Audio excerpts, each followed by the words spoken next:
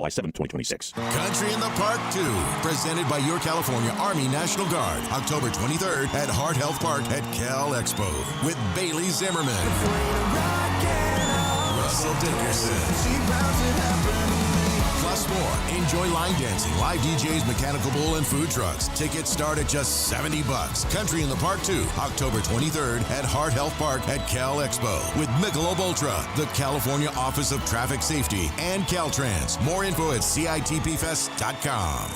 Power Business Technology is proud to be a 100% independent, locally owned and managed Toshiba copier dealer. Local ownership cuts out the red tape, allowing ourselves to never be too busy to personally answer the call when our clients need us. Recognized for excellence in service execution, training, and customer service, we're proud to be named a Toshiba ProMasters Elite Dealer since 2021. Contact us today for all of your business printing needs at 844-POWER-BZ. That's 844-769-3729. Or visit us at powercopiers.com. If you have unfiled taxes or are in debt to the IRS, this is important news. Did you know the IRS has programs specifically designed to help people struggling with tax debt? Powerful tax assistance programs that can save you thousands if you qualify. No one knows these programs better than the experts at Optima Tax Relief, America's most trusted tax resolution firm, A-rated by the Better Business Bureau. Their award-winning tax attorneys and licensed professionals have resolved over $3 billion of tax debt for their clients. One call to Optima can start the process, helping to put an end to your worries about wage garnishment, asset seizure, and other aggressive IRS actions. Find the best options to solve your tax problems. Call the experts at Optima Tax Relief today for a free consultation. Call 800-375-2922. 800-375-2922. 800-375-2922.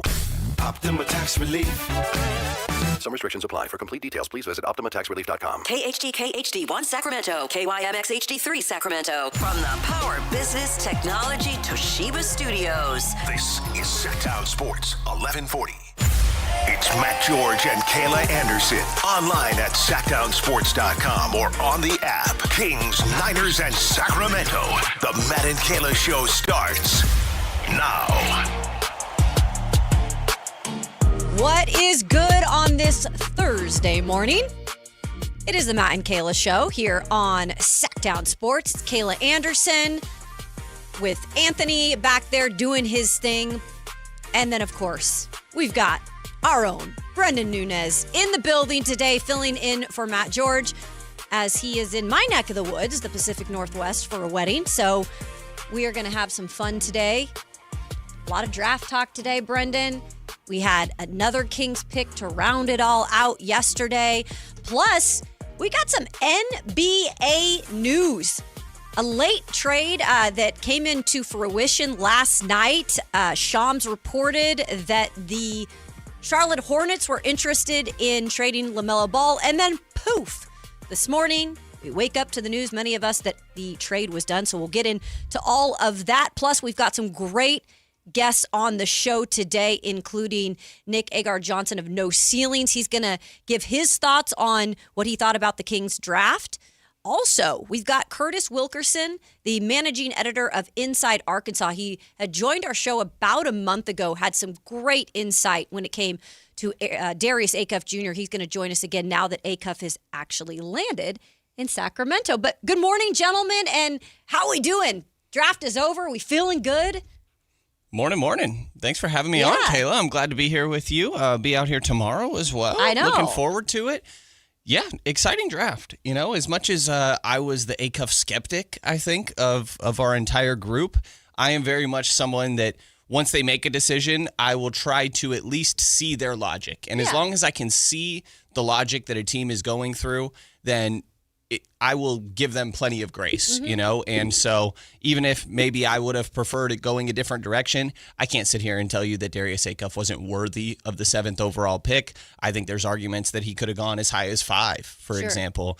Maybe the Clipper situation, a little bit of a funky fit there, or there's going to be a debate forever between Michael Brown at 6, you get Acuff at 7, and then Kingston Fleming's right there, one pick after. They're going to be compared for the rest of their careers. Oh, yeah. And it's going to make for a really fun summer league. I believe the first California Classic game is Michael Brown versus Darius Acuff. Sure is. I'm sure we're going to get Kingston Fleming's versus Darius Acuff out in Vegas. Like, it's going to be very fun to see these guys have sort of a built-in rivalry, even if maybe they don't quite feel that way. You know that the narrative is very much going to be spun in that direction. And sitting here, fingers crossed that the Kings got the best of the bunch. He's certainly a phenomenal offensive player.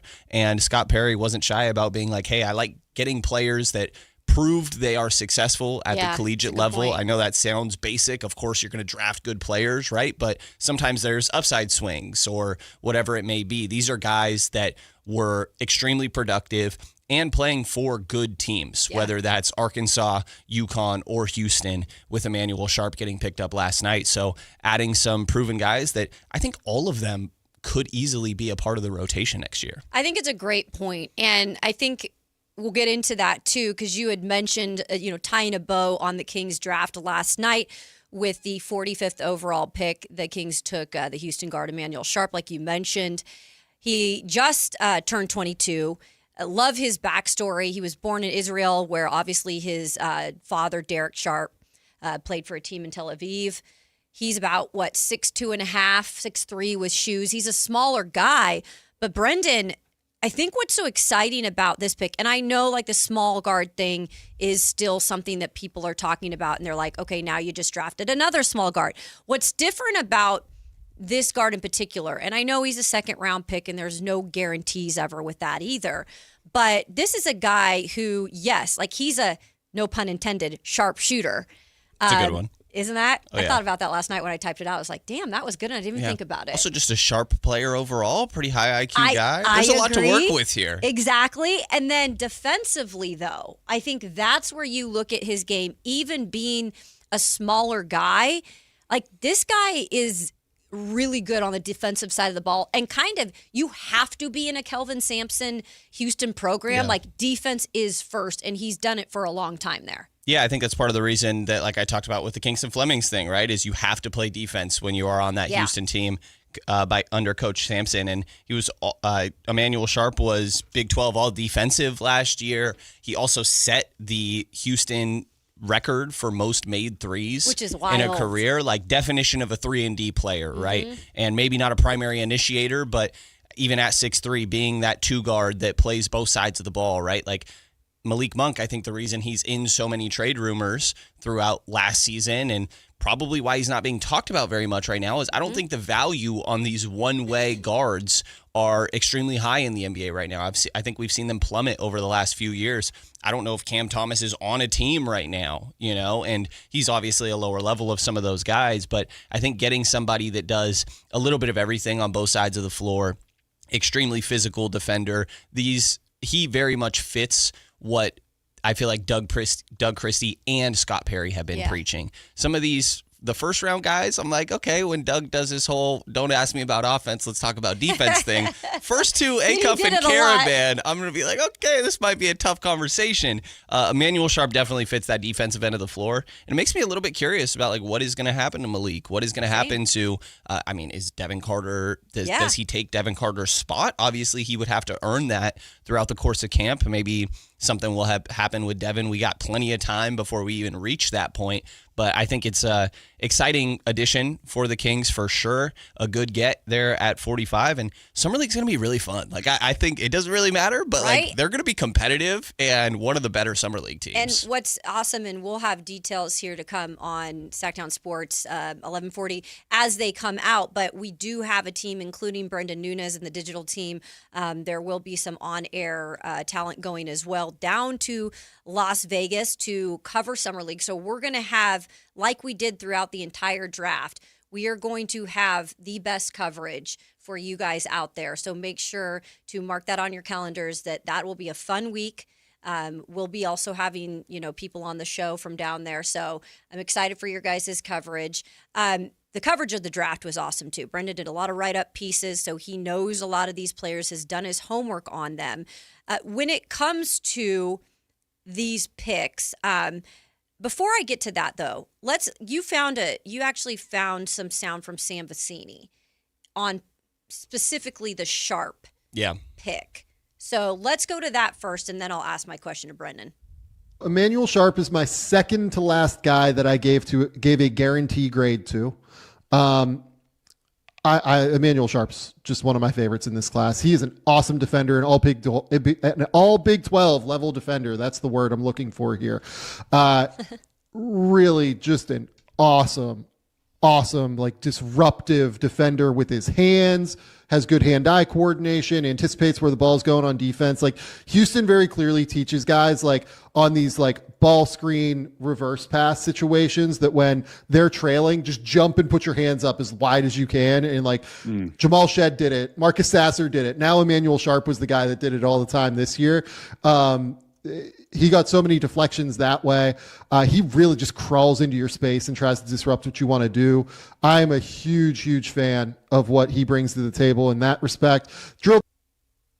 Yeah, so, and that stood out to you. I mean, I was probably on my computer last night after the draft for like 2+ hours, just going through like a lot of things that had to do with, not only the Kings draft, but what other people down in Houston have said about him, people that have covered him at Houston. I know Calvin Sampson, by the way, I love the guy because he also was a Coug up at Washington State to start his career. He was a coach up there. But he went all around this draft to like go be with all his players. So he was at the draft the first night. Then he went all the way to be with Sharp in his place of celebration. Like, what a cool thing. It's just such a family there, and we're getting a guy, I think, that, again, is going to fit the culture of what Perry wants to build. 100%. Like, as much as they need they need everything out there, just to be blunt. They were not a very good team last year. But offensively, you're filling in the gaps with some of these other players. Maybe Darius Acuff is probably the one running the show, and the highlight there, Karaban fills in the holes a little bit offensively. But Sharp is where you figure out, okay, who is the guy that is guarding the best guard on the other team? And right now, like, I don't really know what the answer is, right? It's probably Keegan Murray or maybe DeAndre Hunter in that conversation. And that's where you get to Devin Carter. And I think that's where you get to Emanuel Sharp. So again, it wouldn't surprise me if there is a scenario here where he is very much in consideration for real playing time. This is a guy that played 3 years at college after redshirting his first year, so in theory should be a little bit more NBA ready. And we saw him play on a team that had other primary guards as well, right? Like the whole playing alongside Kingston Flemings is very beneficial for when he's going to eventually be playing alongside Darius Acuff. So it's not like amazing measurables, like you mentioned, just under 6'3" without shoes, a wingspan that's pretty much the same, 6'3" there, but it's really the high IQ nature of players. And I think that's what they got in a lot of these guys. I think so too. And it makes me confident for how they could play off of Domantas Sabonis. I'm sure we're going to get to this a little bit later. I don't know if Domas will still be on the team going into next year. That is a question. He's probably their best trade candidate at this point. So you would think that they'll be active in trying to move on from him like they have been for, 7 months or something like that. So, yeah, I mean, I think this is certainly a guy that fits more of the Doug Christie prototype as well, and still really helps your shooting because the spacing was so bad for the Kings last year. I think that made life difficult for Nick Clifford trying to create, or if you want to go down the line with anybody on their roster, really. Russell Westbrook, I think some turnovers, it's like, oh my gosh, look at the spacing right now. And so Sharp will need to prove what caliber of shooter he is at the next level. But again, set the Houston career record and made threes, and then providing that sort of defense, and to get praise from a guy like Vecini that I think he does phenomenal work. Nobody's going to be perfect all the time. We'll have to see how it plays out, but certainly a guy where you can see how he would work at the NBA level. And if you even get a rotational player in the second round, that's a success. And Scott Perry has a history with being able to do that. Mitchell Robinson, Deuce McBride. Last year we saw Maxime Reynaud, 3 picks before where Emanuel Sharp just went. Dylan Cardwell, undrafted. I'd be curious to see if they do pick anybody on the undrafted market as well. So, again, feel really good about this draft from a Kings perspective. And considering last year was such a tough watch a lot of times, Kayla. I feel really bad for you that this was your first season. And I was like, good thing, though, I was coming from another organization that was trying to get their ish together. So it wasn't too awakening for me. I was kind of used to it. But yeah, I was like, this is a rough first go. It was a jarring viewing experience. And I think that at very least you have these key things to watch for, right? Karaban and Sharp, older prospects, but still, if you're getting good value, for sure, and you're getting that sort of value, if you can get now players that are ready to play now on rookie scale deals, that's a lot of value in the modern NBA. So the Kings obviously need those sort of guys. I'm not going to sit here and say, hey, they should have picked someone younger or more upside. Like, no, if you think a guy is an NBA player, that's the direction you go at that point in the draft. And clearly was a guy that they liked. Matt mentioned a list of names, and he was on there for players that they could target. They just all went before, you know? So this was probably, I think that's what I learned from this draft is I do feel like Scott Perry had his draft board and he had the exact players he wanted identified. And yeah, maybe those players were on there. I'm sure they were, because those are all guys we've talked about, guys that would have also been great here. But we also knew they could very easily go before 45, and they did. But then I'm sure this was the next guy on the list. There's no doubt in my mind. I think he showed me like he was very decisive in terms of how they went about this draft. 100%. I think that it was...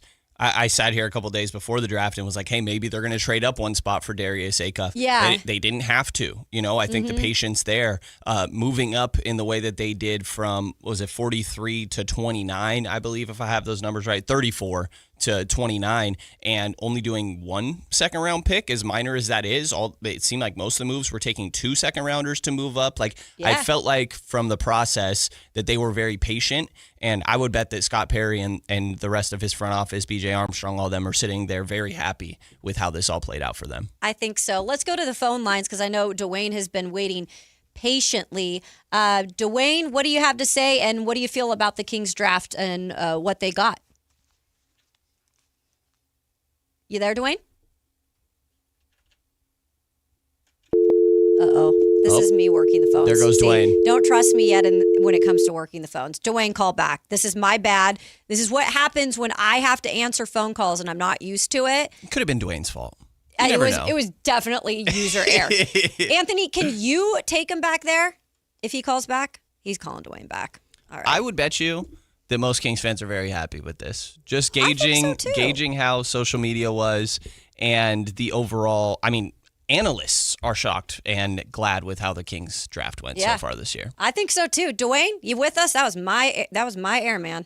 What's up, Dwayne? What's up with the homies? Good. How are you? What's going on, man? I'm doing cool. What's up, Kayla? Brandon, man, it's been a minute, man. How you doing, young bro? Doing well, bro. Thanks for calling in. How you feeling? Everything's cool, man. I just want to recap the draft, and I got a question for you guys. So, Acuff, everybody knows I'm a detractor. I thought that was an awful pick. So I have a question for you guys. If you were offered Dante DiVincenzo right now, straight up for Acuff, would you do it? Whoa. Wow. Coming in hot, Dwayne. Absolutely not. Like, I also very skeptical, but that's a little crazy, man. Like, Dante, I don't know what his contract is off the top of my mind. He's also coming off an injury. I loved Dante DiVincenzo, but no, man, I think that you definitely got to hold out for the guy with upside. And I was super skeptical of Acuff too, but I mean, he can score the ball, and there's a chance that you got like a Dame Lillard here. You know my answer, Dwayne. You know I'm Acuff ride or die and have been since March. Anthony. I think he's got his phone on. Hey, Kayla, you guys got me? Yeah, we got you. Did you hear us? So you know me. I didn't. What's happening? Well, you know me. I'm Acuff ride or die. I have been since the start. So I'm not doing that. But look, I appreciate your creativeness. You're not taking DiVincenzo. No, Dwayne. DiVincenzo I think you're a little crazy, my guy. I think Dante's coming off an injury. I don't know how much contract he got left, but there is definitely, I'm skeptical of Acuff too, but there's a lot of upside there. There's a chance you got your Dame and you got rookie control and all of that. I mean, I think you got to at least take the swing. Okay. I can dig it. I can respect that. We're going to see about that, though. Now, also, the second pick, Karaban, I think that was a shrewd move. I think he brings a lot to the table. He brings some toughness. And, his consistency is one of his best attributes, and that's what Sac needs. And I think your best pick was actually Sharp, bro. Two-sided guy, offense and defense. You know what I mean? Now, the problem that I got, though, you guys run about 17 deep now because all three of those guys got to play. They have to play. They got to get significant minutes and, valuable minutes. So what do you do now, bro? Yeah, all right, fellas, I'm out. Hey, thanks, Appreciate Dwayne. you. We really appreciate you. Look, in terms of minutes, he's talking about, like, where are they all coming from? And again, we don't know exactly what their plan is for all of these new guys. Yeah. I think we know more so than not that Darius Acuff Jr. will probably be starting and get his fair share. It's that or Killian Hayes, right? I think we know the answer. I think we know the answer to that. But, yeah, with the other two guys, I'm interested to see how they navigate all this. Absolutely. Do you have a thought of what you feel it could look like? Yeah, to me, Karaban belongs in the rotation, right? Like, it is an interesting debate if we had to predict the starting lineup, right? I think 10? You got Darius Acuff there. After that, I still think you're penciling in Zach LaVine.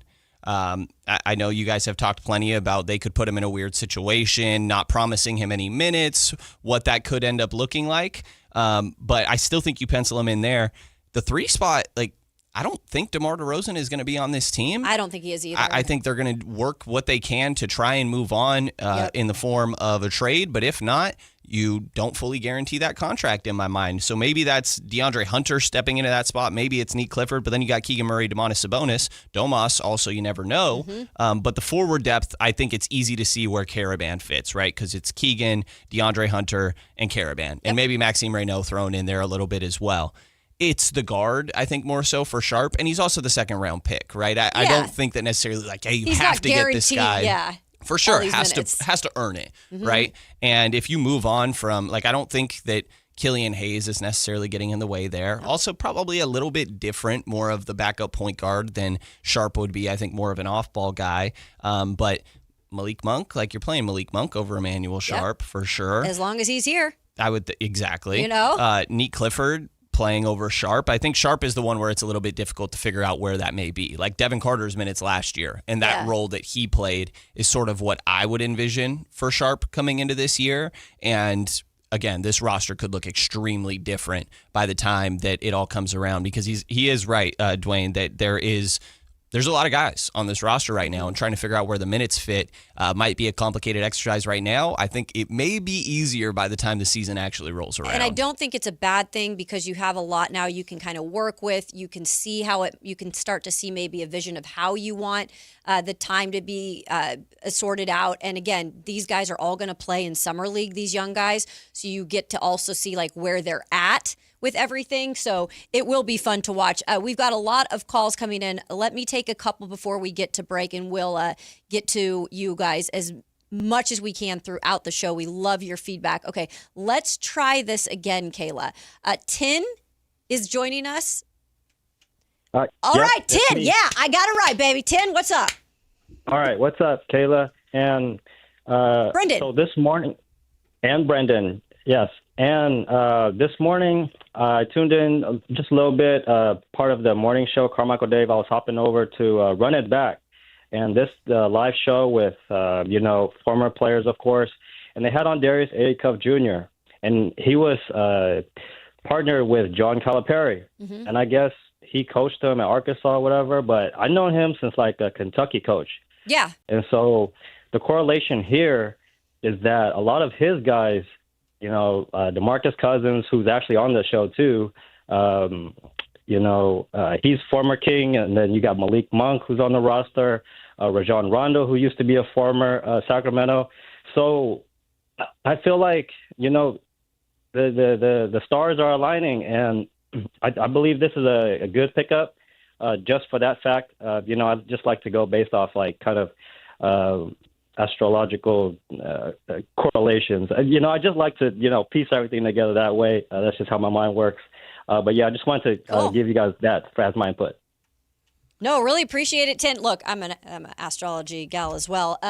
No, I get what you're saying. There is a tie with the Cal, especially point guards, but Cal players. And players that were here. I know he was on the morning show and also said he's got to make more trips here to Sacramento. But yeah, it is interesting. It's an interesting pipeline for sure. I think the main thing that we hope now here in Sacramento is that this is the point guard of the future that will be here long term. That's going to stay here, that they can build around, that will live up to the expectations. And hopefully then, we can talk about this for years to come, like, again, that pipeline. Certainly what they're hoping for, and they desperately need it, right? I think this is why people liked the idea of Acuff going to Sacramento so much, even if there's going to be people like, oh, Sacramento kind of ruins some prospects sometimes. I get the skepticism, but it's probably also why his camp wanted to go to Sacramento. True. By all reports, is that he's going to get to run the show, right? It's a very heliocentric, everything runs through Darius Acuff, and he's going to get the opportunity to do that and play through mistakes. I think that's an important part. So much of this and how players develop is contextualized, right? Whether it's some of these previous guards that, like a Jalen Brunson, for example, like it took him going to his second team. Absolutely. Right? And getting to run the show on his own. And so I think Acuff is stepping into a place where Scott Perry talked about him, like every time he walks in the room, he thinks he's the best player. I think he's going to walk into Sacramento and be like, hey, this is my team, and it seems like they are talking about it that way as well. So in my mind, that's something that's very beneficial for his development. The one thing I will throw out with the Calipari thing, there are a lot of good guards. I feel like we don't talk about like the misses enough. Which there are misses. There are. There's no doubt. There's the Harrison twins. Yep. It's not a guard, but there's Kevin Knox, who also was a Scott Perry draft pick for what it's worth. Reed Shepherd, Rob Dillingham recently. So no guarantees, but it is very beneficial to play for a guy that has that level of experience. Derrick Rose, one of his favorite players, Darius Acuff growing up. And so it's beneficial to have that. Doesn't make it a guarantee. No, I'm with you. I just love it, like newness and having the draft and having 3 new players here. And I know nothing's guaranteed, but I do think it gives a lot of hope to reset what has been like a really crappy last season. Yeah. And so at least for a while, I think fans are excited about what is to come. Speaking of fans, we've got 2 of you guys on hold. We will get to you after the break. Also coming up after the break here on the Matt and Kayla Show on Sactown Sports, Chris Haynes. Now, there has been reports that DeMar DeRozan is probably not going to be here this next season. Chris Haynes reported last night something added to that and also gave a possible deadline. Ooh. We'll get to that and much more coming up here on Sactown Sports. With Darius Acuff Jr., Alex Karaban, and Emanuel Sharp, the 2026 draft class for the Kings is officially complete. Alongside Maxime Reyno, Nick Clifford, and a promising young core of players, do Scott Perry and Doug Christie have the right foundation to bring winning basketball back to Sacramento? Your exclusive home for Kings basketball. Sactown Sports 1140.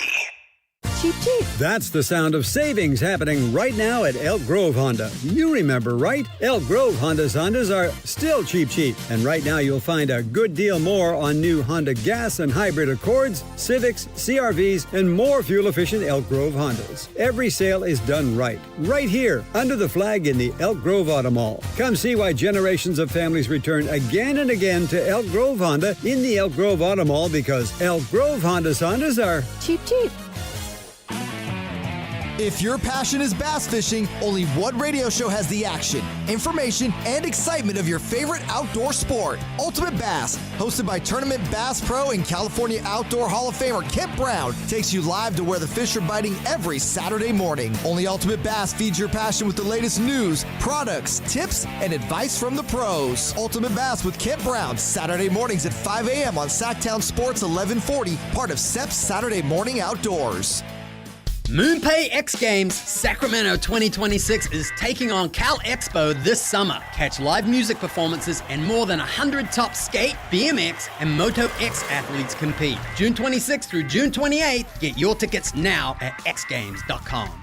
This is a special alert to all Americans who own a vehicle with less than 200,000 miles with an auto warranty about to expire or with no warranty coverage at all. Due to a decline in the economy, CarShield is announcing a low-cost month-to-month vehicle protection plan that is now available to the public to save any driver out-of-pocket expenses on future auto repairs. Call now to find out how you can pay almost nothing for covered auto repairs. Yes, you heard that correctly. Pay almost nothing for covered auto repairs. An open phone line has been established for all drivers to call for a free quick quote. Call 800-330-8323 now. Drivers who are covered will not have to pay for covered repairs again. This protection plan is at an all-time low. Additionally, drivers who activate this vehicle protection today will also receive free roadside assistance, free towing, and car rental options at no additional cost. Call us for your free quick quote today. 800-330-8323. That's 800-330-8323. What do you have to lose? Call 800-330-8323. Again, 800-330-8323. Are you looking for a night out that actually delivers? Grab your friends and head to Sutter Health Park for Sacramento River Cats baseball. We've got cold drinks, great vibes, and live baseball all in one place. Get your tickets at rivercats.com. Remember the days of real country music? Now you can get your favorite classic country every day on 105.1 HD3 The Ranch. Listen to The Ranch on the free KNCI app or anytime at 105.1 HD3. What's up? We're talking to Chad Hoblet of Hoblet Dodge, Chrysler, Jeep, Ram in Woodland. What's happening, Chad, for Chrysler's Make This the Summer event? Right now, you can save up to $15,000 off MSRP on one of America's most popular trucks, the new 2026 Ram 1500 Crew Cab. Plus, with an EPA estimated 22 mpg, you're going to save big at the pump. That's so important, especially with the gas tax going up next month. A new Ram could be what you need to cut your fuel costs long term. Plus, you'll enjoy best-in-class, luxurious cabin comfort in the most luxurious Ram 1500 ever. And with over 600 Rams available, you won't find a better selection of new Ram trucks in stock and ready for you to drive home today. Search, select, and save through their whole inventory at HobletDodge.com. Unbeatable prices, unbeatable selection. Nobody beats Hoblet, period. 15,000 total net savings after factory incentive and dealer discounts. Incentives include $500 on-the-job upfit for eligible upfit, 1,000 Hoblet trade-in assistance on eligible trade-in, 500 Hoblet business owner bonus for verified business owners, and 9,500 dealer discount. 10th this net savings. See dealer for details. Country in the Park 2, presented by your California Army National Guard, October 23rd at Hart Health Park at Cal Expo with Bailey Zimmerman, Russell Dickerson. Plus more. Enjoy line dancing, live DJs, mechanical bull, and food trucks. Tickets start at just $70. Country in the Park 2, October 23rd at Hart Health Park at Cal Expo with Michelob Ultra, the California Office of Traffic Safety, and Caltrans. More info at CITPFest.com. Matt and Kayla on Sactown Sports 1140.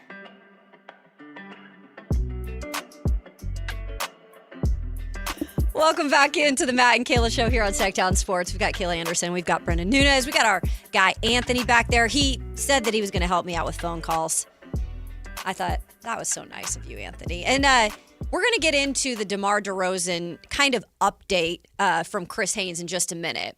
But I promised the loyal listeners of this station, we love you. By the way, our YouTube chat is on fire this morning, too. We appreciate you. If you go want to watch us, which, I mean, you can comment on everything you want to at If that somebody point. says I need to shower, Kayla, I don't know what's going on. Do I smell, Kayla? Damn. What's going on in here? I can say honestly, guys, that he smells great. So I don't know what's going on with that, but he does smell fine. So fresh and so clean. I appreciate it. You're appreciate welcome. it. You know, shout out Brick Rip Saw. You know, Brick Rip's quite the critic, though. That's a tongue He will twister. share his opinions. I love it. I You love know? it. We'll take the interaction, Yeah. and I'm happy to. Yeah, anybody that wants to be part of the show, let us know. Especially today, we got the draft wrapped up. We're about to start the California Classic in a week, so we got plenty to get to. Let's get out to the phone real quick, and it's our guy, Pool Guy Mark. What's up, Pool Guy Mark?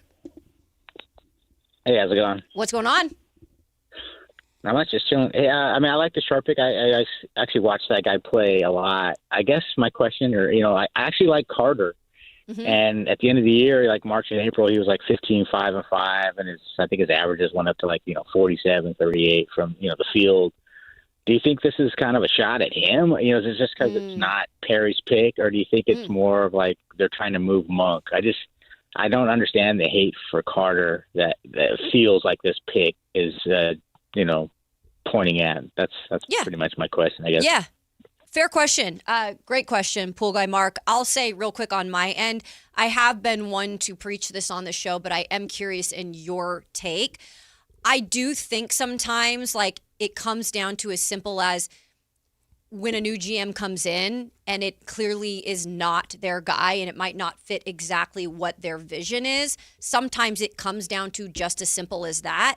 But I know sometimes it's also, logistics, and maybe this is a guy that, again, they foresee playing more minutes and likes maybe the defensive side even more. So curious on your take. Yeah.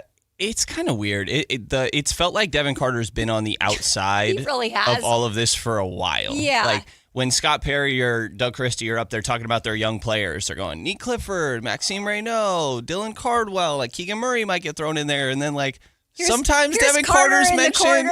Yeah, other times he's not. I'm like, this guy was a lottery pick not that long ago. And he didn't play his first year because of injury or hardly played. Almost felt like year 2 was actually the rookie season. He has not had very many NBA reps. Mm-hmm. And I wouldn't say that he's been overly impressive when he was out there. There's a big game that he brought them back in towards the end of last season. I want to say against Indiana or whoever it may have been. Decent stretches of playing solid basketball, but he's felt like an afterthought. Yeah. And that's just reading between the lines. It doesn't feel like they prioritized him very much. Shoot, you brought in Killian Hayes and played Killian Hayes more over Devin Carter. So it does very much feel like he's on the outside. That's one of those guys where I probably would be surprised if he's on the roster going into next year. Just assuming that, again, whether it's a DeMar trade, Domas trade, Malik, if Zach somehow gets moved on from, I could see Devin also being a part of some deal. He does very much feel like more of an afterthought. Whether that's fair or not is a different conversation. But to your point, it wasn't the guy that Scott drafted, and that makes for some weird scenarios coming in and evaluating players. We didn't get an exit interview with him. Nope, he just wasn't part of the that. schedule. That was kind of interesting. So I don't think any of us were necessarily super like, hey, where's Devin Carter either, But yeah, he very much has felt like an afterthought in the way that they talk about their young talent throughout the course of last year. And Sharp does feel fairly repetitive with him. I think so. Good explanation. Real quick, we got to get to one more phone call, and then we'll get to the DeMar DeRozan stuff. And then, TC, we will get to you. You just hold on there, buddy. We just were talking about you, by the way. All right, Jacob is on the Matt and Kayla Show. Jacob, what's going on this morning? What's going on, guys? How you feeling? We're good. How are you feeling? I'm feeling good. I'm feeling good about this draft. Just to kind of piggyback off what Mark was saying, I was calling in. I feel like the reason I feel so good about this draft is because it feels like this is where Scott Perry is kind of putting his stamp on, okay, this is my team and my roster. It seems like, even leaving into your DeRozan segue, he's kind of just building his team. It seems like Carter's probably going to be gone after this with that with that Sharp pick. And it just feels like a good segue into the I think he said 4 to 5 year rebuild when he got here, and that was year 1 last year. So I feel good about it, knowing that this is kind of his. This feels like his stamp of this is my guys, these are my players, and this is where we are going moving forward. It feels like there's a clear path with DeRozan possibly getting waived, and who knows what happens with Zach LaVine. So I feel pretty dang good about it. I love it. I love it, Jacob. Love the optimism. And you're right. There was that. We brought that up in the start of the show, the decisiveness of Perry and company on what they kind of want to do and how they're trying to start to form this culture. It seems, though, and I love DeMar DeRozan. I think he is such a savvy vet. I like everything he offers to the game. And I know he'll be on a team next year if it isn't the Kings, but it's just, how will that happen? And the latest from Chris Haynes, this was the latest last night about DeMar DeRozan. The expectation is that he will be waived and stretched and become a free agent. But the Kings are looking to trade DeMar DeRozan. They have a deadline, which is around early August, to try to trade him. And if they can't find a trade suitor to try to get some assets back in return for DeMar, then they will waive and stretch him. And in early August. That is the plan as of right now, because they have a deadline, they have a timeline. Okay, so now we're kind of getting a timeline. Now the word trade has been played into this whole thing, which, again, I understand you want to try to get something for DeMar DeRozan. The big question for me, Brendan, is there at all, and we discussed this during the trade deadline, is there at all a market right now for DeMar DeRozan? And maybe is the only reason why someone would trade for him because if he does become a free agent, maybe there will be more people trying to, snatch him up. Yeah, I think the reason a team would trade for him rather than just, hey, sit there and wait, we can get him for free, essentially, is that you don't think he's going to pick your team if he just gets his choice of whoever. And so I think the value would be very low, obviously, what we're talking about. A lot of it for the Kings would be getting off of clearing up their books a little bit. They're a team that's up against the cap, which is crazy considering the caliber of team that they are, obviously.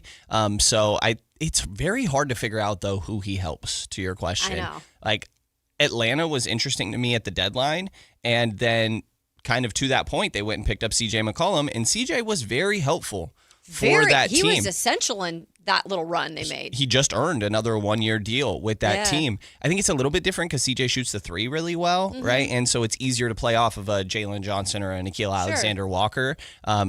The fact that DeMar wasn't moved last deadline speaks to the lack of value, right? It was not for a lack of effort on the Kings side. I think if you're a young team, it's the situation the Kings are in. You're like, oh, he's kind of taking touches away from some of our other young players we want to develop. If you're an older team, you still do have a star already in place, and DeMar doesn't necessarily make life easier on the other stars when it comes to spacing and what that looks like. But if somebody needs like Detroit, it's a weird one where you're just like, okay, they could use that other creator to ease the pressure from Cade, second units when he's sitting, but does he play next to Cade very well? So I think it's really hard to figure out what that would look like, and makes me think that maybe we're just going to end up in a situation where they waive him, or I think best case scenario, if the Kings can clear up other salary as well, take on another guy that's a bad salary, quote unquote, for another additional year, and give me something to do that. That's a good point. Let me get another asset in order to do so. They don't really have the financial flexibility to be in that conversation yet, but if they could do some other things first, I think that's typically what the teams at this point in their process would try to do to get more assets. Well, I'll tell you one thing, Brendan. All it took was that Giannis trade to finally happen that we waited on all during the trade deadline, but I am telling you now, the mountains are moving across the NBA. We had a big one happen this morning. Shams with a big bomb. We'll get to what it means in terms of LaMelo Ball. Now a Minnesota Timberwolf. What does that mean for that team, for the rest of the league? That's coming up here on the Matt and Kayla Show here on Sactown Sports. With Darius Acuff Jr., Alex Karaban, and Emanuel Sharp, the 2026 draft class for the Kings is officially complete. Alongside Maxime Reynaud, Nick Clifford, and a promising young core of players, do Scott Perry and Doug Christie have the right foundation to bring winning basketball back to Sacramento. Your exclusive home for Kings basketball. Sactown Sports 1140. This is the story of the one. As a safety manager at a manufacturing plant, he does everything he can to keep his coworkers safe. From finding ways to reduce risks to keeping safety supplies in stock. And for that, he relies on Grainger. Grainger offers a broad range of quality products and next-day delivery, so he can always play it safe. Call 1-800-GRAINGER, click Grainger.com, or just stop by. Grainger, for the ones who get it done. T-Mobile has an exclusive bundle for customers 55 and up. I'm Sarah Bowl. Yeah, I'm Frank Bowl. A reliable network is key for us. And with T-Mobile, it's been wonderful. And going to the 55 plus plan saved us so much money. A lot. And that's important. Trying to keep costs down. The home internet's been perfect. It's fast, it's quick. The setup was so easy, it took less than 15 minutes. It was like, ta-da! If you want simplicity, coverage, reliability, you want the whole package, T-Mobile has it. Right now, T-Mobile customers 55 and up can get 2 phone lines on America's best network, plus America's fastest 5G home internet for just $30 each. $30 per month each line with autopay plus taxes and fees. Minimum age 55. Pricing for home internet rely on 2 lines of Essentials. Choice 55. $35 connection charge per line required. Best mobile network and fastest 5G home internet based on analysis by Ookla of Speed Test Intelligence data 2H 2025. All rights reserved. The stars align in West Sacramento as the A's go head-to-head with the Los Angeles Dodgers for a spectacular summer series starting Monday, June 29th. Celebrate the start of the holiday week with an action-packed series. Be there to witness one of the most highly anticipated matchups of the season. Get your tickets now at athletics.com/tickets. That's athletics.com/tickets. From the FIFA World Cup to competitive business environments, grand ambitions lead to game-changing achievements. At Bank of America, we're there to support businesses at every step, providing insights and expertise to help you gain an edge. He shoots, he scores! What would you like the power to do? Explore winning business solutions at BofA.com/gamechangers. Bank of America, official bank of the FIFA World Cup 2026. Wendy's new Biggie Deals lets you choose whatever you're in the mood for. It's like a music mixing board of deals, and you're the producer. Go with some chill folk music with a JBC in the $4 Biggie Bite snack. Try the drum and bass of deals with a double stack and a $6 Biggie bag. Or go full-on sandwich symphony with an $8 Biggie bundle, the grand finale of snacking. And the best part? They all come with napkins. $4, $6, and $8 Biggie Deals how you want them at Wendy's. Price and participation may vary. Single items at regular price. Prices may be higher in Alaska, California, and Hawaii. This Green and Gold Injury Report is brought to you by the law firm of Gingery, Hammer, and Associates. If you've got an injury, just call Gingery. This past week, Luis Severino has been transferred from the 15-day Echo Park sponsorship of A.J. Allmendinger. Echo Park sponsorship of A.J. Allmendinger's number 16 Chevrolet at Sunday's Toyota Save Mart 350 at Sonoma Raceway. 10 pairs of race tickets are up for grabs in a live drawing. Plus, score an autographed A.J. Allmendinger hero card. And while you're there, browse Echo Park's huge inventory. Get the new car feel without the new car price. This Thursday, 2 to 4. At Folsom Chevy, General Manager Eric Wilson and his team are dedicated to treating you well and treating your money well. They want to know what you want, what you need to help you decide what's best for you. That's how you're treated at Folsom Chevy. Here's how your money is treated. Right now at Folsom Chevy, they're offering 0% financing for 5 years on every new 2026 Silverado half-ton in stock. That's right, 0% on a 2-wheel drive, a 4-wheel drive, an LT, RST, High Country, you name it. Folsom Chevy is truck country. You can find them at the Folsom Auto Mall, just off Highway 50 between the Hazel and Folsom exits. From the mountains to the levee, think Folsom Chevy. Together, let's drive. Find out more about the 0% financing offer at folsomchevy.com.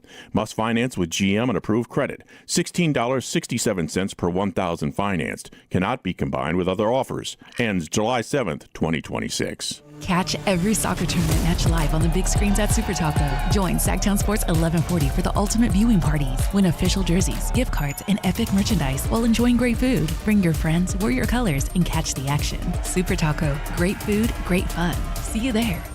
Wheelman Golf Course presents Music on the Green Thursday, June 25th from 6 to 8 p.m. Hi, this is Frank LaRosa with the Golf to Go radio show. Join Scott Marsh and me as we broadcast live. 4 Barrel as the musical guest at this free community event sponsored by Urban Roots. See you there.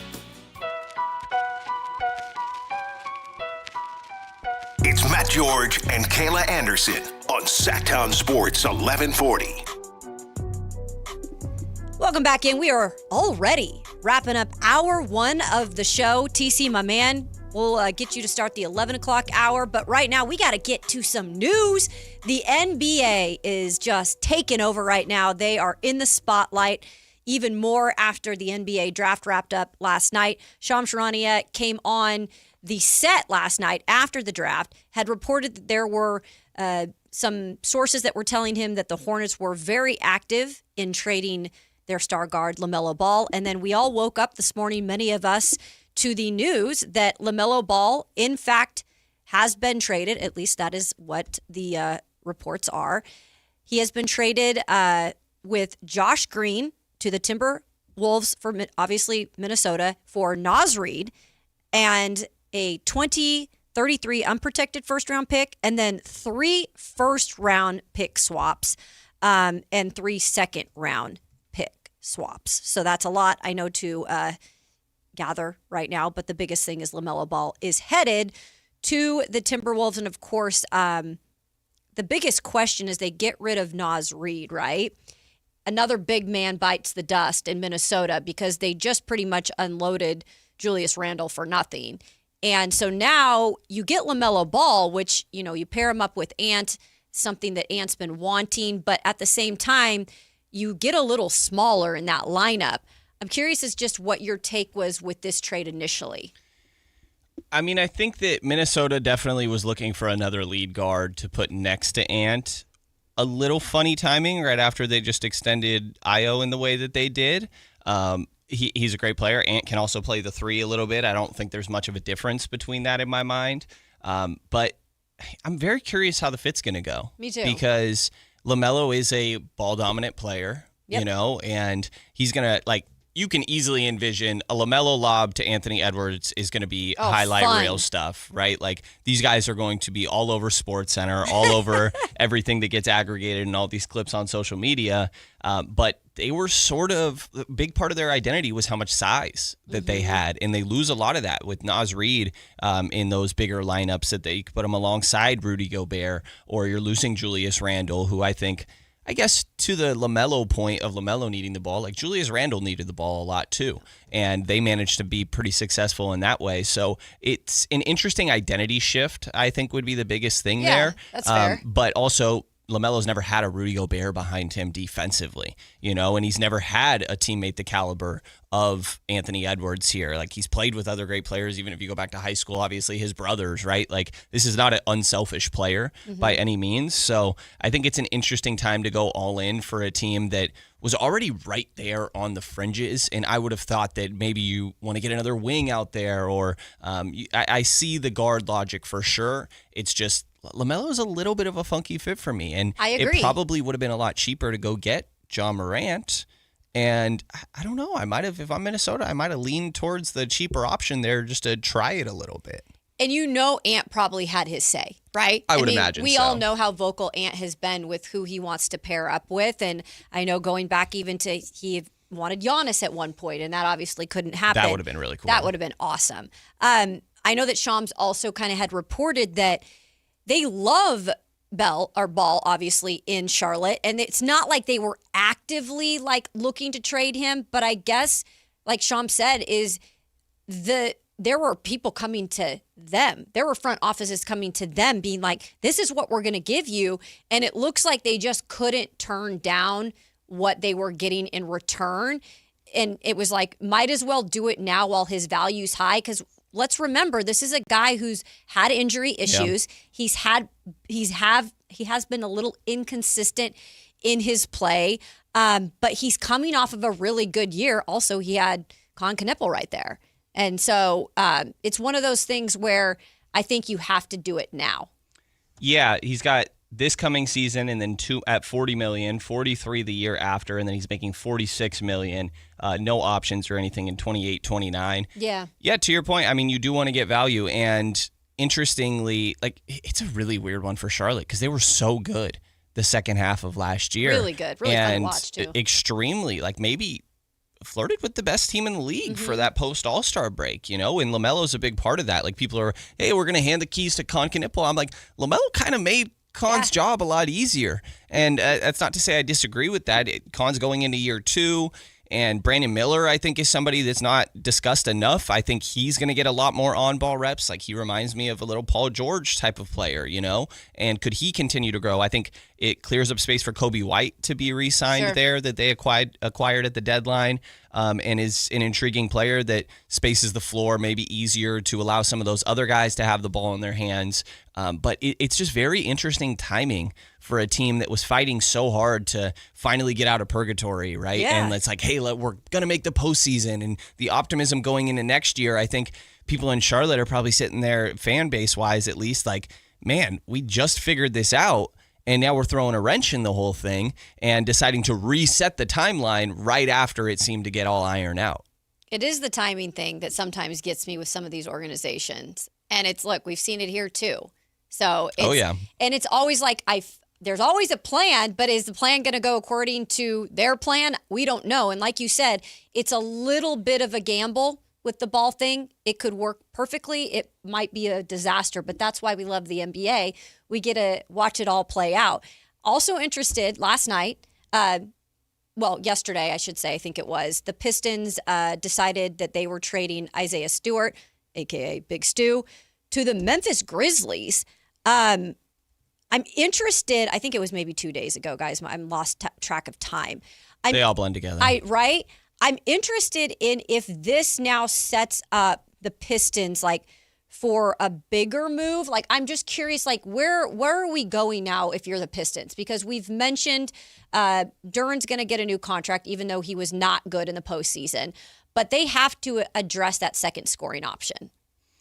Yeah, I think they have a little bit of space in order to do so, but they're one of those teams where you'd imagine they're going to try and get in a lot of these conversations. Gosh, Jaylen Brown would be a beautiful fit there. Yeah. Figuring out the finances is obviously the difficult part of all that, but they can get up to $33 million in space if they move on from Duncan Robinson. Is Norman Powell a conversation there? Obviously Miami would love to keep him around now, but I think that he's going to fetch some money on the open market, and he would be exactly the type of guy that I think they need next to Cade. Can play off of him, but also last year he earned an All-Star ballot, if I'm remembering correctly. I think that was last year. Because of his on-ball capabilities with the Heat. So I think that would be a great fit. It definitely feels like a precursor to more. And it's intriguing. Both of these teams are the big lineups, right? And they're moving on from one of those bigs. So it's not to say that the league's going away from that. You see the Spurs draft 2 centers in the draft just recently. So there definitely still will be those larger teams, but it's interesting to see those guys go away from a little bit of size. And it definitely feels like more to come, whether that's the Pistons cap space, $30 million plus. Minnesota has a $40 million trade player exception, which is an NBA record up to this point. I think these teams are far from done being built. Tyler Hero is still in Milwaukee, and no one knows what and we don't know what Milwaukee's is going to go on with him. You're exactly right. Him in From Detroit Milwaukee. would be fun. Yeah. He's from Milwaukee? He's from Milwaukee, yeah. Okay. So I kind of want to see him stay there just for that fact, but I also love drama. So I would love to see just a lot of stuff happening, and I think it will because the floodgates have just opened up. Also, the show is just opening up to hour 2. We've got plenty more to come, including, yes, TC, one of our loyal listeners. He is on the line. TC's going to be coming in hot. Oh, he's coming in hot, baby. I think he got a lot of what he wanted in this draft. Plus, speaking of the draft, we kind of recap what we think in terms of an overall, I'm not going to say grade because I hate giving out grades, but just what do you guys think? Brendan, what do you think? I'm curious to take your thoughts too, Anthony, on overall what you thought of the draft. And then an interesting note, you guys, from the Run It Back podcast, and no, it was not Boogie. Lou Williams loved the Acuff pick, but there was something he doesn't love when it comes to the Kings. We'll get to that and much more in hour 2 of the Matt and Kayla Show here on Sactown Sports. With their final pick in the 2026 NBA Draft, the Sacramento Kings selected Houston guard Emanuel Sharp as a top-tier perimeter shooter and an all-defensive player for the Cougars last season. Did the Kings find the perfect wing to play alongside Darius Acuff Jr.? Your exclusive home for Kings basketball. Sactown Sports 1140. Capital Casino is conveniently located in downtown 411 16th Street and has been a part of the greater Sacramento area for over 20 years. They offer the best variety of games in the region in a safe and friendly environment, and there's plenty of parking, all well lit and monitored by security. Come have a great meal at the cafe and restaurant inside. Capital Casino has the best food, the best service, and the best action. But please always remember to gamble responsibly. 1-800-GAMBLER. Cheap, cheap. That's the sound of savings happening right now at Elk Grove Honda. You remember, right? Elk Grove Hondas are still cheap, cheap. And right now you'll find a good deal more on new Honda gas and hybrid Accords, Civics, CRVs, and more fuel-efficient Elk Grove Hondas. Every sale is done right here, under the flag in the Elk Grove Auto Mall. Come see why generations of families return again and again to Elk Grove Honda in the Elk Grove Auto Mall, because Elk Grove Hondas are cheap, cheap. Wesley Financial Group is not a law firm, and Chuck McDowell definitely not an attorney. This is Chuck. If someone talked you into buying something really silly and you want to get out of that silly little thing, my advice, get the facts. Call me and I'll send you our timeshare exit kit absolutely free. Inside, you'll learn how timeshare works and all your options for cancellation. Call Wesley now for your free exit info kit. 800-572-3344. That's 800-572-3344. If the world were like a Sleep Number mattress, everything would adapt for your comfort. Because as your life changes and your body changes, Sleep Number mattresses adapt and shift to give you personalized comfort night after night. And right now, new mattresses start at $1,500 during our 4th of July sale. To experience a whole new world of comfort, visit a Sleep Number store or go to sleepnumber.com. Sleep Number. To a good life's sleep. Thunder, feel the thunder. It's the energy all around you. Lightning and the thunder. The thrill of the moments to come. The flash of lights. The rush of pure exhilaration. The roar of the crowd. See it, hear it, feel it. Thunder, feel the thunder. Lightning and the thunder. Thunder Valley Casino Resort. Feel the thunder. Hi, this is Adam Johnson, owner of Golf Fitness Solutions. Exercise and golf have been two important activities in my life. I opened Golf Fitness Solutions in 2013 to help my fellow golf enthusiasts improve their posture, relieve their pain, gain strength and endurance, and most importantly, hit the ball farther. From beginners to professionals, I've had success working with all ages and all skill levels, and I can help you too. Located in Carmichael, call us at 916-802-5175 or go to golffitnesssolutions.com. Everyone loves to be outside, and so do mosquitoes. Protect yourself against mosquitoes and West Nile virus by following these simple tips. At least once a week, look around your yard and drain stagnant water from any containers where mosquitoes can breed. Remember to use an effective mosquito repellent, especially at dawn and dusk when mosquitoes are most active. Close all doors and be sure screens are in good working condition. At the Mosquito and Vector Control District, we're here to help. Visit us at fightthebite.net. KHD1 Sacramento, KYMX HD3 Sacramento. From the Power Business Technology Toshiba Studios. Sactown Sports 1140. 10 a.m. to 2 p.m. Matt and Kayla on Sactown Sports 1140. That is right. It is the Matt and Kayla Show here on Sactown Sports. But today, it's Kayla Anderson. It's Brendan Nunes. It's our guy Anthony back here, making it all happen. I'm proud to say we just spoke during the break. I like to be transparent with you guys. Y'all know this. Sometimes it's a little too much, but I don't care. Dwayne is a very loyal listener. He's on our YouTube chat. He's always in there and talking with everyone. And he gets mad sometimes. We don't talk enough hockey. And I get it, man. I'm a hockey girl. I was born into a hockey family. I'm going to tell you this right now, Dwayne. I'm going to make your day because tomorrow we're going to do a little draft talk. That's right.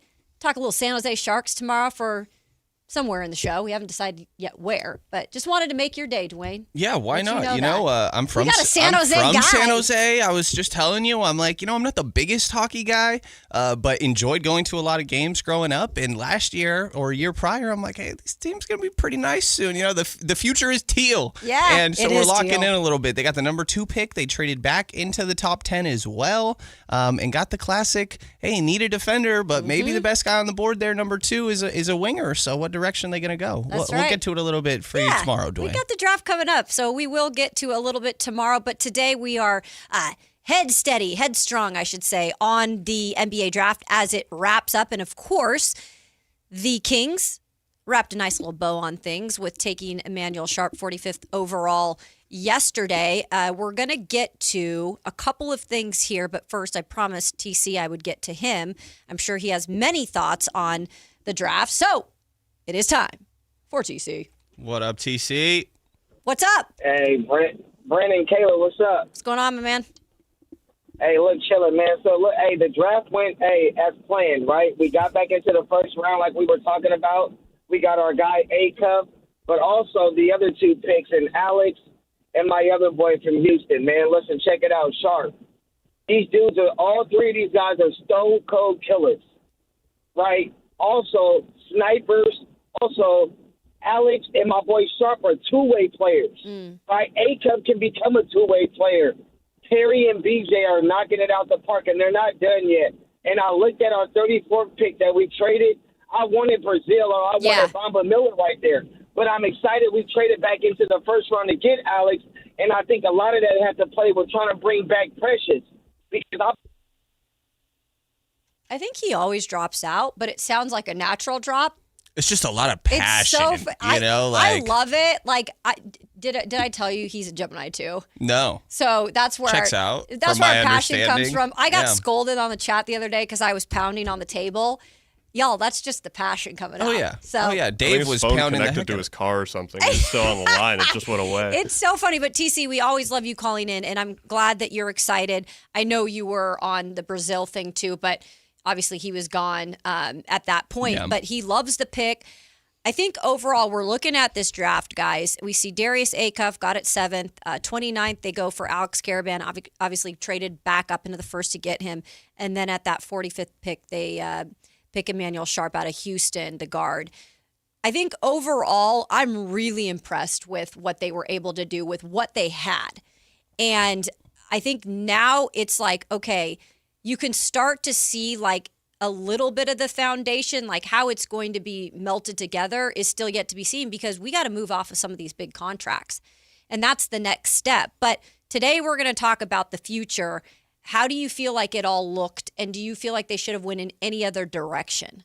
No, I mean, well, I know. I could sit here and talk about Kingston Flemings all day long. You can, and we have plenty of listeners that were Kingston Flemings fan. I know Kimberly in particular is a big Kingston Flemings fan. Yeah. Okay. So to that point, I will say, like, no secret, I would have gone the direction of Kingston Flemings. Yeah. And to me, he fits the identity and the principles that they preach so often, right? Where they need somebody that is going to be the tone setter in the room. I think Kingston Flemings is a guy that makes his teammates better in ways that maybe Acuff does not quite, And like Scott Perry sitting there talking about how elite of a scorer he is, in their mind the best scorer. When he's talking about the passing, he's like, Acuff is one of the best passers in this class, right? Like, I think that's where Flemings would have a little bit of an edge, along with probably Michael Brown in that grouping as well. But, I mean, Acuff is a phenomenal player. Like, you are getting so much offensively in the dynamic nature of that. And to Scott Perry's point of feeling like they need a number one guy, a guy that thinks he's the best player on the team,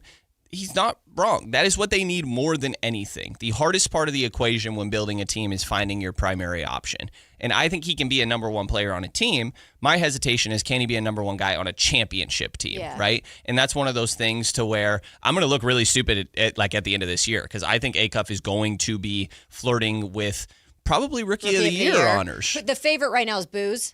That makes a lot of sense. And I think that he probably won't actually be in like real consideration to pull it away, just because some of those other guys, I think Boozer's going to put up ridiculous numbers, but he's going to get all the leash in the world. He could flirt with it. I'd be very surprised if he doesn't end up first team all rookie. He's going to just be handed the reins right away, I would imagine. Maybe this is where like the Zach LaVine thing comes in. Like, how weird is that fit going to be a little bit? That was a question of mine, and we talked about it, I believe it was yesterday on the show. Because you have two guys possibly out on the floor together that, at least right now for Acuff, like, he's not that guy defensively. And now I know he's going to put in the effort, but we don't know what that's going to look like to start the season. We know who LaVine is. Yeah. And while there was some effort put in to start the season, it is what it is with LaVine. Like, do you see that being an issue or do you even see them both out on the floor? Like, we've had people say, like, you don't start LaVine, and then people are like, wait, what are you talking about? Like, LaVine kind of throws a wrench in, and not anything against him personally. It's just the fit.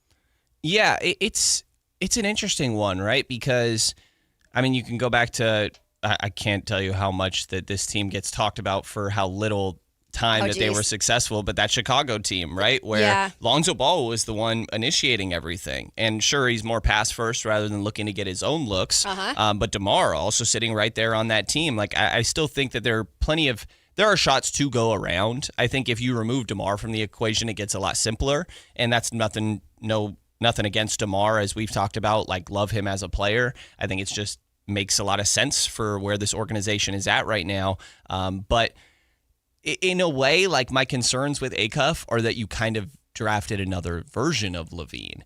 And so it's way too early to say that, but in a guy that can score, undeniably he can score the ball, but how much can he contribute to winning? And Acuff is a much better passer than Levine has that's ever what been. he was asked to do at Arkansas, because to your point, when he came into Arkansas, he's the one that said it. I was not a passer by any means. Yeah. And Coach Cal said, you got to share the ball, man. To his credit, he made that happen. For sure. A great assist-to-turnover ratio. He wasn't turning the ball over either. And as much as, people will sit here, Zach has bad habits with whatever it may be, basketball specific, not trying to say I don't know anything about him as a person, whatever it may be. There are ways that he creates his shots and gets to his spots that Acuff can learn from, right? I get people are going to roll their eyes. You don't want Acuff to learn from Zach LaVine. I get it. But, this guy can score the heck out of the basketball. He's got the footwork and ability to get to his spots and knock down what he wants. He's a tough shot maker. There is things that maybe mentality, whatever you want to say with all that, but Acuff could watch Zach LaVine tape and learn things from that. And being on the same roster, there are things that you could take away. So I think that he for sure has that star potential, and that's what the Kings need more than anything. And then you're getting guys to plug in all the holes as well. When Scott Perry took this team over, he was very clear, year one, I don't even know what I'm working with right now, to be honest. Obviously, he does to an extent, but he's got to get a feel for all of these players. It takes time for a general manager to come in and make their imprint on a team, make it their team, especially when there's 3 to 4 contracts that are taking up your whole books, and he's trying to move on from them. That's hard. It's a rock and a hard place, man. And he's not desperate to do so either, though. It's, hey, we'll wait it out if we have to. And it seems like that's obviously the line that they're going down more so, even if they're going to continue to be active. But I feel like we're just now starting to see more of a Scott Perry team. There's still a lot of this being a Monty McNair team, or the remnants of that, however all that went down at the end. But we're just now starting to see Scott build his idea of a roster. So curious on your take, and I know this is a topic that a lot of people want to get their opinions in on because everybody has different opinions. When it comes to that point guard spot now, Darius Garland, look I'm going back to my days covering him in college. Darius Acuff Jr. is your point guard. Right? He's your starting point guard. And the question, though, is, does he need a mentor? Do they need to bring somebody back? And I'm not saying it has to be Westbrook, but if Westbrook is told, hey, your primary job here is to kind of groom this guy, to, teach him the reins. You're not going to be probably starting. The money isn't going to be there. Again, I'm sure Russ is going to go try to find somewhere better, but his market was very slim last year. Or do they bring in another guy that you have in mind, or do they not do anything? I'm curious as what they decide to do with that, if they need that veteran presence. Yeah, I think they could use a veteran backup point guard. To me, Russ isn't that. I guess my concern there would be that Russ outplays Acuff early in the year. And that forces their hand, right? Does he feel oh, well, I'm deserving of this starting spot? And he could end up being right. I think Acuff obviously is more important for the future of this team. But that one feels a little bit weird to me. Even if it's is there a guy like Trey Jones that you could go get, for example, or something like that? I think that there are intriguing options for how you could go about that. And that probably... definitely you would have to clear space by being able to do some of these other moves, which may be a little bit complicated to pull off in the form of Domas or whoever it may be. But I think it would be beneficial, right? For the most part, I do. I think having these guys need to have their vets. Absolutely.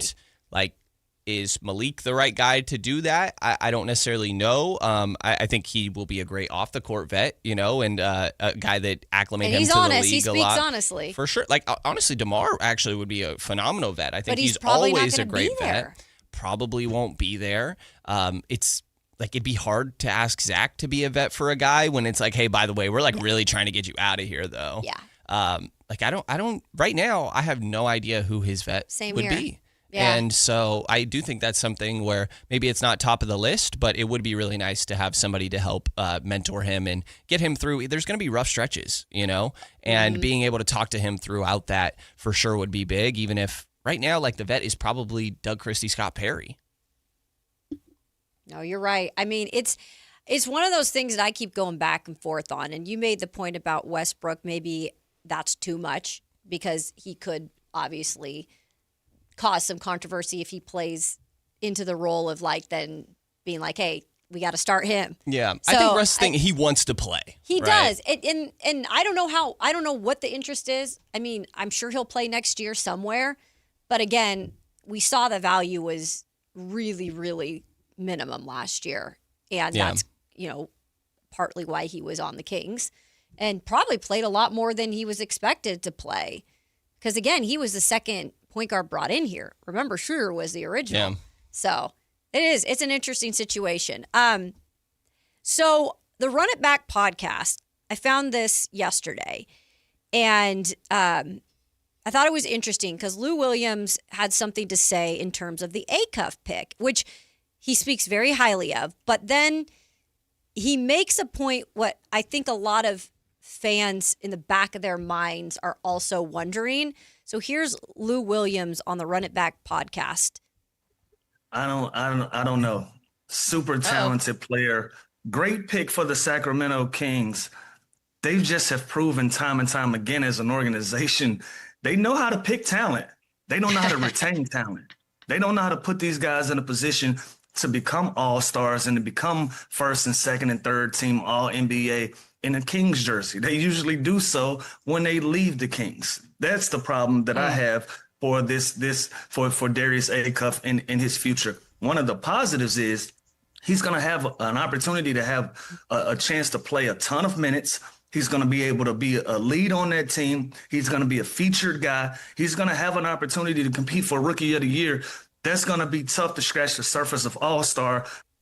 Yeah, so I think that when we talk about, the Kings got this, and obviously we got to wait and see what happens, there's a lot of reminiscent history. Is that how we say this? Yeah.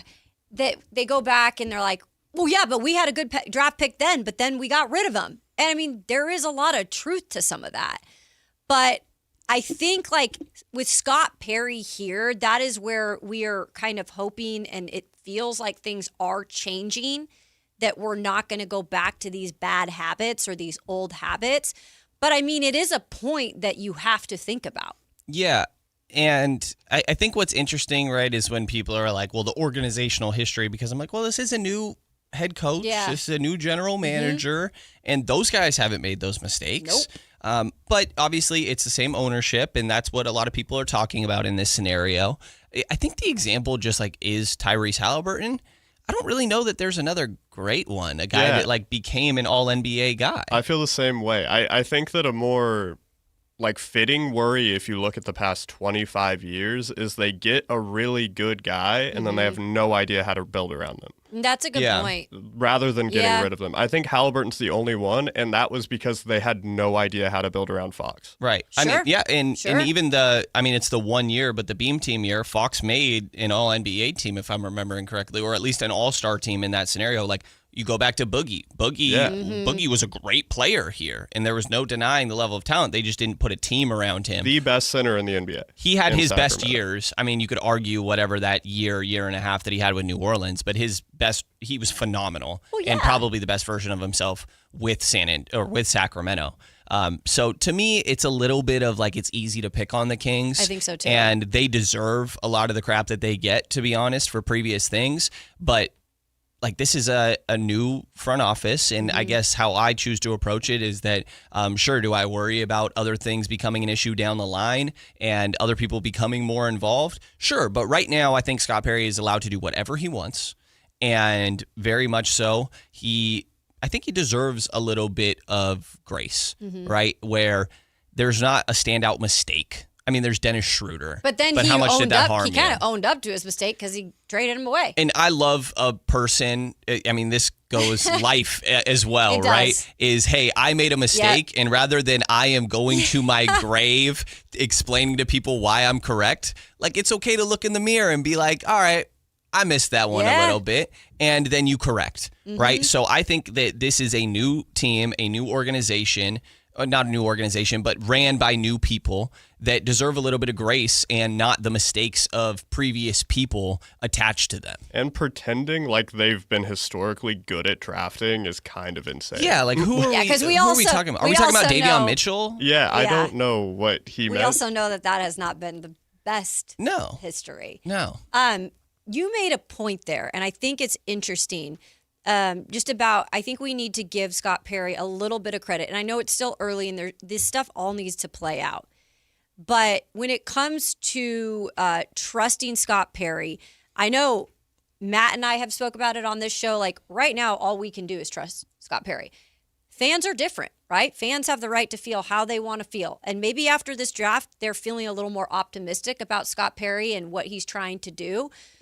What is very telling to me, Brendan, is the fact that Darius Acuff Jr. had plenty of suitors in the draft. And his camp went out of their way to attach themselves to the Sacramento Kings. So, sources are, of course. Yeah.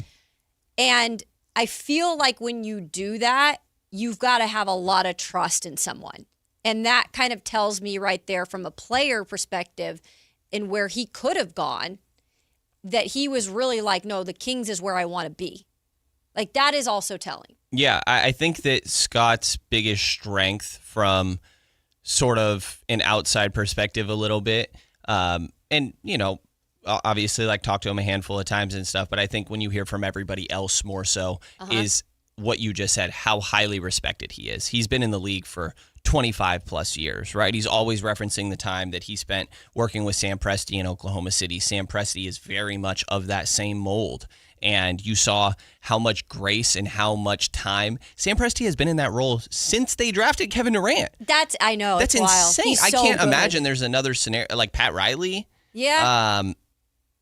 San Antonio before Popovich, I guess, moved on from. Like, that is a very rare scenario. And I think, to your point, that is one of the bigger things that they are getting here is a guy that is highly respected.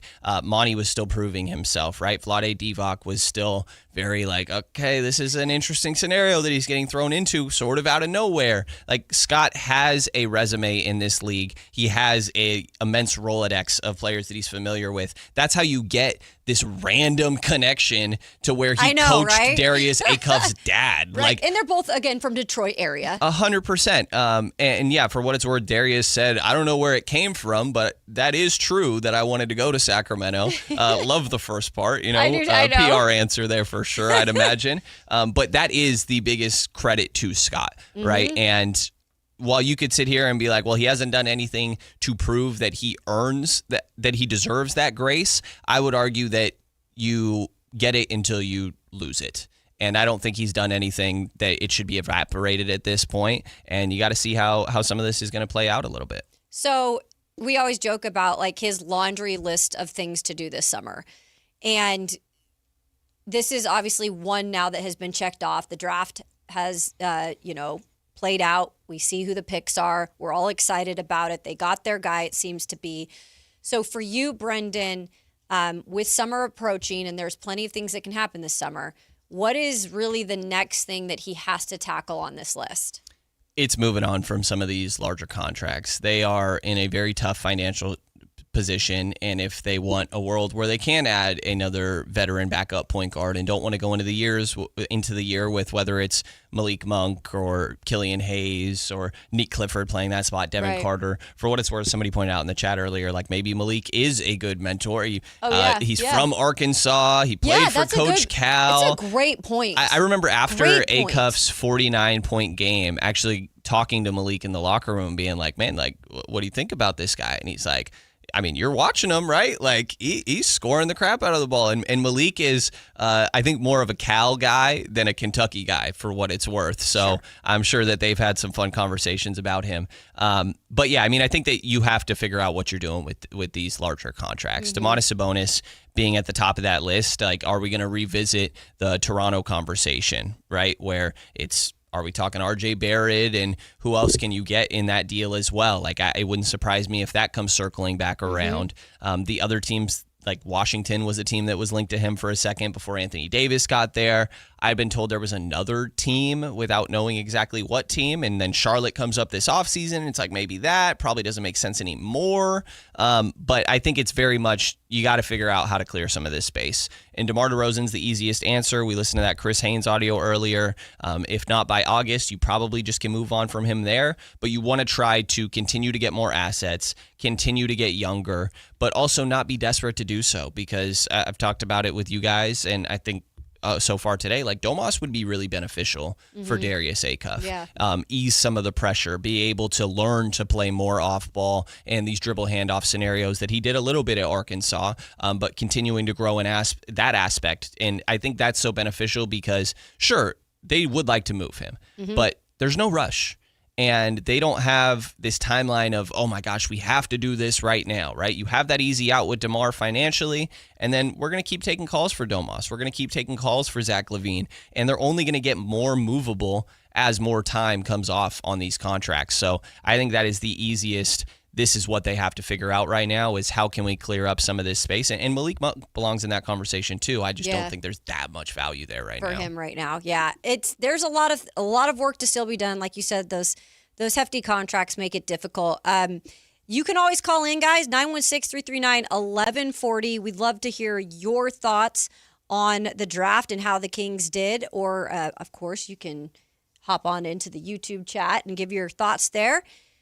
And your text line is open as well, 1-800-920-1140. So speaking of Domantas Sabonis, last night, thought it was interesting because Brian Windhorst had something to say. By the way, he has loved the Kings draft. He has brought them up numerous times during the draft broadcasts. He had a little note about Domantas Sabonis. How serious do we take this when he says there are a lot of teams interested? We'll get to that and much more. That's coming up here on the Matt and Kayla Show, Sactown Sports. Darius Acuff Jr. is a Sacramento King. The Sacramento Kings select Darius Acuff Jr. from the University of Arkansas.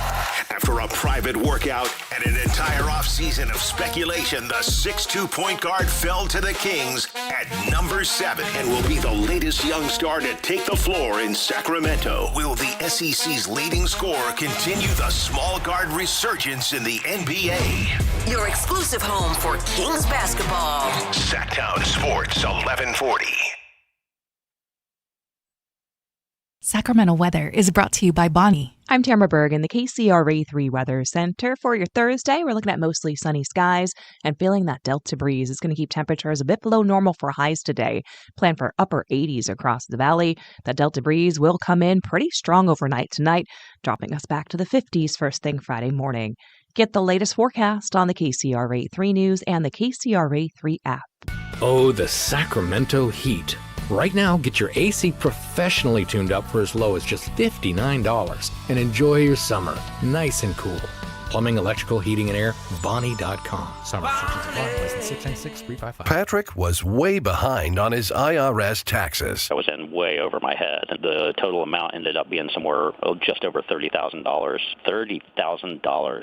Then the IRS came to collect. Started getting letter after letter. A lien had been filed against me. They were going to basically hang me completely out to dry. He had to do something. That's when I reached out to Optima Tax Relief. Patrick's life quickly got a lot easier. It was very easy, pretty much hands off. They picked up the ball and ran with it. And how'd it go? I couldn't believe it. I had to ask 2 or 3 times. I saved an incredible amount of money. How does Patrick feel about Optima? Couldn't be happier. They definitely helped me. Optima Tax Relief, the best place to call. They're the best in the business. Do what Patrick did and call Optima Tax Relief for a free consultation. Call 800-375-2922. 800-375-2922. 800-375-2922.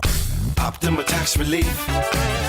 Testimonial from an actual client. Some restrictions apply. For complete details, please visit OptimaTaxRelief.com. Remember the days of real country music? Now you can get your favorite classic country every day on 105.1 HD3 The Ranch. Listen to The Ranch on the free KNCI app or anytime at 105.1 HD3. Feel the force at Star Wars Night with the Sacramento River Cats. Join us at Sutter Health Park on Saturday, July 11th for themed fun, costumes, and summertime baseball under the lights. It's one of the most popular nights of the season. Get your tickets now at rivercats.com. Hi, I'm Justin Gingery from the law firm of Gingery, Hammer, and Associates. When you have been injured by the fault of another, you will want advice you can trust. If you know an attorney you can trust, I hope you call that person. But if you don't, please call me. I promise I will be the attorney you can trust. Along with my partner and associates, I have been helping accident survivors recover for their injuries for over 25 years. And we can help you. There's no charge for calling, so please call us today. When you get an injury, just call Gingery. Capital Casino is conveniently located in downtown, 411 16th Street, and has been a part of the greater Sacramento area for over 20 years. They offer the best variety of games in the region in a safe and friendly environment, and there's plenty of parking, all well lit and monitored by security. Come have a great meal at the cafe and restaurant inside. Capital Casino has the best food, the best service, and the best action, but please always remember to gamble responsibly. 1-800-GAMBLER. Are you an adult with uncontrolled moderate to severe Crohn's disease symptoms and still packing a backup bag of clothes? Just in case? Skyrizi Risankizumab Riza can help you take control of your Crohn's.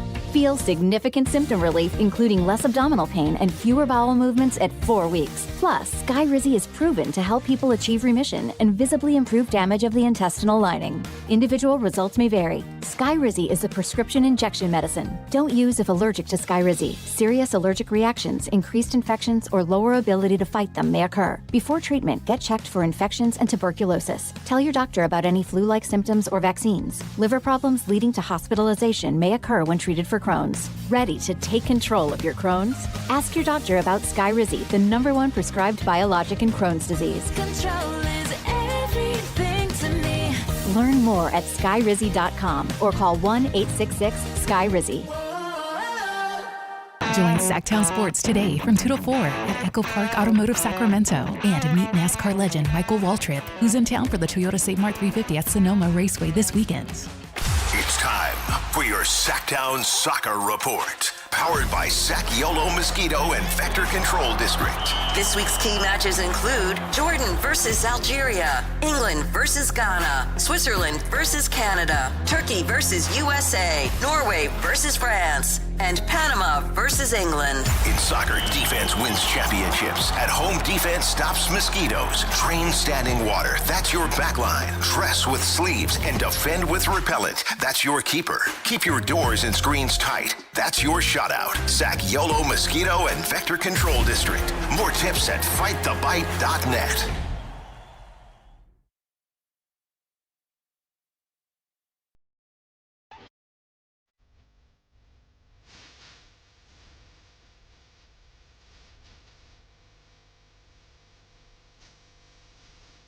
Matt and Kayla on Sactown Sports 1140. We were just talking in the break, Anthony and Brendan and I. We were talking about some stuff, and we got on the note of like shoes. And you said the shoes were what? Self-tied? Yeah, the Nike that had. Your teammate had? Nike had these shoes. It was one rich kid on my team in high school. I'm not gonna like name drop him. I'm sorry for airing her out if you're here. But yeah, he had. They were called the Nike like Hyper Adapts, I think is what they were called, and they came out around the same time that like the Back to the Future shoes were really popular. Yeah. And I think Tatum wore them. Like that was the athlete. Okay, I do remember these. Yeah. Okay, here they are. At least Actually, a they're little kind of bit. cool looking. I just can't imagine. They have like batteries in them. I couldn't imagine playing that can't bat. be They were good either. heavy. That can't They be good gotta for be you. heavy with batteries in Yeah, them. they were heavy. The whole idea, like the science behind them that people tried to be like, this is the future, was having such a tight shoe on when you're not playing, like shooting free throws or anything like that. So they wanted them to be easily adjustable and also individually adjustable. Like with laces, you have to tighten the whole thing. Sure. There was science behind it. I think it's dumb. They didn't do it ever again, and we're over it. You know what they did, and they overthought it, because when I was growing up, we had the Reebok pumps, and that's all you needed to tighten your shoes is just pump that basketball That's also crazy. on the tongue. The Dude, those were so sweet. And then they had like LA Gear too, like LA Gear lights, which were like for the girls and like the light they lit up at the bottom and stuff. Those were cool. I had light up shoes when I was little, for sure. Mm-hmm. You feel like you're moving quicker. Yeah, for sure. It's all in the mind, y'all. I mean, Darius Acuff's gonna have a shoe by Reebok, so This is true. Bring the pump back. Yeah, I know. I'd buy it. Not gonna lie. I'm curious to see what this shoe looks like for sure. I mean, yeah, he's definitely the primary dude of the guys that are over there. Already having a shoe coming in as a rookie Isn't that crazy? is very different. Must very be different, nice, especially man. for a non number 1, number 2 pick. True. Right? Yeah. I also love that AJ is Nike and that Darren is Adidas. I know. I'm like, okay. It's like, all over the board. Yeah. It's like, okay, the only one left out and probably never back in the game is Under Armour. So Yeah. Nope, not They at this fumbled. point. Yep. They fumbled that. They yeah, did. New Balance has Cooper. New Balance, yeah. Like, New yeah. Balance on the rise. That's always been, you guys, by the way, a great baseball shoe. I don't know if you Okay. know this, but a lot of the players I've covered along my career, they actually preferred New Balance cleats. Huh. Which What, I what never are the knew. other like common I would say Nike. brands? It's still just Yeah. Nike. Mhm. Okay. Okay. But yeah, New Balance, I guess that there's like a comfort aspect for them Yeah. with that. So And baseball wise, there's a decent amount of Nikes, Yep. but is that primarily, I guess, probably? yeah. Yeah. It's interesting when you get into that shoe If talk. if you had your choice, athlete, all of them are trying to call you. Do you have like a brand preference? Yo, I mean, growing up, I've done all of the shoes. Yeah. Man, I've done like even the Converse and the Pumas and the Adidas at one point. They had like the Sambas that I was really into at one point. But Sambas recently, are really nice. they're pretty cool. Recently, during my NFL years, I had to have some really good shoes out there on the field covering NFL. And so I got into Nike, Okay. everything. The Force, like the old school kickback, Yeah. like Are you going retros. bright? Are you going like a lot of colors? I do everything. Okay. I've got stuff as simple as like just the gray high tops. Yeah. Then I go all the way just to like the simple white and black. I have today. I've got just these nice suede. Oh yeah. Oh yeah. The suede Little with dark the little blue going on. Yeah. navy. I've got highlight yellow. In Okay, some of it. so we got to have I go- options for all the for fits, sure. right? Yeah, Exactly. So I'm a I'd lot probably of go like Nike. I'm a lot of picking out my outfit, and I'm like, okay, I need to pick a shirt and then shoes that go with it. Yep. Like one of those two are the first things I pick, and then we make sure everything else works from there. Exactly. That's Yeah. what you got to do. Yeah. Some style. So, I don't know. I mean, I'm not going to sit here and say Windhorse has no style. He's had style when it comes to giving the Kings their props during this I draft. imagine he's got some J's on. I think he under probably at the does. bottom of the suit. Yeah, I think and so. It's hard, y'all. I had to wear a suit, well, not a suit, but I had to dress up for majority of my career on TV. And the best thing about it was just being able to wear comfortable shoes. Yeah. So I'm sure Windhorse 'Cause the does shot's the not same. going that low. Yeah. I'm like, as long as it's not a full body shot, we good. Yeah. So Windhorse on the ESPN broadcast last night, as they were kind of wrapping up the draft, had a little side note that he popped into his opinion on what he thought about the Kings. And here is that. I think it might include taking a look at the future of Domantas Sabonis with the team. Sabonis has been one of their core players. He had an injury last year that's derailed his season. There is a lot of interest in Sabonis, and there's a possibility that the Kings may look to see what his trade market might be as they look to pivot their franchise. Okay, there's a lot of interest. So my question is, and I love Wendy, like he's obviously been around for a long time. We know he knows a lot of things. He's got a lot of connections.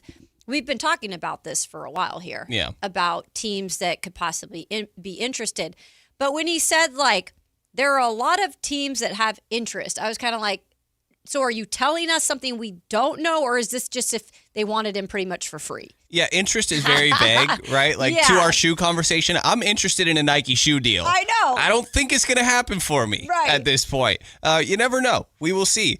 Podcasts out here getting shoe sponsorships. I think Club 520's on Adidas out here. You could be like Matt, where he's just like, I'm going to pretend like I am a Nike sponsor that's what he without said. anyone paying me, and I just have brand loyalty to Nike. That's crazy. what he said. That's free money. For me, it's Vans. If I can get in with Oh, I love Vans, Yeah, that'd be nice. I'm I going love full Vans. California here. Yeah. Yeah, I mean, I think interest is just a vague term and probably accurate. You know, that some teams are willing to make calls, Mm-hmm. and hey, I mean, how cheap are we talking here? Like, I think I saw some people saying, hey, the Julius Randle deal, like that sets the market for Domantas Sabonis. I don't think so. Okay. I think that Domas is a more impactful player than Julius Randle. Both defensive concerns, well, more so Domas than Julius. I think Julius obviously like a very physical player. But I think that you've seen teams be solid with Domas. Like before they got Isaiah Hartenstein, I heard the idea of like OKC being interested in Domantas Sabonis. And now having Chet Holmgren makes that a lot easier. He's a beautiful fit next to Domas. But it's weird because, like, in theory, Miles Turner's a great fit next to Domantas Sabonis. And obviously that didn't work out in Indiana. So I think it's very hard to figure out where he fits. That's the issue with all three of these players that we're talking about. Malik Monk falls into the same conversation. Like, he's an easier plug and play, but it's hard to figure out where Domas fits. So I think that the vague terming of interest is the accurate way to put that, and I always try to be very use a keen ear to the specific wording that these reports are coming with, because I think what you're pointing out is extremely accurate. That is just a general making phone calls. That doesn't mean that, hey, we're trying to send, there's a couple teams that are willing to trade 2 first-round picks for Domas. If that's the case, he'd already be moved on from. We know that the Kings are actively attempting to try and make a deal here. So if this was more than just a level of interest, we wouldn't even be having this conversation anymore. He'd be on another team. So I think that they are going to be, the Kings, in no hurry to just dump him in the way that Minnesota just had to, because they're a competing team and they need to sign Io and make room for another move, which ended up being LaMelo Ball. The Kings can be patient with this and make sure that we're not attaching anything to move on from Domantas Sabonis. If anything, this is the one guy on the roster outside of Keegan Murray where they're like, can we get a first-round pick in return? And I think that's very TBD. But interest, very vague, because it feels like the only one that makes sense to me is really Toronto. And outside of that, like, where are we talking about? And it's hard to pin that down for a reason. And I think we're all kind of accepting it. I know, I love it. The chat always goes back and forth about this one, because I know a lot of people think he's undervalued here. There's other people that are like, no, we need to get rid of that contract. And I bet you teams are the same way. I think so too. But I do believe now, Brendan, and like I've been one on, you've got to move off one of these contracts. And I like Sabonis. I don't dislike Sabonis, but I feel that at this point, I think he's going to be here right now for this season. And so there is also then the debate we've had back and forth on this show about, like, you have to play him, you have to start him, but what does that look like? I know you kind of mentioned a couple things, prior to this segment, but I think people are like, we don't want him to stunt the growth of other people, but we got to play this guy if he's healthy. And he should be.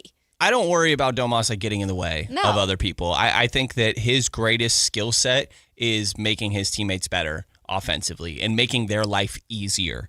For most guys, for like the high IQ players, because Zach is like an outlier here, right? Where he talked about, like, this is a little bit different for me. I'm used to having the ball in my hands a little bit more. They both are. So it's not just plug and play with anybody, but the guys they just drafted with Darius Acuff, I think he fits very well, having a pick and roll partner or dribble handoff situation. Karaban, I think, will play phenomenally well next to Domas, and I think you could see the logic with Sharp as well. So again, like, no rush to move on from him. You would love to. You would love to get some young assets and help reset more on the Acuff timeline. But hey, if he's here, that's beneficial for the guys that they have currently on their roster. Well, coming up on the Matt and Kayla show, guess what? I did y'all a favor again. And Pick a Side's coming up next. But don't worry, it's an NBA draft edition. That is right. We are taking sides on just draft topics, including one that includes the Memphis Grizzlies. They went from being like a crazy situation with everything to maybe they're in a good place. We'll get to that and much more coming up on the other side on the Matt and Kayla Show. Sactown Sports. Darius Acuff Jr. is a Sacramento King. The Sacramento Kings select Darius Acuff Jr. from the University of Arkansas. After a private workout and an entire offseason of speculation, the 6'2" point guard fell to the Kings at number 7 and will be the latest young star to take the floor in Sacramento. Will the SEC's leading scorer continue the small guard resurgence in the NBA? Your exclusive home for Kings basketball. Sactown Sports 1140. With 25 award-winning years in Northern California, Ashton & Price is your local injury law firm. Pro attorney tip: if a firm presents as local but they're in LA, red flag. If your first consultation is not with a lawyer, big red flag. At Ashton & Price, your first consult is with a local attorney, and if serious injury prevents travel, a lawyer will come to you.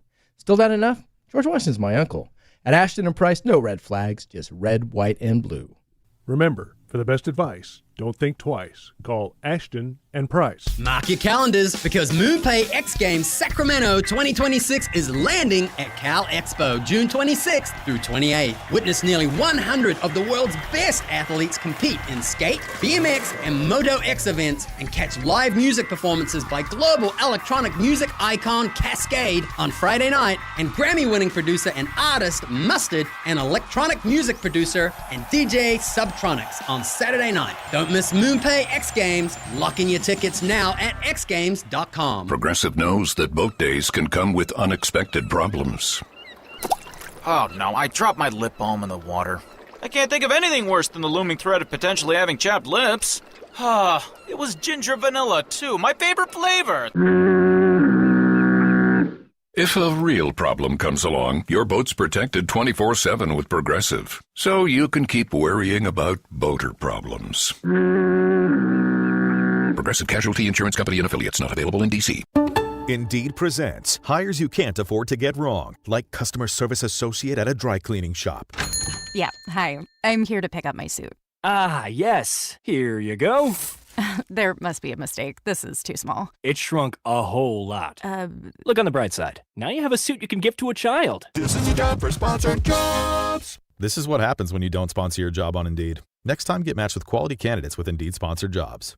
Visit Indeed.com/hire now and sponsor your job today. This is Sactown Sports 1140. Hey, it's Carmichael Dave. What's up? It's Matt George. What's good? It's Alan Stiles. With the most trusted voices in the community. This is Jason Ross. Hey, it's Kayla Anderson. It's Whitey Gleason. Ready to help promote your business, both as partners and customers. All you have to do is ask. Pick up the phone, dial pound 250 and say, "Grow my business" to get connected with a team member today. That's pound 250 and say, "Grow my business." Our team will review your product, quickly pair you with a perfect endorser, and create video and audio samples, all at no cost or obligation to you. With the most live and local on-air lineup, a dynamic content-driven website, and a state-of-the-art mobile app, Sactown Sports 1140 is tailor-made to help you connect with a sports audience in Sacramento. So why wait? Dial pound 250 today. Say, "Grow my business," and let us help take you to the next level. And we're live from the living room as Doug eyes up the matchday spread. He's reaching for the buffalo wing. Perfect. Hang on, what's this? Oh, he's gone for a can of Pepsi too. Incredible. What a finish. Sensational combination. Look at the delight on his face. There's no doubt about it. It just tastes better. Match days deserve Pepsi. Food deserves Pepsi. Grab a pack of Pepsi Zero Sugar for today's match. It's poetry in motion. Kick summer off right when you save up to $9,500 off MSRP on new 2026 Jeep Grand Cherokee Laredo Altitudes. You won't find a better looking, more powerful, and comfortable Jeep on the road. Your new Jeep is waiting at HobletDodge.com. Nobody beats Hoblet, period. $9,500 toll net savings on select new 2026 Jeep Grand Cherokee Laredo Altitude after $5,500 factory incentive and $4,000 dealer discount. Incentives include $1,000 Hoblet trade-in assistance with eligible trade-in and $2,000 make this the summer event retail cash. 3 of this net savings. Sample VIN 243062. See dealer for details. And the match is about to begin. Most of the team is out with COVID-19, so there'll be some substitutes tonight. What's this? We have an unexpected guest on the field. It's a dog. Well, they could do with extra players. She's going for the ball. Are front paws hands or feet? Soccer season is full of surprises, and COVID-19 could be one of them. If you test positive, prescription medications may help. Ask your doctor if they're right for you. Learn more at PfizerForAll.com. Sponsored by Pfizer. So Ryan and I came to the decision to get life insurance when I was pregnant with our first son. He really wanted us to be taken care of if something happened to him. He provided for our family in life and also after his death. I think that would make him proud. Ethos makes it fast and easy to get life insurance. Apply in minutes and get same-day coverage. Get your free quote at ethos.com/music. That's ethos.com/music. Paid testimonial. Time spent on application may vary. Online health questions required. Catch every soccer tournament match live on the big screens at Super Taco. Join Sactown Sports 1140 for the ultimate viewing parties. Win official jerseys, gift cards, and epic merchandise while enjoying great food. Bring your friends, wear your colors, and catch the action. Super Taco. Great food, great fun. See you there. Wiedemann Golf Course presents Music on the Green Thursday, June 25th from 6 to 8 p.m. Hi, this is Frank LaRosa with the Golf to Go radio show. Join Scott Marsh and me as we broadcast live. Four Barrel is the musical guest at this free community event sponsored by Urban Roots. See you there. Pick a side, any side. It's time for Pick a Side on Matt and Kayla. When you hear that music, you know it is time to pick a side. And Brendan Nunez gets to get in on all the fun today. And I made sure, since we are in the NBA spirit, to make it a special edition. It's an NBA draft edition. There's crazy things that happen in this draft in terms of just like players, fit. Some teams didn't even have a pick, which we'll get to in just a second. I know, I found that very surprising when I was doing my research last night. Didn't even think it was a team kind of close to us. So let's start it off with pick a side and question number 1. Anthony. The Golden State Warriors get an A grade for their draft, getting Yaxel Lindeberg and LeJay Jones. Do you think that's too high? All right, Brendan, you're our guest. I'm interested in your take because I have my take on at least Lindbergh, excuse me. Yeah, mine's going to be more centered around Yaxel too, rather than their second round edition. I like it. I think that they have always done really well with these versatile bigs. Like, I think of Andrew Bogut. Funnily enough, we're talking about him randomly in a break maybe just a second ago. I think that having a guy that can do those Draymond sort of dribble handoffs, he can also space the floor, be a roller towards the basket, and somebody that you can have the ball in his hands. Obviously, Steph's one of his greatest skills is his ability to play off ball and constantly be sprinting around the floor. And I think having another guy that has all the play finishing abilities, but also can be a connector in that way. In my mind, on paper, Yaxel makes a lot of sense for their team and fills a hole that they had. Yeah, an A is, again, I guess we're grading a little bit of a curve. Like, yeah. I'm pretty strict with my grades, and I think what I look at this as, and again, you know, LeJay Jones obviously going there too, but in terms of Lindenberg, because that's the big name, and that's the one we've all talked about so much, I go back to this interview that we had here on the show when we were previewing all these prospects. And the guy, I don't even think he meant to say it, but he was like kind of saying all this stuff that made it seem like he really has to be pulled along and he has to have people push him. Mm-hmm. And he's 24 years old. Yeah. And like clearly he's a national champion and he has like that winning, you know, culture part of him. But like he has been said he's a little immature at times. I think with saying that, it makes sense where he's going. And we know Steve Kerr likes his older prospects. It's always, to me, though, right now in Golden State mentality, it's like, it's just a short-term thing, though. Because we're talking about an older player that you need kind of to work right now, even though we don't really know what they're going to be realistically as a team that could really go the distance. So an A's a little too hard for me, but I do think he weirdly ended up in probably the right spot for what I know about him. Yeah. So I think so too. I like that they go an older, more ready prospect rather than getting another Kuminga or a Brandon Podziemski. You know what I mean? A guy that you would imagine is going to fit very well right now. Like if Braden Burries would have been there, Braden Burries would have been a great fit in Golden State. But I think he's a guy that makes a lot of sense and a little bit different than what they usually do. And maybe that was the conversation Joe Lacob was having with Mike Dunleavy. I don't know if you saw that one. Awkward. Yeah, a little bit. I don't know what else they could have done other than maybe try and trade the pick, which is probably what they were trying to do there. Like Nate Ament. Yeah. Like Nate Ament would be crazy. Yeah. Yeah, it's fine. I mean, I don't think it's worth an A grade. Maybe like a B. Yeah. Like it's fine. B plus maybe. I think you'll be fine. It's great when you get to play with Steph Curry. It's pretty cool. Yeah. No doubt about good it. for him. Maybe LeBron. LeBron. I think he'll be okay. Yeah. No way. I know Matt is on that like I'm over it. A mouse on cheese, baby. I would he love is loving that.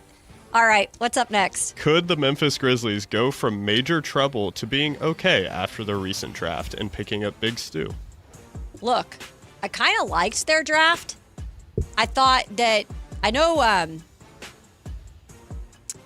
it got some good grades for sure. And they got, let's see. So the first round, obviously, they took, I'm sorry, Boozer, I'm having Cam one of these Boozer. brains. Cam Boozer. It's okay. It took me a sec, And too. they took the kid, the Lopez. Mm-hmm. They took him, overseas guy, second. And then they went and got the BYU. Richie Saunders. Is that right? Yes, that's yes, right. They went and got Saunders, which, by the way, you guys, we forget about Richie Saunders and how pivotal he was to that BYU team before he got hurt. He had first-round draft grades. Great. This is me, like, talking too much. First-round draft grades before the injury. We also saw what happened to that BYU team, even with the Bonsa, after Saunders was not available.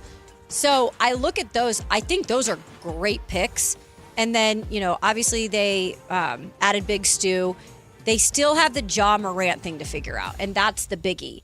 Yeah. They're definitely like a younger team, but I think like things could start to work there for them if things play out right. Yeah, some interesting younger guys too, right? Like they got in that Jaren Jackson deal, they got the Florida kid that I'm losing track of his name right now, Walter Clayton. That's right. They also got Taylor Hendricks over there, which I don't know where Taylor Hendricks is playing because you got Zach Edey sitting there as well. Cam Boozer now in the fold. Mm-hmm. So I still think they're going to Cam Boozer is probably going to be like the most ready, impactful player, right? The question more about him is, is he like a number one option? I think he's a phenomenal player that his biggest thing is that he's a winner. He won everywhere he went. I want to say it's three championships in high school as well.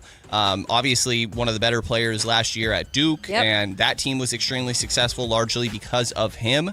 And so I think that they won't be as in the gutter as they were last year. Like Cam Boozer is just a floor raiser. They still have a lot of things to figure out. I don't know what that guard situation looks like. Yeah. Is Ja playing the first half of the season? That needs to be taken care of. Or is he playing with something to prove? Yeah. Is he out there like, hey, I'm going to try and ball because I'm trying to figure out, prove to other teams I still got it, and somebody come save me, essentially. So I still think they're going to be messy, and the West is so competitive that they're probably somewhere around the Kings, right? Yeah. We think they're going to be better next year, but I think they're still definitely in play for a lottery pick. Yeah, they'll be a little bit more fun to watch is all I am hoping for there. The Portland Trailblazers didn't have one pick in this year's draft. Is this a concern? This is weird is what it is. I didn't even realize that. And then I was like, oh, yeah, they didn't. Obviously, they just hired Mike Inori as the new head coach. They've got a new owner. There's a lot of things that are fluid right now in Portland. And this is already a mid-major market. Doesn't get a ton of love, right? All the way up there in I'm from the beautiful Pacific Northwest, of course. It's gorgeous. Give my love up there. But it is a little bit of a you-know-what show. And then to not even have a draft pick, I'm not like overly concerned, but you do always want to keep adding to your team because that can help with trade. It can help just with depth. Like it is a little weird. It's weird. I like the one that I go to is I'm a little surprised like Drew Holiday's name isn't floated around very often. I think he still showed last year that he's a good player. Like that team had an identity and they were just dogs on the defensive end, absolutely hounding you. Tumani Kamara plays into that. But they do at least still have upside on their team already, whether that's Scoot Henderson or Shaedon Sharp, or if you want to go Denny Avdia, like what can he take his game to another level? So I still think at very least like they're a fun team. They have things to grow upon, but that's a weird scenario. I don't know what's going on with ownership. They moved on from their coach. Tiago Splitter doesn't want to talk about it in his new spot. It's a weird one. It is. I'm sorry, Portland, but you are weird. And that is what they call themselves. Yeah. All right, coming up here in hour 3 of the show, we have reached lunch break and we have reached our first guest of today. Nick Agar-Johnson of No Ceilings will join us to give his thoughts on this year's draft and the Kings draft specifically. That's coming up next on the Matt and Kayla Show here on Sactown Sports. The Kings landed Darius Acuff Jr. at number 7. But that wasn't enough. Just before the end of the first round, Scott Perry moved back up to select UConn forward Alex Karaban as the winningest player in UConn basketball history. Will Karaban's shooting ability and championship pedigree help build a new winning culture in Sacramento? your exclusive home for Kings basketball. Sactown Sports 1140. This is the story of the one. As a safety manager at a manufacturing plant, he does everything he can to keep his coworkers safe. From finding ways to reduce risks to keeping safety supplies in stock. And for that, he relies on Grainger. Grainger offers a broad range of quality products and next-day delivery, so he can always play it safe. Call 1-800-GRAINGER, click Grainger.com, or just stop by. Grainger, for the ones who get it done. Country in the Park 2, presented by your California Army National Guard, October 23rd at Hart Health Park at Cal Expo with Bailey Zimmerman, Russell Dickerson. Plus more, enjoy line dancing, live DJs, mechanical bull, and food trucks. Tickets start at just $70. Country in the Park 2, October 23rd at Hart Health Park at Cal Expo with Michelob Ultra, the California Office of Traffic Safety, and Caltrans. More info at CITPFest.com.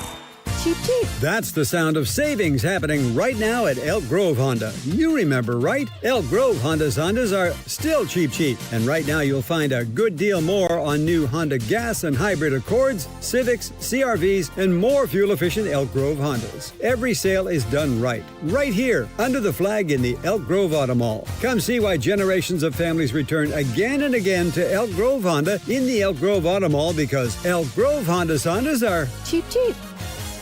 Hi, I'm Justin Gingery. One of the most common questions I receive is, what makes us different from other law firms? At Gingery, Hammer & Associates, we handle your case from beginning to the end. Whether your case reaches a settlement, whether it must go into litigation, or whether it has to go all the way to trial, we will be with you along the entire way. And because we are committed to your case, we are as invested as you are in making sure you get the outcome you deserve. When you get an injury, just call Gingery. Thunder, feel the thunder. It's the energy all around you. Lightning and the thunder, thunder. The thrill of the moments to come. The flash of lights. The rush of pure exhilaration. Thunder. The roar of the crowd. See it, hear it, feel it. Thunder, feel the thunder.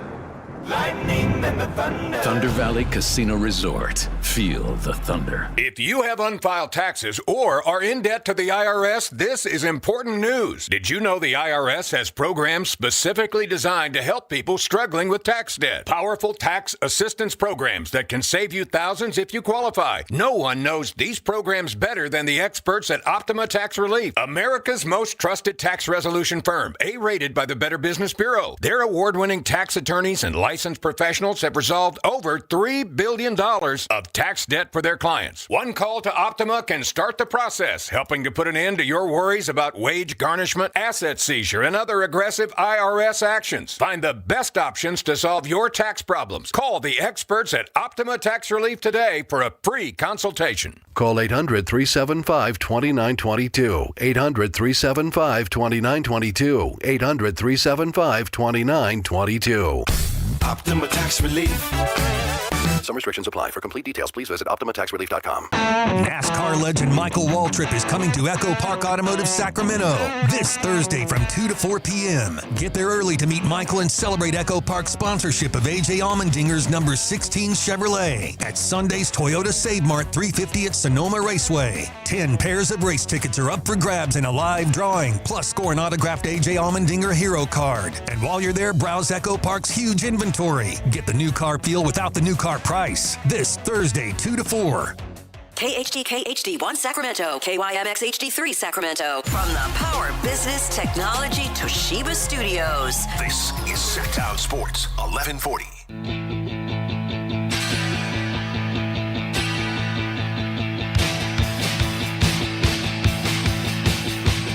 It's Matt George and Kayla Anderson on Sactown Sports 1140. Welcome back into the Matt and Kayla Show here on this lovely, hot, it's going to be hot, Thursday in Sacramento and all the surrounding areas, of course. We appreciate you guys tuning in, chiming in the YouTube chat. We've had calls all day long, and I know this is usually our lunch hour where you guys call in.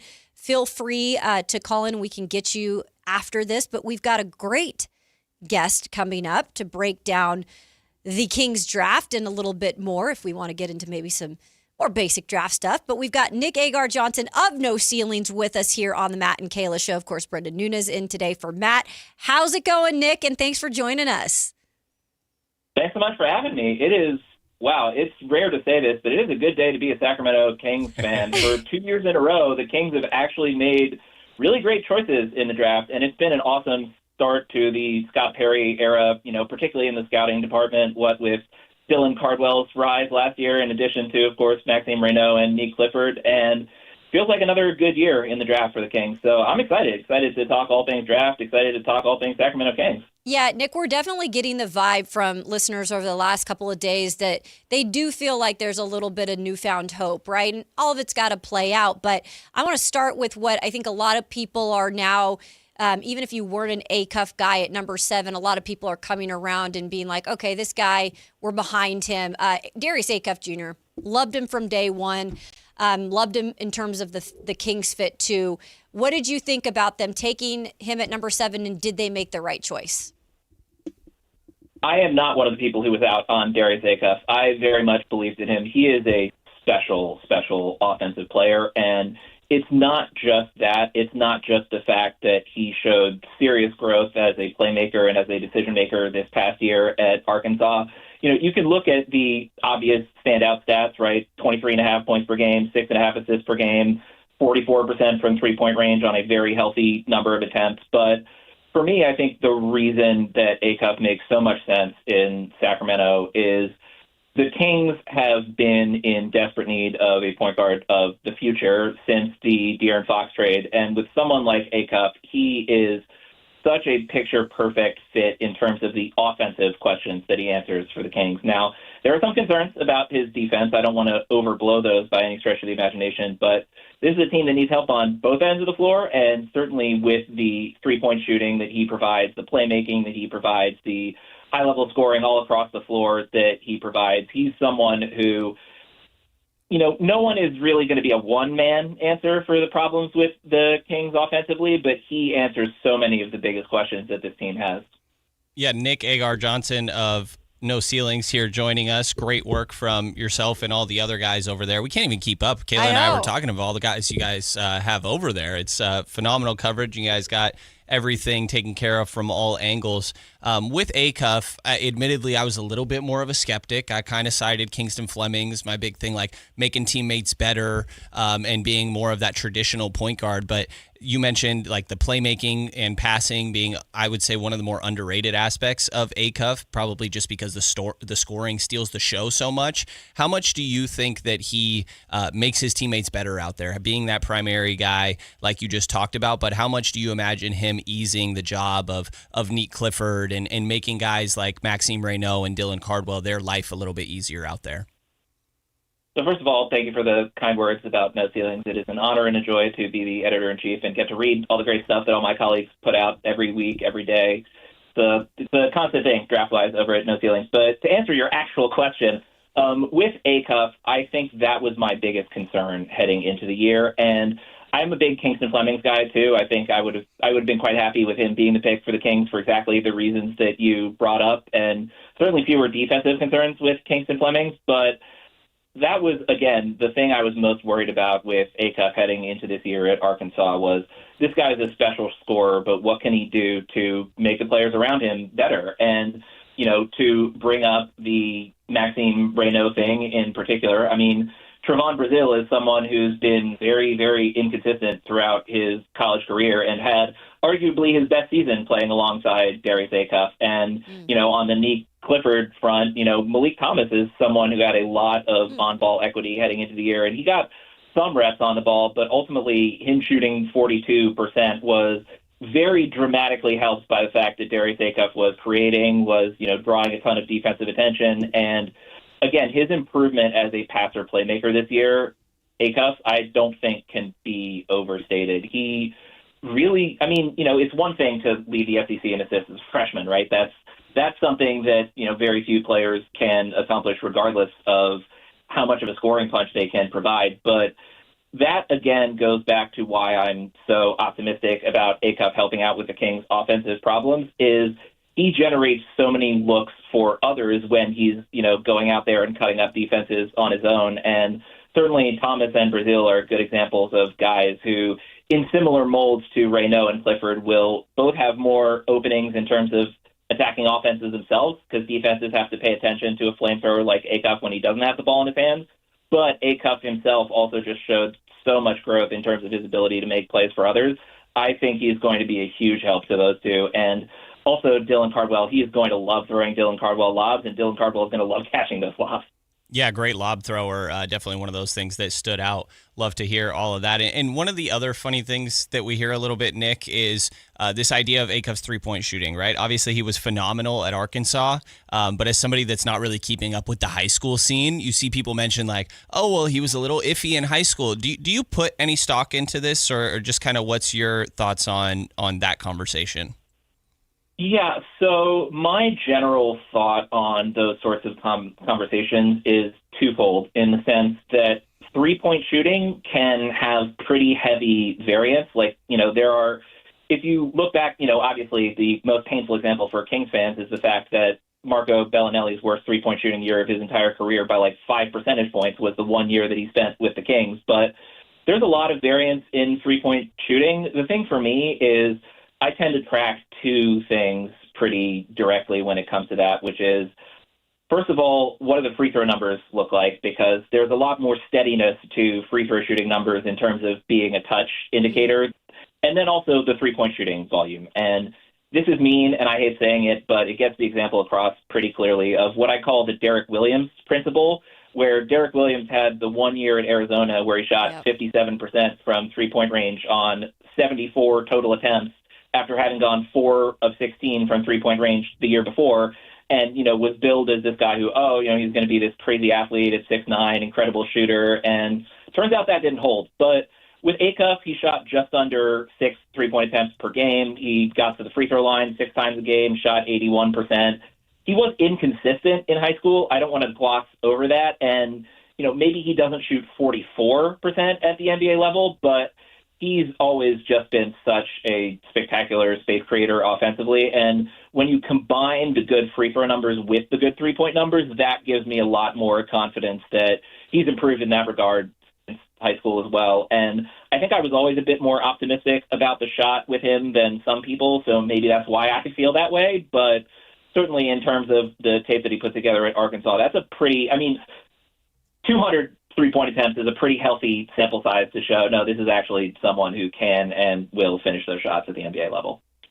Nick, obviously the Kings, not the only first-round pick in terms of Darius Acuff Jr. They traded back into the first round and got Alex Karaban, a very winning player, the winningest player at UConn, comes with a lot of experience, obviously that winning culture, obviously can shoot the ball, can play a little defense. Like, what did you think in terms of trading up? Was that warranted in terms of the player they got?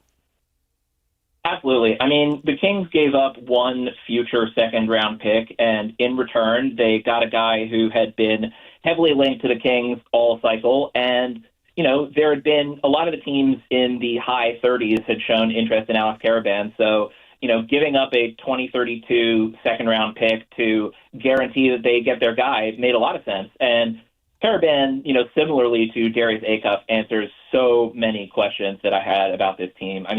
First of all, he brings a winning pedigree, winning mentality that, certainly could help in terms of the recent days for the Kings. But with Karaban, he's got real size. He's a legit 6'8", 6'9", built like 230, I believe, was what he weighed in at the combine, and, an elite shooter. There was a bit of a dip last year, which, again, circles back to the Marco Bellinelli point that I brought up earlier, but this year he shot 37.4% from three-point range, and for his college career, he shot 37.4% from three-point range, and every year on a healthy number of attempts. But it's not just the shooting with Karaban. He is a really great connective passer. He's someone who barely ever makes mistakes. He averaged just barely over a turnover per game this past year, while, 2.4 assists. He's someone who is really great at moving the ball in a connective way. He's not someone who is going to have the ball in his hands all the time himself, but in terms of being someone who can keep the ball moving, keep the offense humming, he's fantastic in that regard. And then defensively, there's a lot to like with his help defense. And certainly seems like, just though his low three-point shooting last year was a bit of a blip, it seems like his 1.5 blocks a game last year was a bit of a blip, but he's someone who can do a lot as a weak side help defender. He shuffles his feet really well in help defense.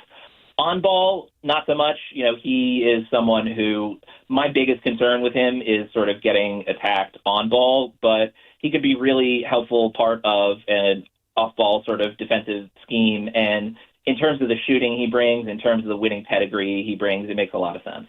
Yeah, Nick Agar-Johnson of No Ceilings here joining us. Nick, real quick, where are you from? Because you're dropping Marco Bellinelli right now. You're dropping Derek Williams' Coke Machine. I'm like, there's a lot of deep Sacramento cuts going on here. So I am from New York City, but I've lived in Sacramento for the last half decade, and I've been a Kings fan. My basketball story is a bit weird, but the short version of the long story is that I didn't start really following basketball until late in high school, and at that point, everybody that I knew was a tortured Knicks fan, so I decided, you know what? My dad's entire family is from Cincinnati, and the Sacramento Kings used to be the Cincinnati Royals, so I'll use that as my excuse. And so I've been a Kings fan for my entire basketball following life, which is why I have that Marco Bellinelli reference in the chamber. Yeah, that was a great pull. Yeah, funnily enough, Anthony Lucas, our producer here, big-time Knicks fan in the background as well. So, yeah, we got those bases covered. So with you having the context of the team and those first two guys we mentioned, I know you just mentioned Karaban having some solid defensive IQ and rotations and things like that. But what do you make of, obviously this team really struggled on both ends of the floor, but it felt like they were preaching so much defensively, right? They need the shooting for sure. Dead last in three-point percentage, second in three-point attempts at the same time. But what do you make of sort of that defensive the defensive talent or maybe lack thereof that they're taking in the first round there as well? Yeah, I mean, I think the defensive questions are much more about Acuff. Like, I have some on-ball concerns with Karaban, certainly, but I think he's someone who will be net neutral, maybe slightly positive on the defensive end. Acuff is someone who he has the tools, but he, in terms of, 6'3" height, 6'7" wingspan, but he hasn't really shown much defensive acumen so far. And so I'm curious on that front, but really ultimately the reason I'm as high on this draft as I am is the Kings have problems on both ends of the floor, right? And so you can't unfortunately solve all of the problems at once, right? If the Kings had picks 1 through 7, then, maybe we could potentially talk about, we can fix our defense and our offense in the same go. But for me, this is really a matter of fact, the offensive rating and the defensive rating were both bottom 5 last year, right? And so this year, I don't think it really fits with the quote-unquote defensive philosophy to pick up someone like Acuff over Flemings in particular. But, I mean, in terms of the specific offensive problems that the Kings have, Acuff and Karaban are instantly going to be two of the best three-point shooters, if not the two best three-point shooters on the team. So defensive concerns certainly still exist. We'll get into the guy the Kings took in the second round in a moment, and he certainly, I think, will help on the defensive end. But really, for me, it's a matter of, hey, they've got questions on both ends, and the two guys they picked in the first round are very definitive positive answers in terms of helping out on that front. And it's a bit less of a concern with DeAndre Hunter hopefully coming back healthy, but the Kings have been small at the forward spots for years now. And so bringing in someone like Karaban to just, be a bulkier forward, to give Keegan Murray a little bit more defensive flexibility instead of him having to cover for everybody, there is some defensive elements with Karaban that I think will be very positive. And with Acuff, I mean, it's one of those things where maybe with a slightly less crazy offensive burden like he had at Arkansas, he'll be able to, sit back, figure out some of those defensive fundamentals a bit. I am worried about the defense with him. I just think he provides so much offensive help in the specific ways that the Kings need that I'm not as concerned about that personally. Nick, you mentioned it. Obviously, the Kings wrapped up the draft yesterday with their second-round pick, 45th overall. And look, I know they were tied to some other players that obviously went before that, but they get the Houston guard, comes with a ton of experience. Calvin Sampson, great program in Houston, and Emanuel Sharp. And yes, sharpshooter indeed, but you mentioned the defensive part of his game. We all know when you play for Sampson, you got to have that. I think initially, if you didn't know about Sharp, you would be like, undersized guard, what are they doing? But there's so much more to this pick.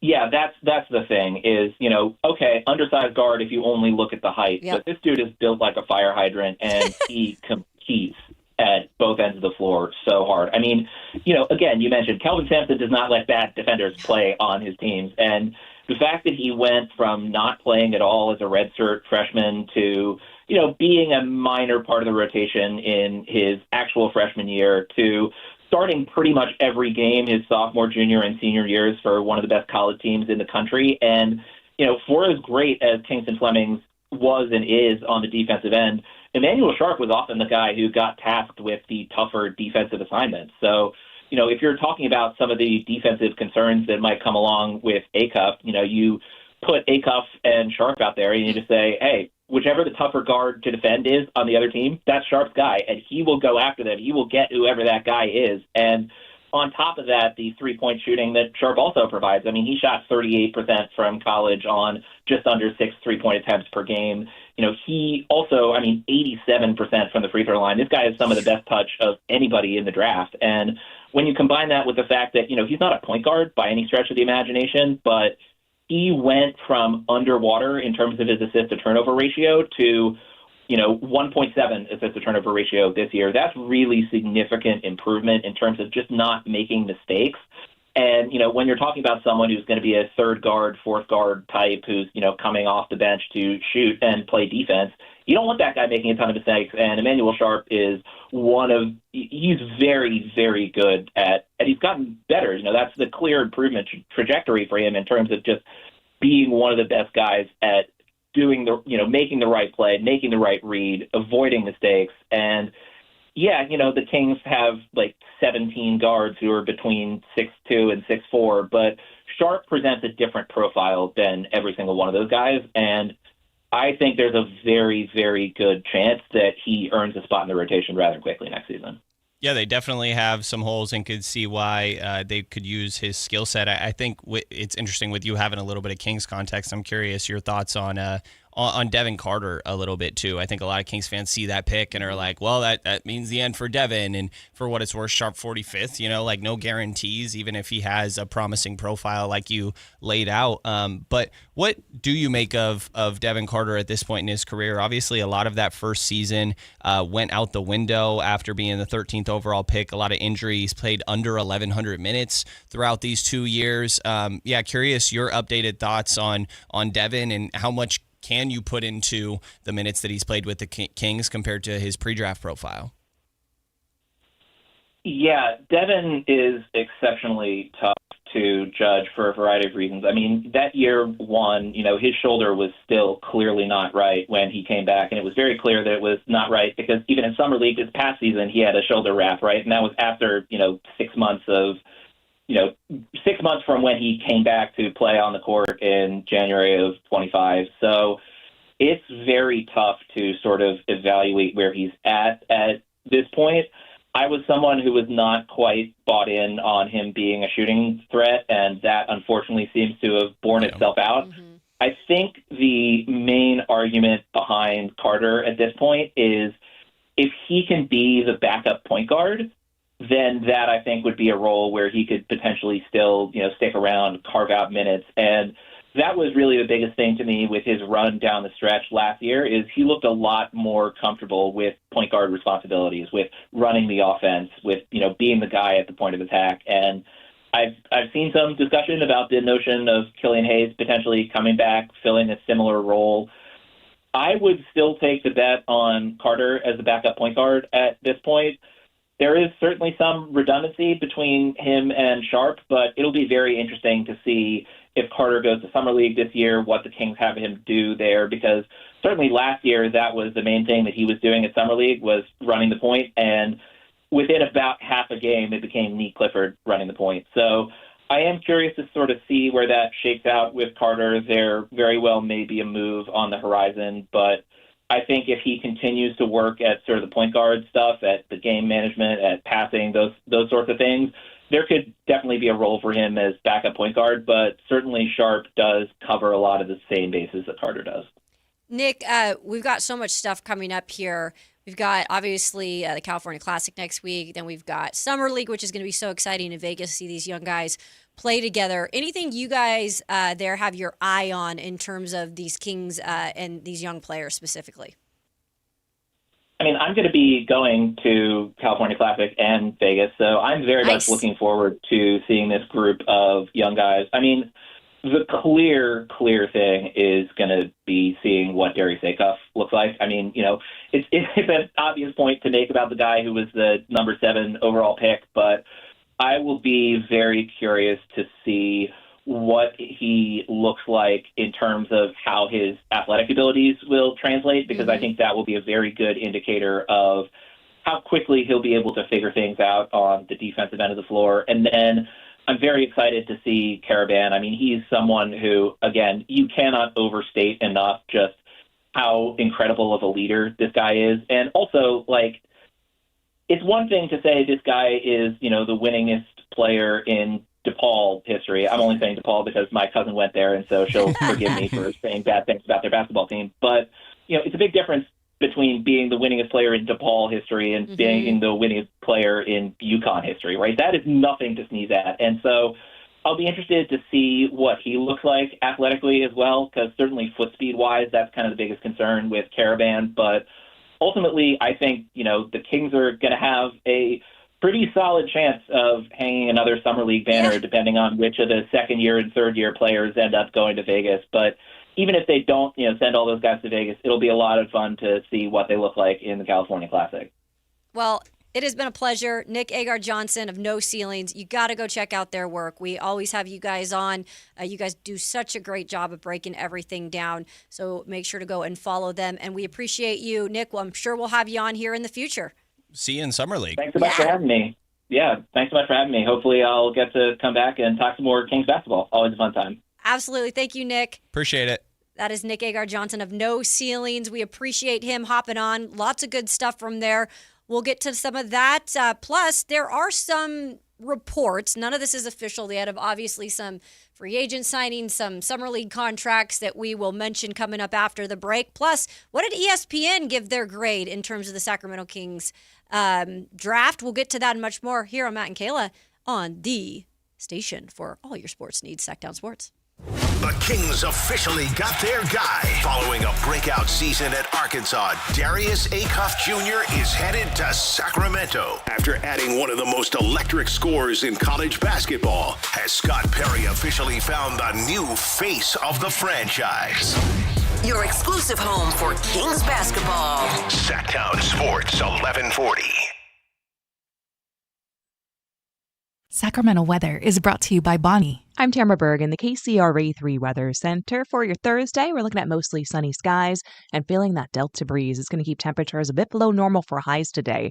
Plan for upper 80s across the valley. That Delta breeze will come in pretty strong overnight tonight, dropping us back to the 50s first thing Friday morning. Get the latest forecast on the KCRA3 News and the KCRA3 app.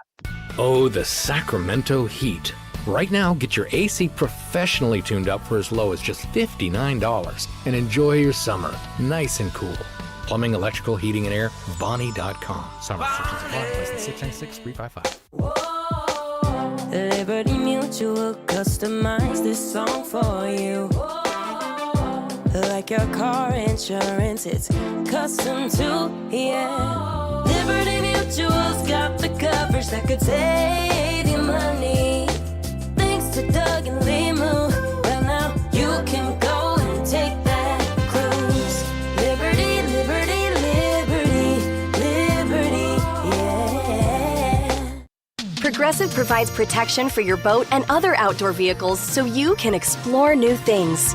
Oh, I can finally try pesto. We meant like water skiing. I've just never had pesto. Or maybe take the boat somewhere new. I mean, is pesto spicy or sweet? Oh, guess we'll find out, right? Right. Bundle home or auto insurance with your boat, RV, or motorcycle and stay protected with Progressive while you explore. I don't know. Maybe I'm not ready for pesto. Progressive Casualty Insurance Company and Affiliates. Not available in all states or situations. Gas prices got you down? Now is the time to save at Hoblet Dodge Chrysler Jeep Ram and Woodland. When you save up to $15,000 off MSRP on the new 2026 Ram 1500 Crew Cab. With over 600 Rams available, your new Ram is waiting at HobletDodge.com. Nobody beats Hoblet, period. 15,000 total net savings after factory incentive and dealer discounts. Incentives include $500 on-the-job upfit for eligible upfit, 1,000 Hoblet trade-in assistance on eligible trade-in, 500 Hoblet business owner bonus for verified business owners, and 9,500 dealer discount. 10th is net savings. See dealer for details. Are you looking for a night out that actually delivers? Grab your friends and head to Sutter Health Park for Sacramento River Cats baseball. We've got cold drinks, great vibes, and live baseball all in one place. Get your tickets at rivercats.com. Remember the days of real country music? Now you can get your favorite classic country every day on 105.1 HD3 The Ranch. Listen to The Ranch on the free KNCI app or anytime at 105.1 HD3. Did you really think Pure Talk was just going to sit back and watch America turn 250 years old without doing something awesome to celebrate? Of course not. That's why they're raising $250,000 for America's Warrior Partnership by the end of July. America's Warrior Partnership is on the front line of preventing veteran suicide. They've had extraordinary success, and here's how you can help. When you switch your cell phone service to Pure Talk this month, you'll be invited to round up to support America's Warrior Partnership. No pressure, but if you do, Pure Talk will match your donation dollar for dollar. And to further celebrate 250 years of our extraordinary democratic republic, Pure Talk is offering unlimited talk, text, and data for just $34.99 a month. Dial pound 250, say Mike Rowe. That's pound 250, say Mike Rowe. And happy birthday to us. Dawn or dusk, I'm on the hunt. Skeeter here, Sacramento Yellow Mosquito and Vector Control District. And I'm wearing Skeeter Vision, night vision goggles that light up skeeters at dawn or dusk like the 4th of July. Mosquito, 12 o'clock.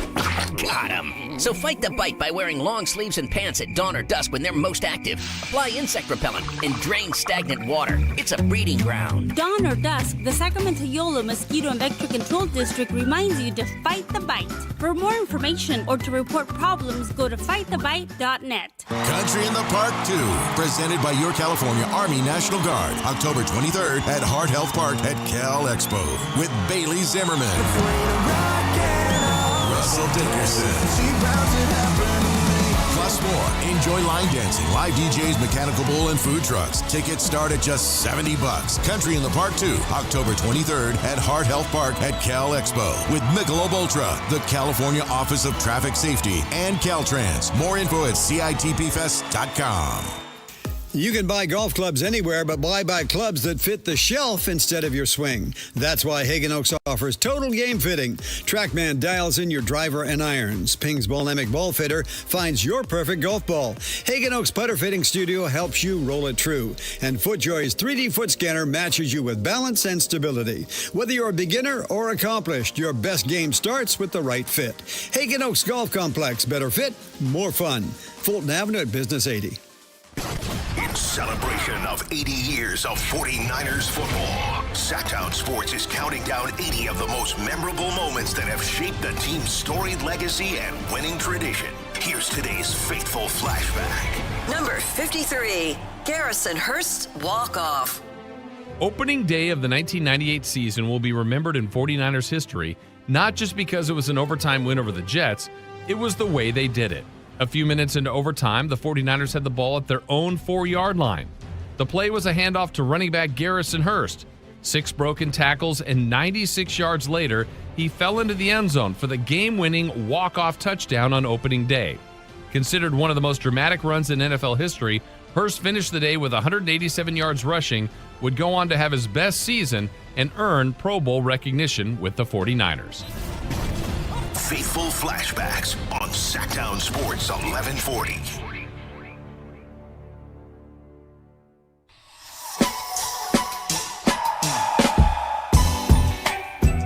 Matt and Kayla on Sactown Sports 1140.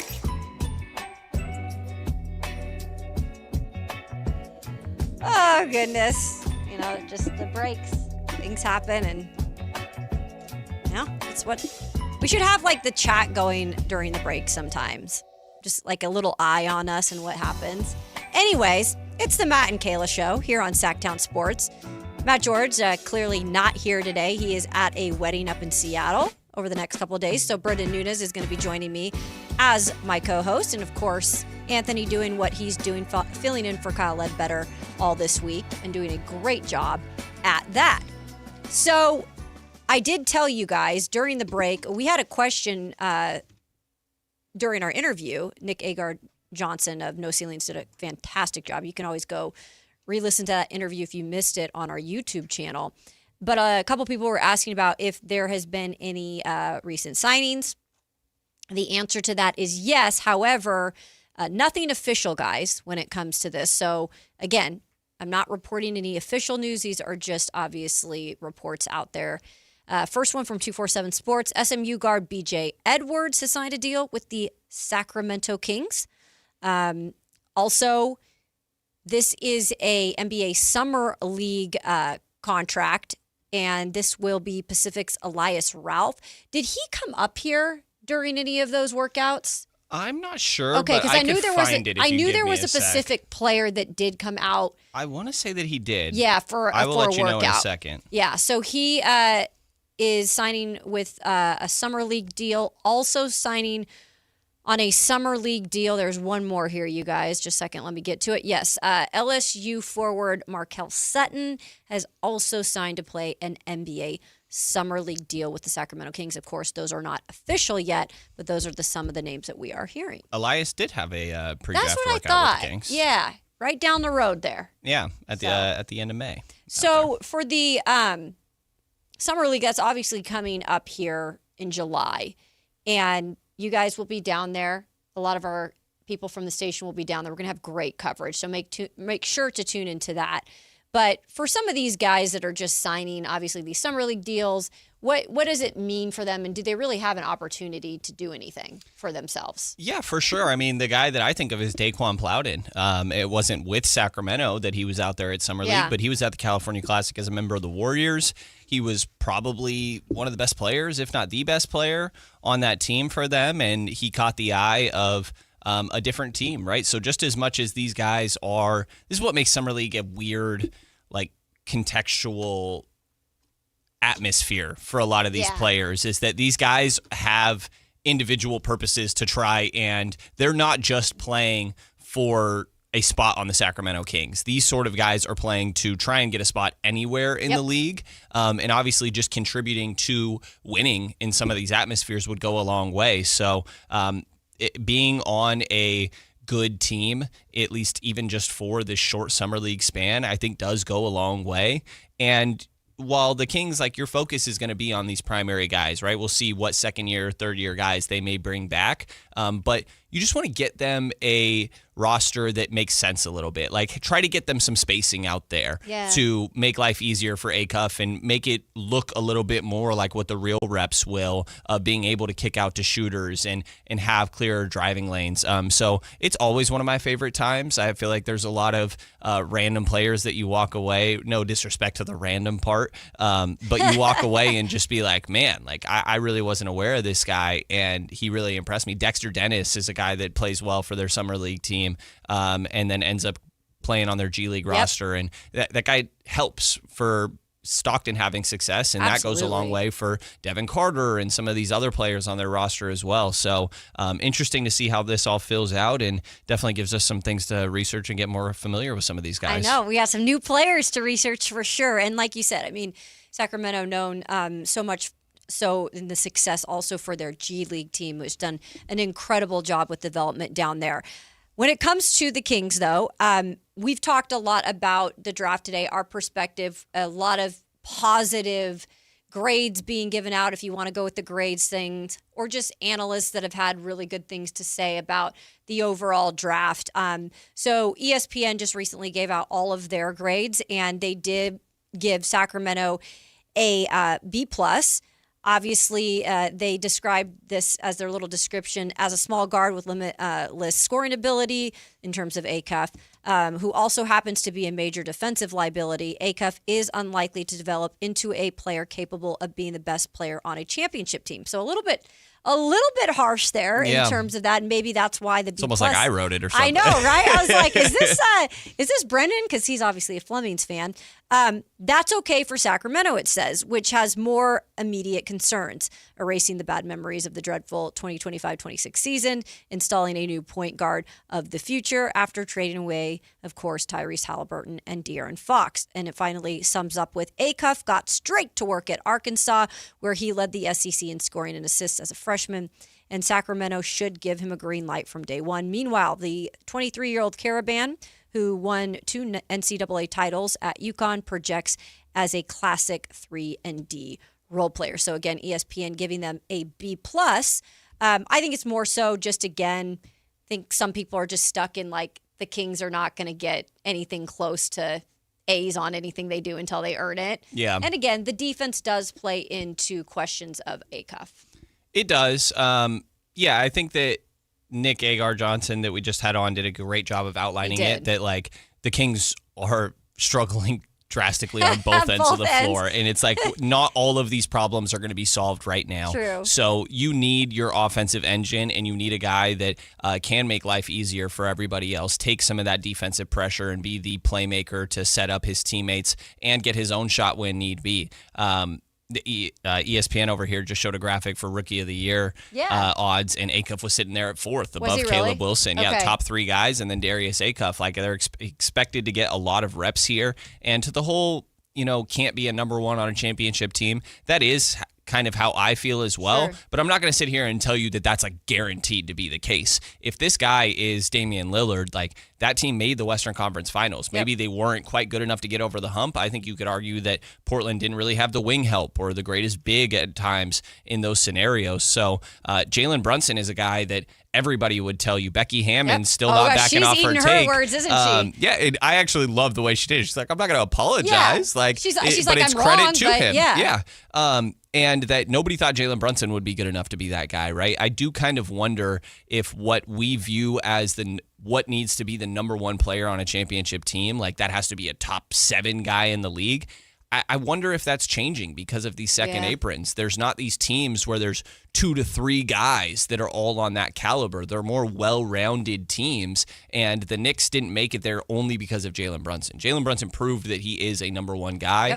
No questions asked, 40 whatever in the finals. Like in the clenching game, he's ridiculous, but it's OG Anunoby that did so much work on that team. Absolutely. It's having the depth of Mitchell Robinson and Jose Alvarado coming off your bench. Cat had a good stretch in the playoffs. Cat looked like he was going to win Finals MVP after the first 2 games. That's not even mentioning Mikal Bridges, Josh Hart. Right. So as much as, hey, is he good enough to be a number one? I kind of think that conversation could be shifting a little bit in the modern NBA to where there's maybe 15 guys now that could fit that instead of the 7. Yeah. Every year, I feel like we're kind of changing in terms of how teams win it, right?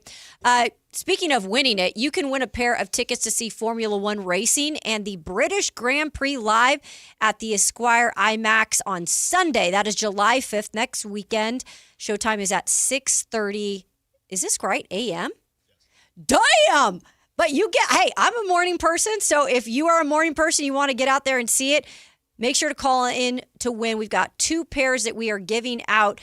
Of course, this is the Silverstone circuit hosted by the very first F1 Grand Prix in 1950, making it the birthplace of Formula One. I want to go at some point out and see Formula One live. But That'd be awesome. This is probably the next best thing, so make sure to call in. We are giving away 2 pairs of tickets. Coming up next after the break, we'll take a little bit of a detour. We're going to just get to a quick 2-minute drill, talk about the latest and greatest that's going on in the NFL, and then we'll get back to some draft talk with a guest at the top of the hour. You're listening to the Matt and Kayla Show here on Sactown Sports. The Kings officially got their guy. Following a breakout season at Arkansas, Darius Acuff Jr. is headed to Sacramento. After adding one of the most electric scores in college basketball, has Scott Perry officially found the new face of the franchise. Your exclusive home for Kings basketball. Sactown Sports 1140.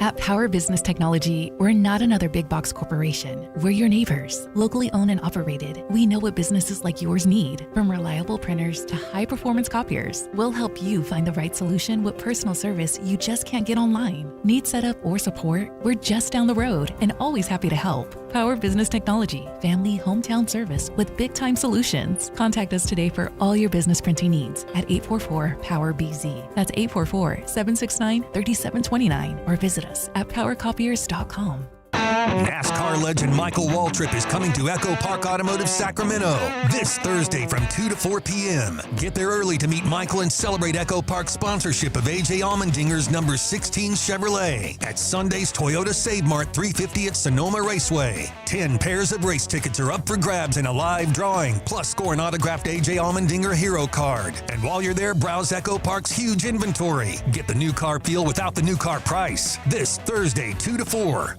This is a special alert to all Americans who own a vehicle with less than 200,000 miles with an auto warranty about to expire or with no warranty coverage at all. Due to a decline in the economy, CarShield is announcing a low-cost month-to-month vehicle protection plan that is now available to the public to save any driver out-of-pocket expenses on future auto repairs. Call now to find out how you can pay almost nothing for covered auto repairs. Yes, you heard that correctly. Pay almost nothing for covered auto repairs. An open phone line has been established for all drivers to call for a free quick quote. Call 800-330-8323 now. Drivers who are covered will not have to pay for covered repairs again. This protection plan is at an all-time low. Additionally, drivers who activate this vehicle protection today will also receive free roadside assistance, free towing, and car rental options at no additional cost. Call us for your free quick quote today. 800-330-8323. That's 800-330-8323. What do you have to lose? Call 800-330-8323. Again, 800-330-8323. Thunder, feel the thunder. It's the energy all around you. Lightning and the thunder, thunder. The thrill of the moments to come. The flash of lights. The rush of pure exhilaration. Thunder. The roar of the crowd. See it, hear it, feel it. Thunder, feel the thunder. Lightning and the thunder. Thunder Valley Casino Resort. Feel the thunder. Toyota's 4th of July sales event is on. This is the season for more. Check out Toyota's 21 hybrid and electrified models. Score deals on the 50 MPG Corolla Hybrid and 51 MPG Camry. Get 0% APR on all Toyota EVs like the new CHR. Or get 0% APR plus $1,500 finance cash on BZ.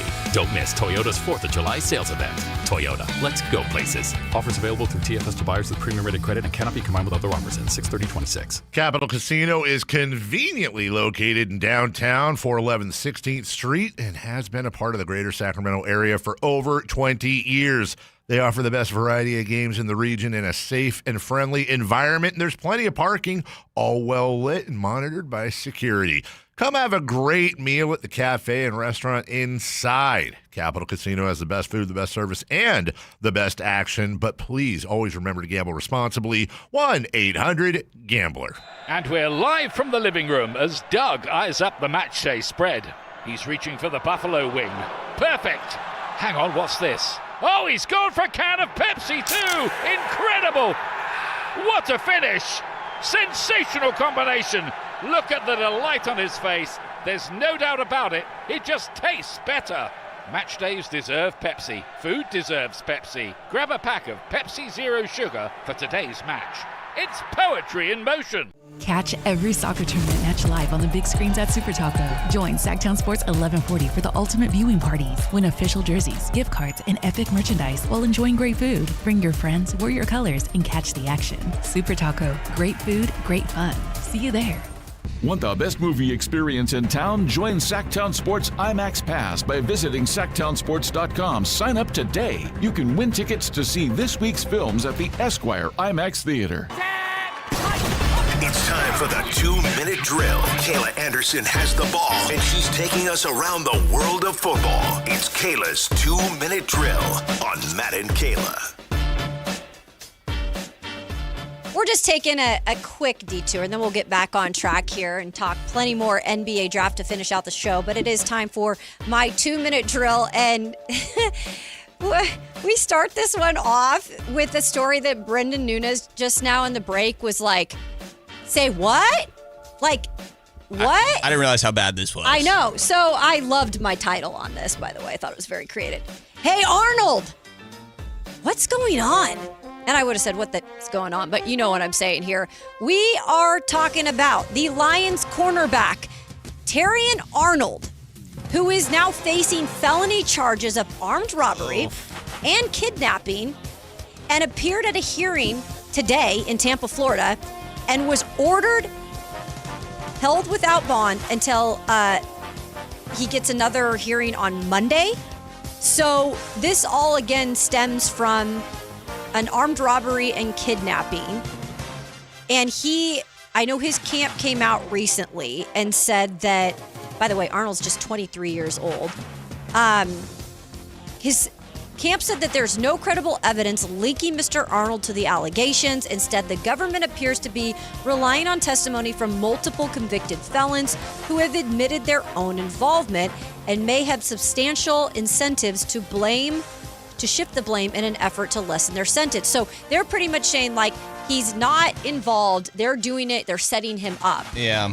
But this is messy. And man, like, we talked about Henry Ruggs, who came out of Alabama, and obviously that tragic situation with him, and his career is probably over. Like, I don't know if it's to this extent, but he could face up to life in prison if it doesn't go his way. Yeah, I mean, this is the type of thing that you just like sit there and be like, how in the world do you let yourself get involved with this? Crazy. Of course, that's, unsurprising sort of angle from the camp. We'll have to see how everything obviously plays out. But for a guy that, only like second or third year in the league, like Still didn't young. even reach that second contract. And obviously this conversation goes way beyond football, but you just sit there and be like, man, you have everything in front of you. Why are you getting involved in these things? Even if that wasn't the case, these are just insane scenarios. And one of those things to where we obviously cover and talk about the sports world, but every once in a while you get brought back to reality.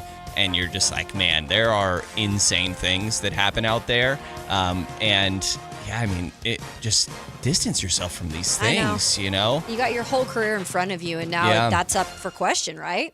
It's very interesting. Okay, well, we've got it's a ways away, guys, but the NFL draft, I don't know if you remember this, it's in Washington, D.C. next year. It's going to be really interesting to see it out there, and I think it's going to be like right there on the, what's it called, the lawn, where it's like the long stretch.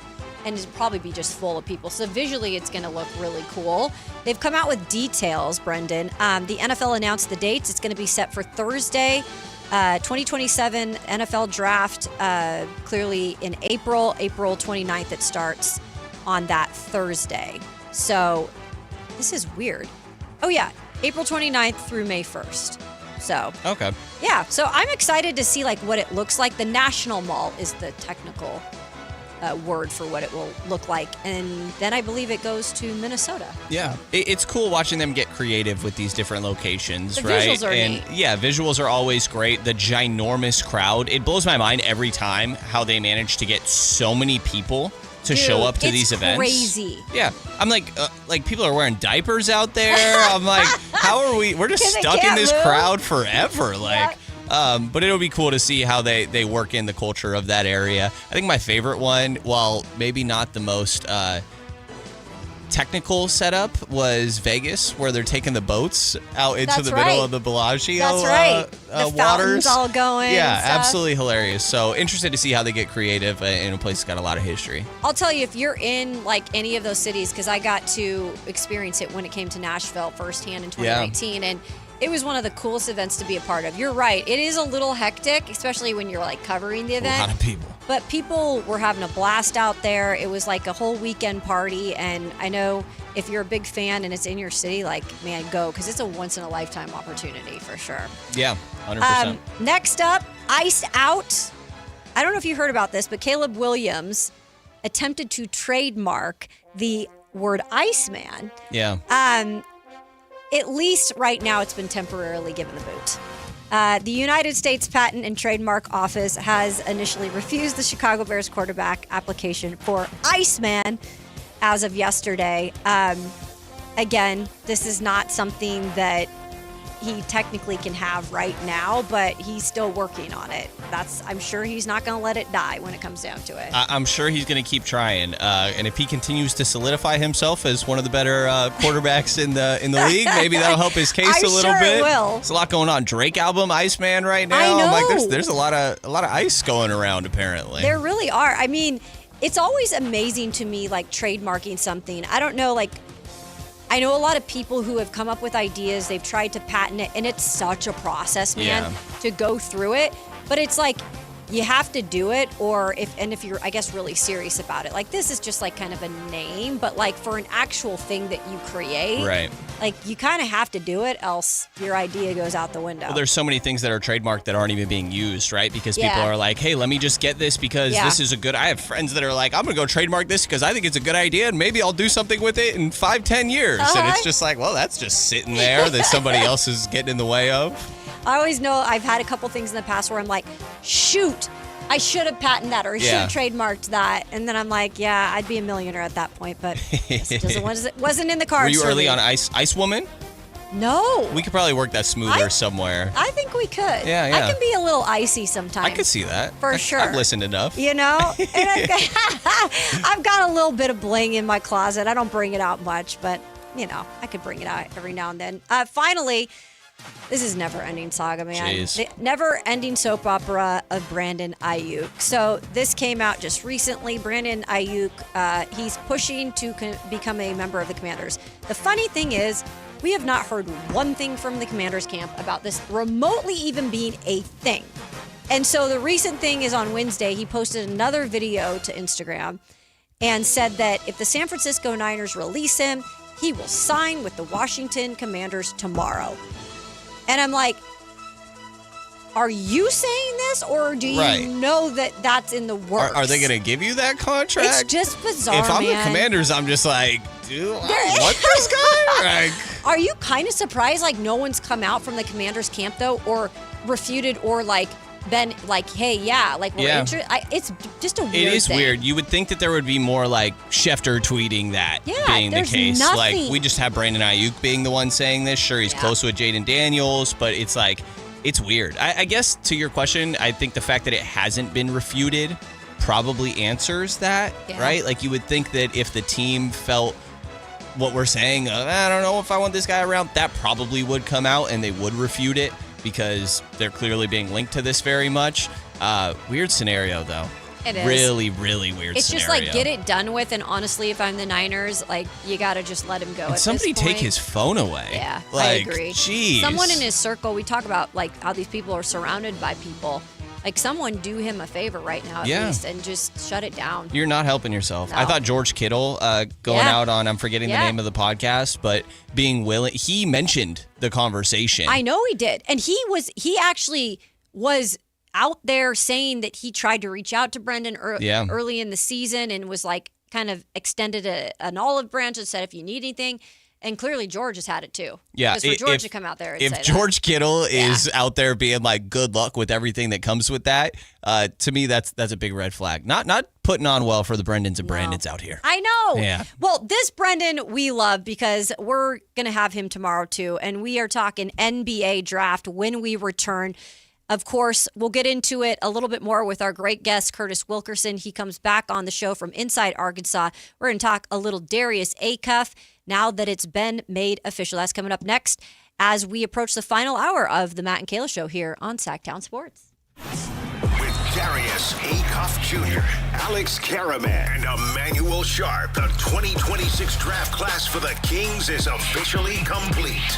Alongside Maxime Reyno, Nick Clifford, and a promising young core of players, do Scott Perry and Doug Christie have the right foundation to bring winning basketball back to Sacramento. Your exclusive home for Kings basketball. Sactown Sports 1140. This is the story of the one. As a safety manager at a manufacturing plant, he does everything he can to keep his coworkers safe. From finding ways to reduce risks to keeping safety supplies in stock. And for that, he relies on Grainger. Grainger offers a broad range of quality products and next-day delivery, so he can always play it safe. Call 1-800-GRAINGER, click Grainger.com, or just stop by. Grainger, for the ones who get it done. I know that hiring can be challenging. You sort through tons of resumes and you get too many so-so applicants. You're just waiting for someone to match your role perfectly. Well, now, there's a place where you can meet them fast. ZipRecruiter. Need to hire right away. Start your search for strong candidates. The right fit awaits. Build your team. Build it sooner. Meet your match on ZipRecruiter. Just head to ZipRecruiter.com/free right now to try it for free. And you're on your way to meeting your match. 4 out of 5 employers who post on ZipRecruiter get a quality candidate within the first day. So try it now. Go to ZipRecruiter.com/free. Once again, that's ZipRecruiter.com/free.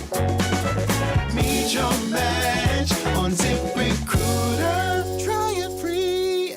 What's up? We're talking to Chad Hoblet of Hoblet Dodge, Chrysler, Jeep, Ram, and Woodland. Chad, tell me what's going on for Chryslers. Make this the summer event. Well, you'll have to choose between 3 great deals. 0% financing for 60 months, 2.9% financing for 72 months, or 4.9% financing for 84 months. And whichever you choose, you get no payments for 90 days. Whoa, that was so many numbers. I don't even know what it all means. It means you will save thousands of dollars on your new Ram truck with the best financing options available. It's a choose-your-own savings and payments adventure with Hoblet Dodge. Search, select, and save through their whole inventory at HobletDodge.com.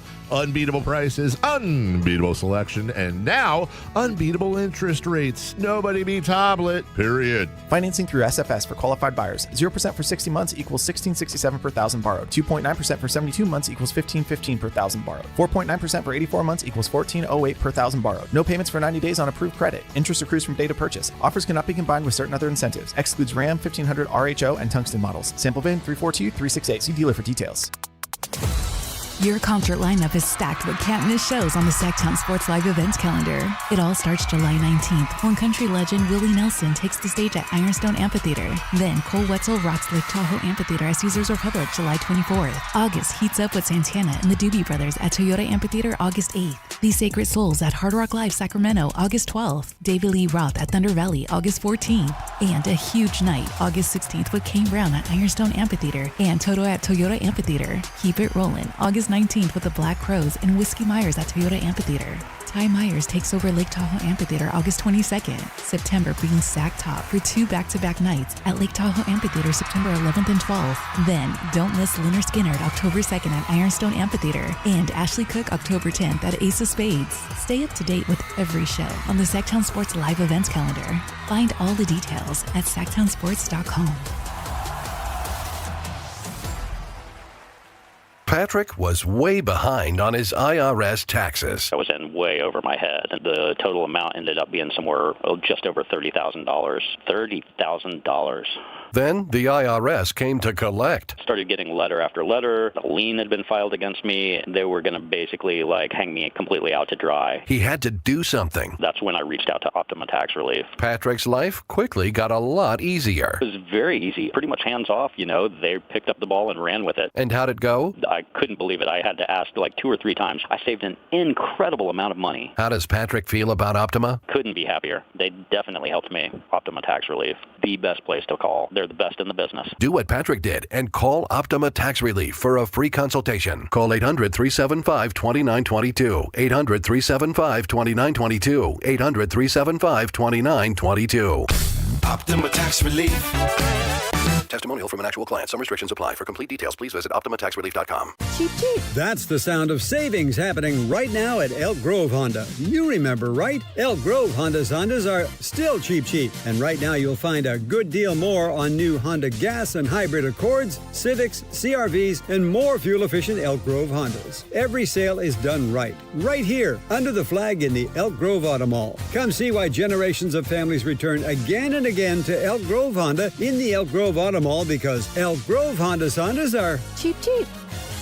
KHD1 Sacramento, KYMX HD3 Sacramento. From the Power Business Technology Toshiba Studios. This is Sactown Sports 1140.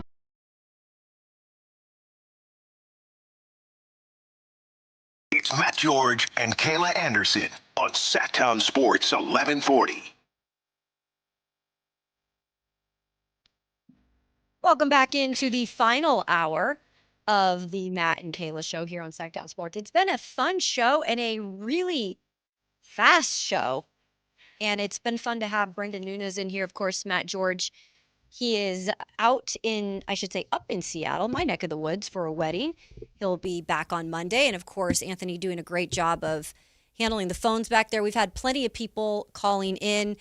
We will have one more segment if you do feel like you didn't get to call in or I didn't get to your call because of the last segment. We'll have one more after this one. But right now, we want to get to a guest that I loved having in probably about a month ago.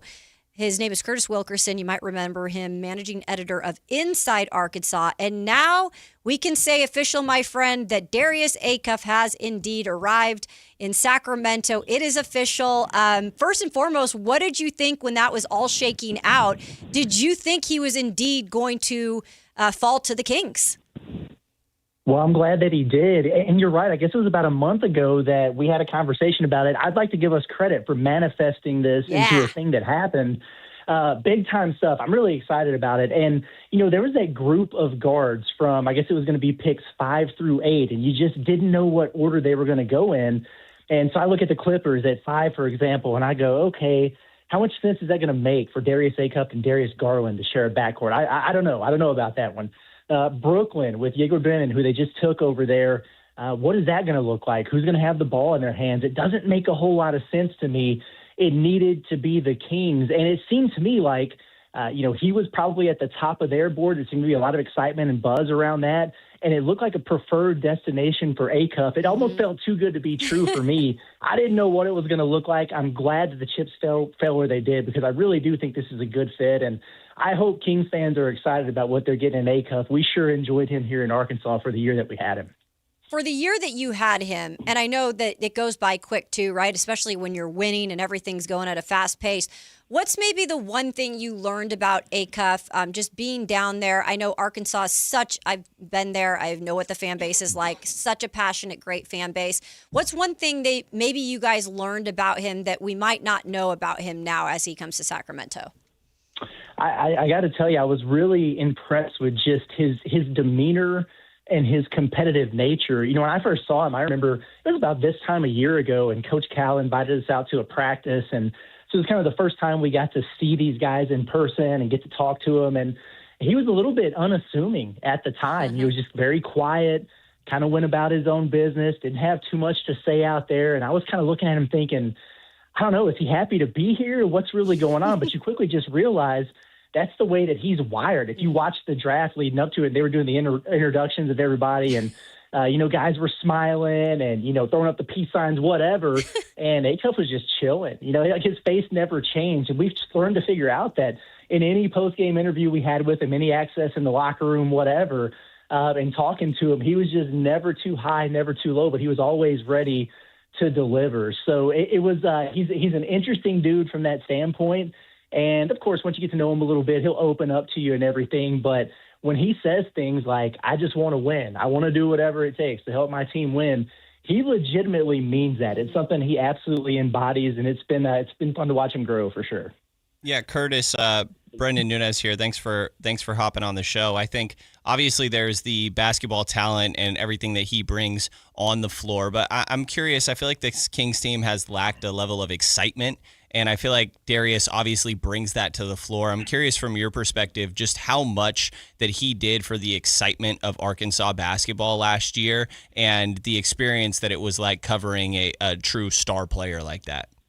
It was a blast, and it goes back to that competitive nature that he has. Some people want to be the alpha, and some people were born to be an alpha. And he's just got that gene about him where, there's never any question at Arkansas. And they had some good players, too. They had 3 guys who were drafted, and you got, big-time shot makers like Malik Thomas. But when Arkansas needed a bucket, the ball was going to be in Darius Acuff's hands. When they needed a play, Darius Acuff was going to make it. When they needed to shift momentum, you could count on him to be that guy to do it. And you could just feel those moments brewing in Bud Walton Arena in Fayetteville. Whenever it felt like Arkansas was on the ropes or when they were on the verge of breaking an opponent's spirit, it was him that made the play. And the clutch shot making for him was unbelievable. And he just does things that other guys can't do. So it was definitely a blast to watch with him. But there's no doubt about it. When you need a leader to emerge, he's been that guy for Arkansas who's able to step up and do it. Coach Cal was on our morning show. You all know, I mean, you cover him. He's a hoot. And obviously has produced a lot of great players in the league. And I think he's come out at least and said, like, this is definitely what he feels is one of his best point guards he's ever had. But when he came into Arkansas, Curtis, like, he was pretty much told by Cal, like, you got to do some things different. And one thing he had mentioned, too, was like, obviously, you got to share the ball more. We saw him do that. He was incredible in terms of assist to turnover ratio. He also said, like, he had to mature a little. Did you see that grow over time with, like, just the maturity aspect? I know these guys are still young. He's 19 years old. Absolutely did. I remember early in the season, I think it was Arkansas's second game of the year, actually. They went on the road and played at Michigan State. And the Breslin Center is a really, really tough place to play. You got a bunch of true freshmen experiencing a true road environment for the first time. And that did not go well for Acuff and the Razorbacks there. Now, they only wound up losing the game by 3, but in crunch time, there were a lot of plays, a lot of questionable decisions that you wish you could have had back. And it kind of came off as he was trying to maybe play a little bit of hero ball out there instead of doing what was best for the team. And it was shortly after that he, had an interview where he talked about going back and watching every single possessions, even the ones that resulted in buckets, over and over and over, to try to figure out what he could have done a little bit better. And so he did make big strides in terms of becoming more of a student of the game there. Sure. And yeah, there's definitely a maturation process. When he came to Arkansas, everybody understood the talent that he had, but some evaluators and scouts looked at him and said, is he just a super AAU type of player? Is he going to be able to contribute to the highest levels of winning and the highest levels of basketball? And that was definitely an adjustment for him. Now, obviously, he scored, 22, 23, 24 points per game. So he got plenty of shots up. But you mentioned, his growth as a passer and a true point guard. That's something that really came along for him.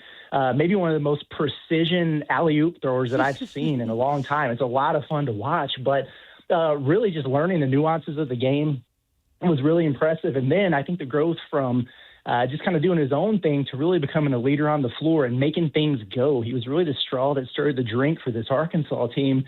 Some guys can do that by just putting the team on their shoulders and being the best players, but he really made everybody else out there better. And that's something that really came along throughout the course of the year and manifested itself into the NCAA tournament for sure. We're joined by Curtis Wilkerson, managing editor for Inside Arkansas, talking about Darius Acuff. Curtis, were you in the building for that Alabama game? I was not. I wish that I was, and we usually go to a handful of the road games every year, but we actually had a live watch party elsewhere, and it wound up being a long one because it was a double overtime game. But man, oh man, that was insane. 49 points to go on the road like that. That's a really tough place to play. And he was unbelievable. And I think what some people forget about that game, it's not just, Acuff putting up all those points and the way he did it so efficiently, but Arkansas was hemorrhaging players at that point. They had 2 guys who were down with injury. Coach Callaway likes to run a short rotation anyway. Then they had 3 guys who fouled out at the end of regulation and going into overtime. So by the end of the game in overtime, it's literally Darius Acuff, 1 other rotation player, and basically 3 walk-ons who were out there on the floor. You still felt like Arkansas had a chance because of the shot making there from Darius. But that was an unbelievable game. A lot of star power there. I mean, you think about it. Acuff goes for 49. LeBaron Philon, who I think is off to maybe the Hornet? No, the Philadelphia. 76ers, I think is where he wound up. Yeah. He had 35 in that game. Malik Thomas had a big game.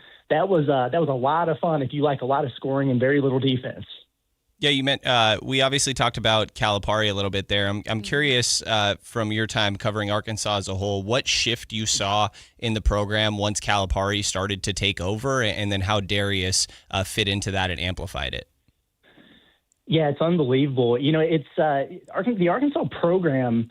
There's a lot of proud history and tradition with the Razorbacks, and in the mid '90s they had a title run and went to a national championship game the year after that under Nolan Richardson, and really it was a program that was dormant for about 2 decades, and they had some tough luck with some coaching hires, I guess you could say, and then Eric Musselman, who you guys are probably familiar with, came over to Arkansas. He was there for a few years, and he really did a great job of reviving the program. And they made a couple of Elite Eights and another Sweet 16 under him.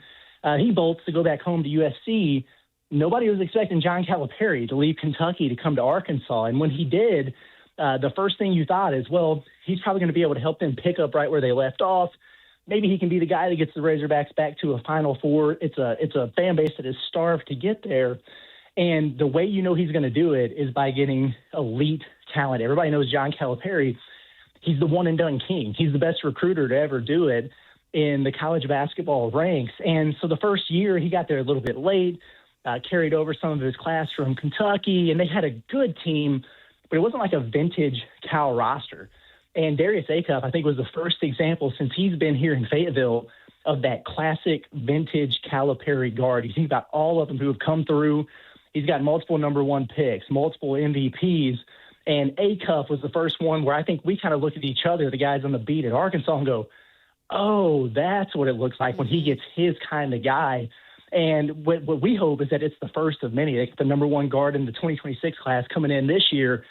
Those are very, very big shoes to fill with what Acuff did, but he is certainly up there with the best that Cal has had in terms of college production. I think what we like here, and I don't speak for everyone, everybody has their different opinions, but for the most part who I've talked to and who've given me opinions about this draft is like, yes, there are the defensive questions, but there is no doubt that this young man will put in the work. And Coach Cal, again, on our morning show, had told the guys that he considered him just a gym rat, like the words that he described him, even saying like at times, like he's not even afraid to maybe miss the last shot. Like describing someone who has so much confidence in their game that even when it's not good, he's going to go back into the gym and get it right. And I think, like, tell me if I'm wrong, but that makes me feel a little bit better about maybe what he's going to try to do in terms of improving his defensive game. It's not going to be perfect by any means, but do you believe that will improve? It's going to have to at the next level. Absolutely. Yeah, I definitely believe that. And I know it was in the days leading up to the draft, and I can't even remember who said it now, but it was some former players, podcast, whatever, that said he was hearing some concerns about Darius Acuff's work ethic. And I laughed out loud when I heard that, because that's just the opposite of everything that we saw here. Now, yeah, of course, does he have some defensive concerns, some things that he has to shore up from that end of the floor? Absolutely. We're not going to deny that. The tape don't lie, right? But in terms of his work ethic, it was unbelievable. He truly was, first in, last out, before games, after games. And I think about him being hurt, being in a boot for a good chunk of the SEC portion of the schedule. And it used to drive him nuts when Cal would kind of try to force him to stay out of practice or sit out of a game. They got into some heated arguments. That's what he said. In the office, because he didn't want to do that. And they go down and lose to Florida, and they kind of got blown out. And, Acuff was playing through an injury, but you could just tell he wasn't right. Like, he lost his rhythm. And he walks into Coach Cal's office the next day and he says, hey, just to let you know, I'm not sitting out, and also I'm coming back to practice. Like, I'm not going to sit out practice just to play anymore. I've got to find my rhythm. If you don't have work ethic, that's not something that you do. So I think that was a little bit, I don't know, maybe he got some bad intel or whatever with that, but he certainly has that. And then, yes, Acuff, he's got some things that he certainly needs to work on the defensive end. But if you look at him with his strength, his quickness, his athleticism, he should be able to turn himself into a serviceable defender. He knows that he has to work on it. He's motivated to do it. And you also have to remember the situation that Arkansas was in. I think Coach Cal even said it. Maybe he said it on your programming today. I know he said it on a different one. Darius Acuff was so important to everything Arkansas was doing offensively. He didn't care if he played defense or not. He couldn't take him off the floor. So if he needed to take a possession off and conserve a little bit of energy, that was something that he was actually encouraged to do down the stretch of the season. Arkansas was playing with 6 players, and they're trying to keep their season alive. You cannot get Darius Acuff in foul trouble. He cannot be off the floor. So, yeah, he took it a little bit easy on that end, and maybe he wasn't crazy about it. That doesn't mean he's a great defender underneath that anyway, but that's something that the coaching staff actually kind of encouraged him to do because of the situation the roster was in. Curtis Wilkerson, editor of Inside Arkansas, joining us here on Sactown Sports. Curtis, you mentioned it a little bit there, but the injuries that Acuff dealt with throughout the year, ankle, and then I think there was also a shoulder injury towards the end in the tournament. Can you just provide a little bit of context of your perspective of how much that could have been affecting him throughout the year, and obviously his willingness to play through it? But I feel like it's an under-discussed aspect of how much he may have been dealing with. Yeah, it definitely is. I mean, I would say, he was pretty healthy the early portions of the season, but once they got on into the heart of SEC play, if he wasn't on the court, he was in a walking boot. And they were really trying to limit his reps and everything in practice. And he did, I think it was against Auburn at home, and kind of had a big fella land on him and rolled his ankle pretty good. So that was part of it. And he dealt with that. But he also had really bad turf toe. Yeah. And if you've ever dealt with that before, you think about basketball players and as much as they leap and the explosion and the push off and the first step, all of that stuff was impacted. You could see there was about a 2.5 week stretch in the middle of SEC play where the Acuff that you were seeing did not match the one that you knew was in there. He just did not have that extra gear. Now, he was still averaging 20 and 6 during that time frame anyway, but it wasn't quite as impressive and explosive as you typically see. That absolutely impacted him. It helped him a lot to be able to sit out that last game of the regular season. They had a double bye in the SEC tournament, so he got about a full week off. Still wasn't 100% when he came back for the postseason, but he was a lot closer than he was and looked better. And then, I can't remember which game it was in the tournament, but he came off the floor holding his shoulder. I don't know if it popped out or if he just had a stinger or what it was. He was very uncomfortable. He was getting looked at by the athletic trainer, and he was kind of mid-evaluation, I guess, to see if he should go back in the game or not.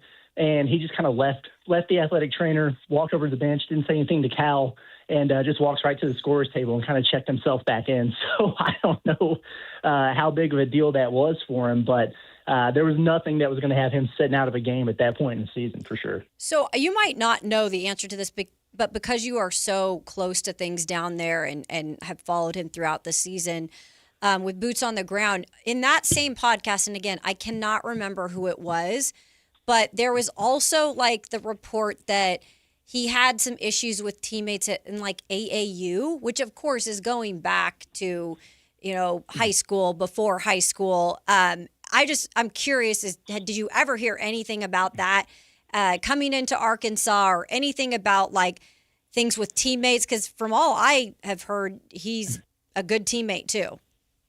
Yeah, and maybe I had heard a little bit of that, when he was in high school and everything. I think some of it comes back to, the Detroit toughness mentality that he has. You're wired a little bit different when that's your type of upbringing. So maybe that's something that projected to people who don't understand that in a certain type of way. But what I can speak to is his time in Arkansas. And, we're around the team or traveling to where they are, and especially in the tournament when you're with them at practice and you're with them in the locker room and everything.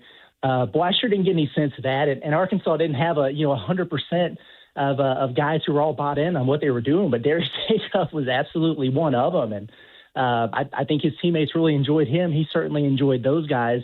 And, he was in there kind of goofing around with everybody. He never struck me as a loner, was always with his teammates. He became more and more vocal throughout the course of the year.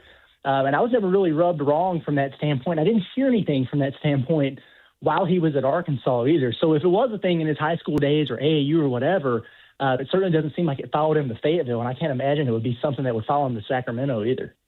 Curtis, as somebody that's going to be interviewing Darius a little bit throughout the year, do you have any advice on how to go about that, or more so, without the jokes, just kind of input or perspective from Kings fans for how he goes about his business and handles himself? Yeah, that's definitely one thing that I guess we were in. I can't remember if it was Portland or San Jose, wherever they were for the NCAA tournament. And it was right about the time they announced that that Reebok was going to do his signature shoe. And it was such a big deal. And it was on ESPN and the news and everything. People were talking about it.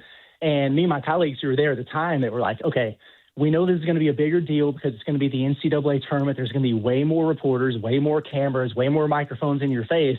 He's going to have to fake it until he makes it, because he's just there to hoop, man. He's trying to play basketball. He's trying to win. He's trying to get better. And listen, man, talking to people like me, that's just kind of a necessary evil that you have to deal with. But I will say, from early in the season, because it was almost like a running bit with us in the beat, can anybody get this man to smile? Yeah, yeah. He's just so locked in and competitive. He's a man of few words, but it's certainly not disrespectful. That's just kind of always been his demeanor. And, the further along we got into things, we started to see more and more of that. And another thing that actually impressed me quite a bit was going from even the very end of the season at Arkansas to seeing him at the Combine and some of the interviews and things he did there. I could tell it was something he was making a conscious effort to work on, because all of a sudden I'd be like, wait a second, did Darius Acuff just smile? Was that a laugh that I just heard? You got to be kidding me. So, he's definitely understands that. I think the PR aspect of that and everything is a big part of it. And, hey, it's only going to help his personal brand, the more accessible and approachable that he appears. And, he made some strides from that standpoint. But, yeah, good luck. If you can get him to smile, you've done a great job. Notice that in the post-draft interview. Very serious. I was looking for a screenshot for a thumbnail. I'm like, man, there's no smiles in here very much. You just got drafted 7th, man. Oh, by the way, we were trying to figure this out, and I think we have. So his obviously his diamond necklace, I believe it said it's like 5. Is that what it's like spelt out? Yeah. That's kind of that's been his thing here, and I know. Rashad Phillips, his trainer, he was trying to get the Y5 thing going, which was pretty cool. But yeah, that's always kind of been his number. I don't know what number he's going to wind up wearing in Sacramento, but Nick Clifford's got that. Yeah, so who knows? He might have to mix it up a little bit, but the number 5 in the IVE underneath it is usually what he's working with. Nice. Well, Curtis Wilkerson, managing editor at Inside Arkansas, has been our guest. We love your insight. It's been really fun to have you on the show. We'll definitely have you back on once the season gets started here. I also want to just see the perspective. Like maybe we'll gain some Kings fans down there in Fayetteville. So, yeah, hey, you will absolutely do that already. I've seen a bunch of people who are already talking about, oh man, we got to get the merch. Where can we get the merch? What's going on here? Tons of honorary Kings fans down in Fayetteville, Arkansas now, and it is a rabid fan base also, so they'll treat you right. Thanks so much, Curtis, and hey, enjoy watching Acuff. Love it. Can't wait. Summer League starting soon. Y'all have a good one. You too, Curtis. He always does such a good job. When your boot's on the ground and you cover a team, especially a college team, y'all, that's their pro team down there. Oh, yeah. It's wild. Like a local TV station down in Arkansas and Fayetteville. The sports departments nowadays, non-existent in local sports. Like, I think here mostly 2 or maybe 3 at the max. Yeah. They got like 5 to 6 people in local sports just dedicated to Arkansas. Oh, yeah. So it's such a big deal down there. So and they're really basketball focused, right? More than anything. Like, I don't think their football program is quite up to par with the basketball side. Yeah, basketball has really been something they pride themselves on. Of course, now with Cal down there, it's even growing much more back to what it used to be. But yeah, he always gives such interesting, different, insight with things. So good stuff from him. Yeah, great perspective. I love that you asked about the chain because we literally were sitting there. We had to wait like 45 minutes for Perry, and I'm like, what does this say? Same here. Yeah. I didn't want to put any, because I was dropping fashion. I love fashion, and I'm like, but I don't know what that says. So I had to stay away from what it said. I thought it was 5 also, but I was like, is this a Y somewhere in here? Yeah. So many diamonds, they were blinding us. I'm curious about the number. I know this doesn't matter, but like, really curious. So at the draft party, they were like, oh, you can go get your Darius Acuff jerseys now. And I'm like, no. What number are we putting on these jerseys? So maybe that's something, by the way, really quick, on Monday, I've been told it's okay to say this. Yeah. On Monday, and we will carry it live here on the Matt and Kayla Show, it looks like there will be a presser with Scott Perry and the 3 draft picks. So 11 o'clock. 11 o'clock, we'll try to carry that. We will carry that live. And maybe that's a question that can be asked at some point. Oh, it will be. Yeah. Okay, good. Yeah. I think that we will get there. All right. Well, we will get to our MLB mini-series and, again, take any last-minute phone calls. I know we got Mike on the line. We'll get to you after the break. You're listening to the Matt and Kayla Show here on Sactown Sports. With their final pick in the 2026 NBA Draft, the Sacramento Kings selected Houston guard Emanuel Sharp as a top-tier perimeter shooter and an all-defensive player for the Cougars last season. Did the Kings find the perfect wing to play alongside Darius Acuff Jr.? Your exclusive home for Kings basketball. Sactown Sports 1140. Sacramento weather is brought to you by Elk Grove Honda. I'm Tamara Berg in the KCRA3 Weather Center. For your Thursday, we're looking at mostly sunny skies and feeling that Delta breeze. It's going to keep temperatures a bit below normal for highs today. Plan for upper 80s across the valley. That Delta breeze will come in pretty strong overnight tonight, dropping us back to the 50s first thing Friday morning. Get the latest forecast on the KCRA3 News and the KCRA3 app. Cheap, cheap. That's the sound of savings happening right now at Elk Grove Honda. For more than 50 years, Elk Grove Hondas are still cheap, cheap. You'll find us under the flag in the Elk Grove Auto Mall, Highway 99 at Elk Grove Boulevard. Elk Grove Hondas are cheap, cheap. This is a special alert to all Americans who own a vehicle with less than 200,000 miles with an auto warranty about to expire or with no warranty coverage at all. Due to a decline in the economy, CarShield is announcing a low-cost month-to-month vehicle protection plan that is now available to the public to save any driver out-of-pocket expenses on future auto repairs. Call now to find out how you can pay almost nothing for covered auto repairs. Yes, you heard that correctly. Pay almost nothing for covered auto repairs. An open phone line has been established for all drivers to call for a free quick quote. Call 800-360-0681 now. Drivers who are covered will not have to pay for covered repairs again. This protection plan is at an all-time low. Additionally, drivers who activate this vehicle protection today will also receive free roadside assistance, free towing, and car rental options at no additional cost. Call us for your free quick quote today. 800-360-0681. That's 800-360-0681. What do you have to lose? Call 800-360-0681. Again, 800-360-0681. MoonPay X Games Sacramento 2026 is taking on Cal Expo this summer. Catch live music performances and more than 100 top skate, BMX, and Moto X athletes compete. June 26th through June 28th. Get your tickets now at xgames.com.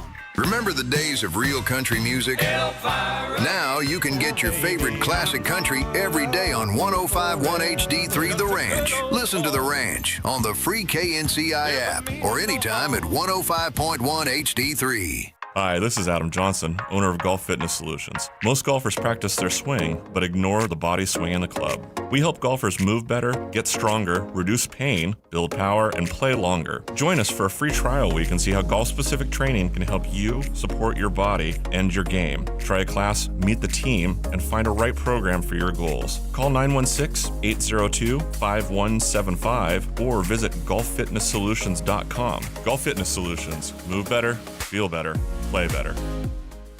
You can buy golf clubs anywhere, but buy clubs that fit the shelf instead of your swing. That's why Hagen Oaks offers total game fitting. TrackMan dials in your driver and irons. Ping's Ballnemic Ball Fitter finds your perfect golf ball.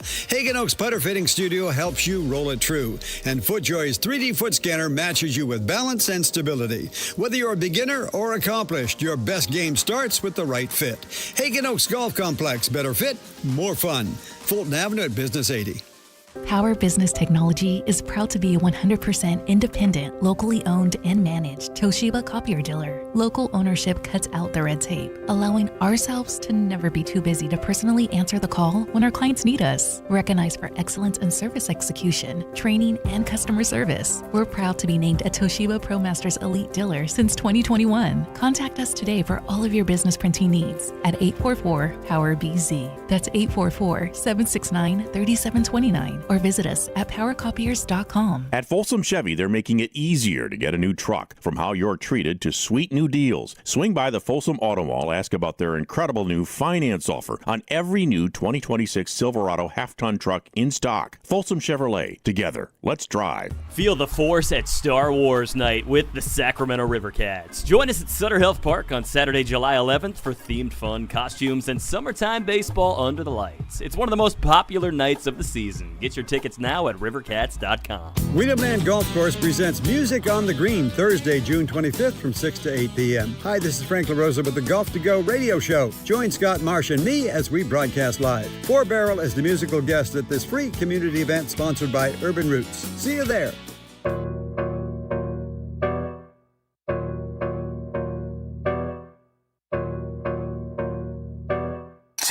2 p.m., Matt and Kayla on Sactown Sports 1140.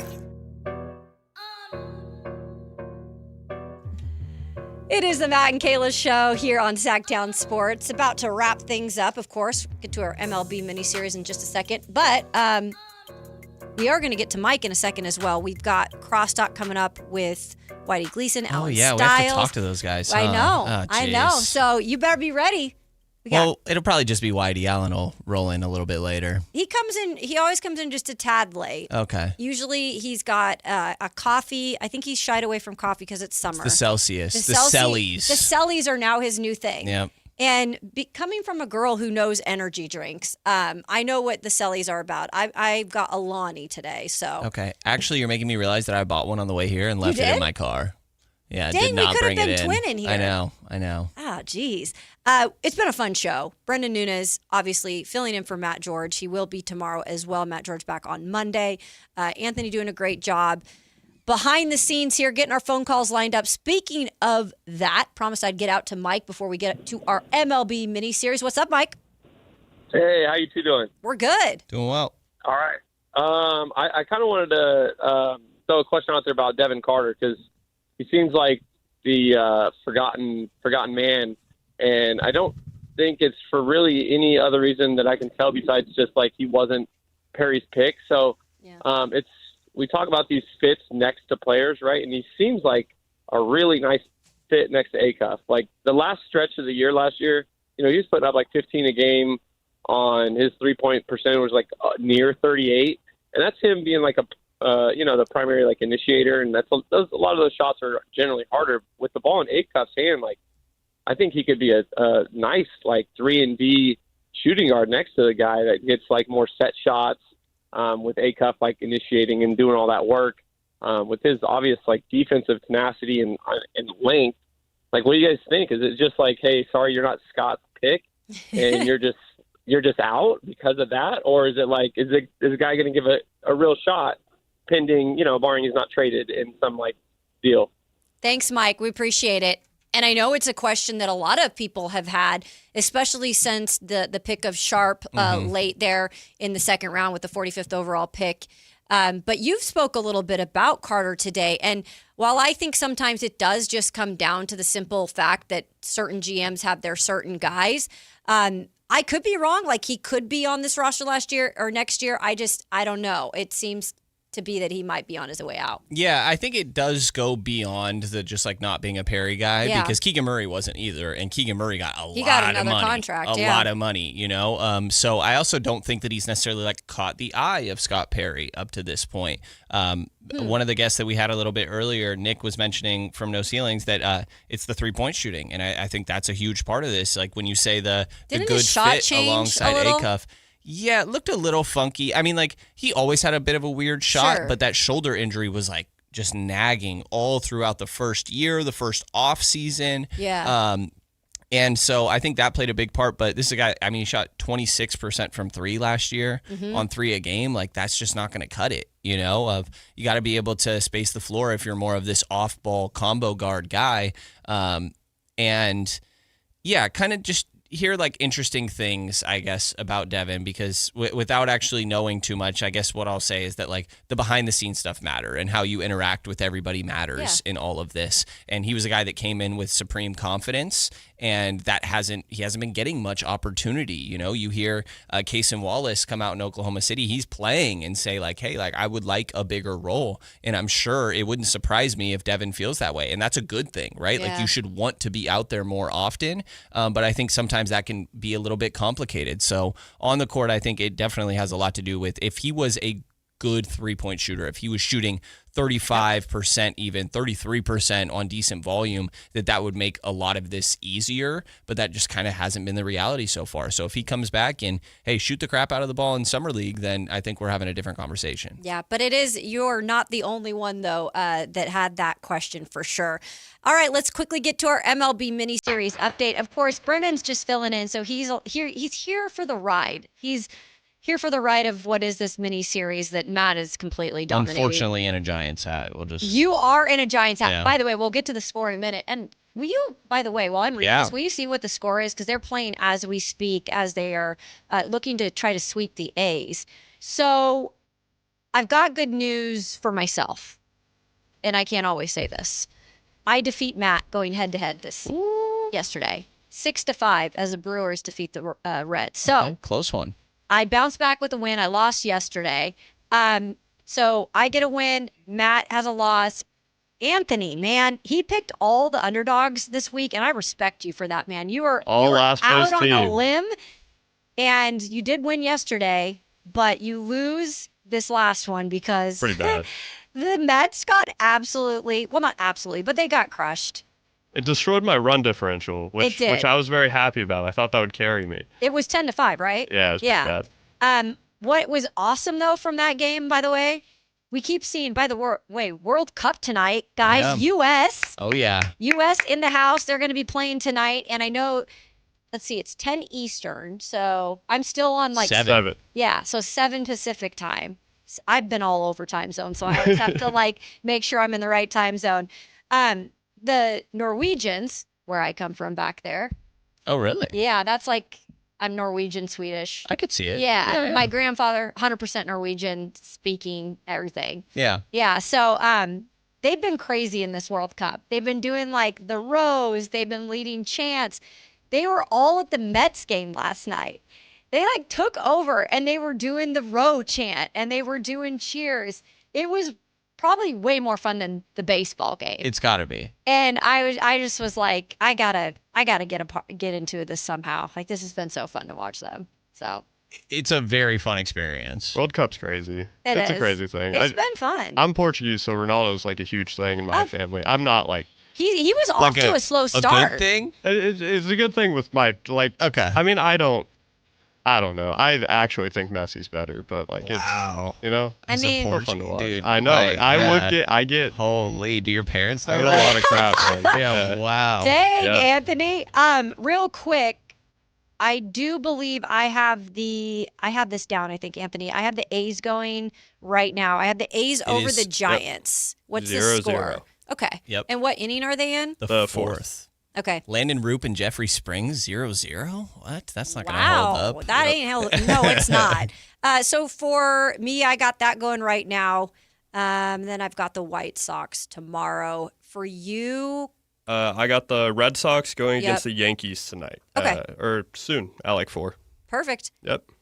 We'll see how it all plays out. We'll see how that goes. I know. I think this one's going to come down to the wire, too, because of run differential. That's what it was last week. I lost by 3 runs. Okay. Because it came down to one game. Yeah. So. Who has the most wins at this point? Do we know?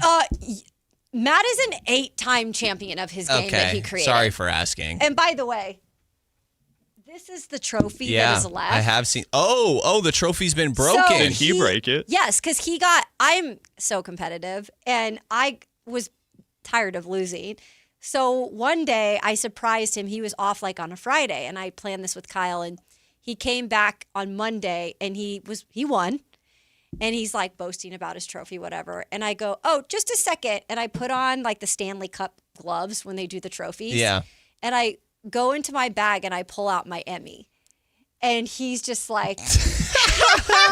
And Emmy's huge. It's the best huge. part of that bit. It's really heavy, It's too. so crazy. And he was like, you. Just a light He's flex. like, I can't believe. And then he kind of slammed down the trophy.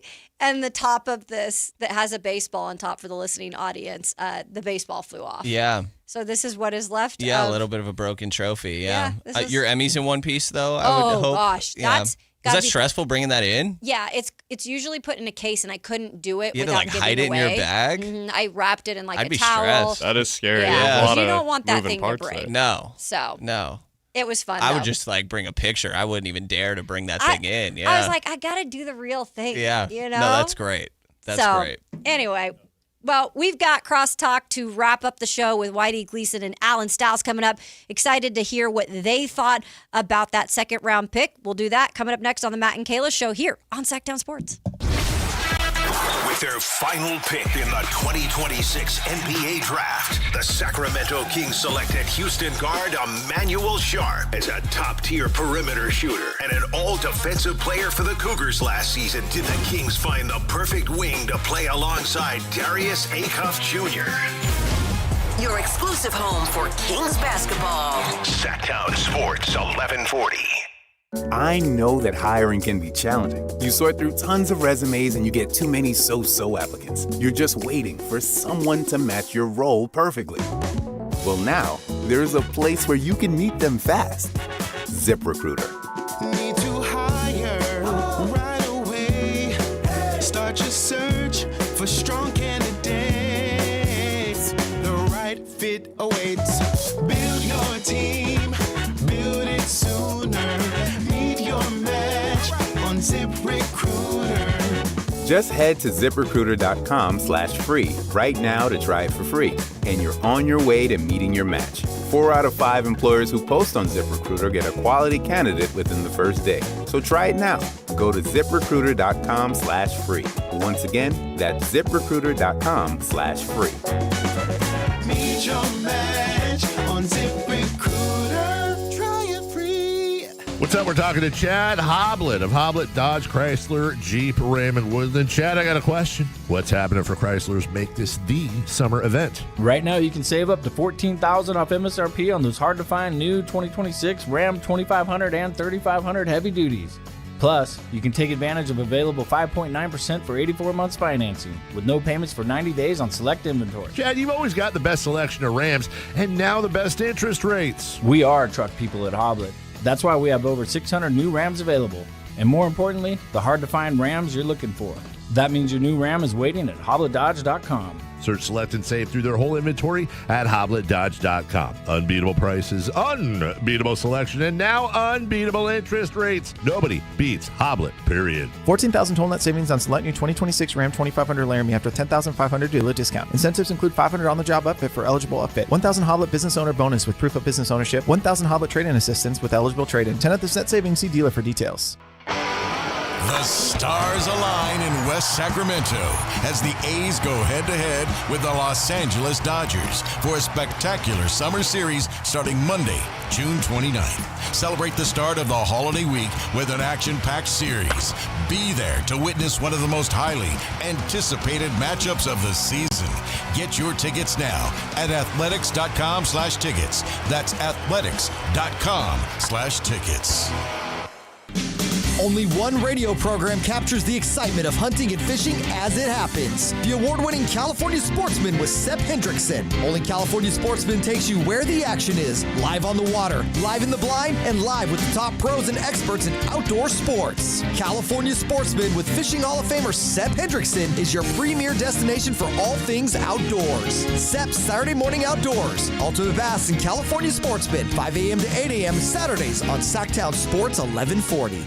Buy gold and put some silver in your pocket. I know what you're thinking. Everything's expensive right now. How am I going to buy gold? It's Ron Paul. Nowadays, a lot of things are out of your control, but there is something you can do right now to diversify your retirement, and it doesn't cost you anything out of pocket.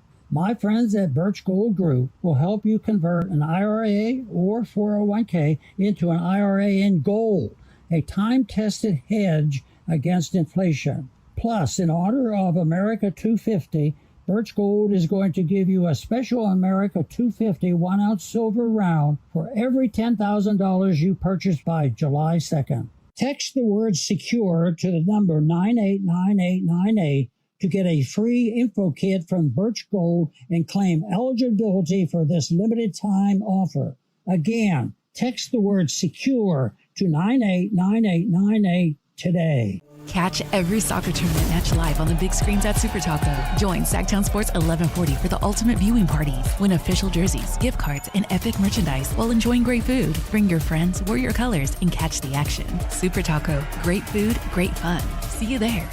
Want the best movie experience in town? Join Sactown Sports IMAX Pass by visiting SactownSports.com. Sign up today. You can win tickets to see this week's films at the Esquire IMAX Theater.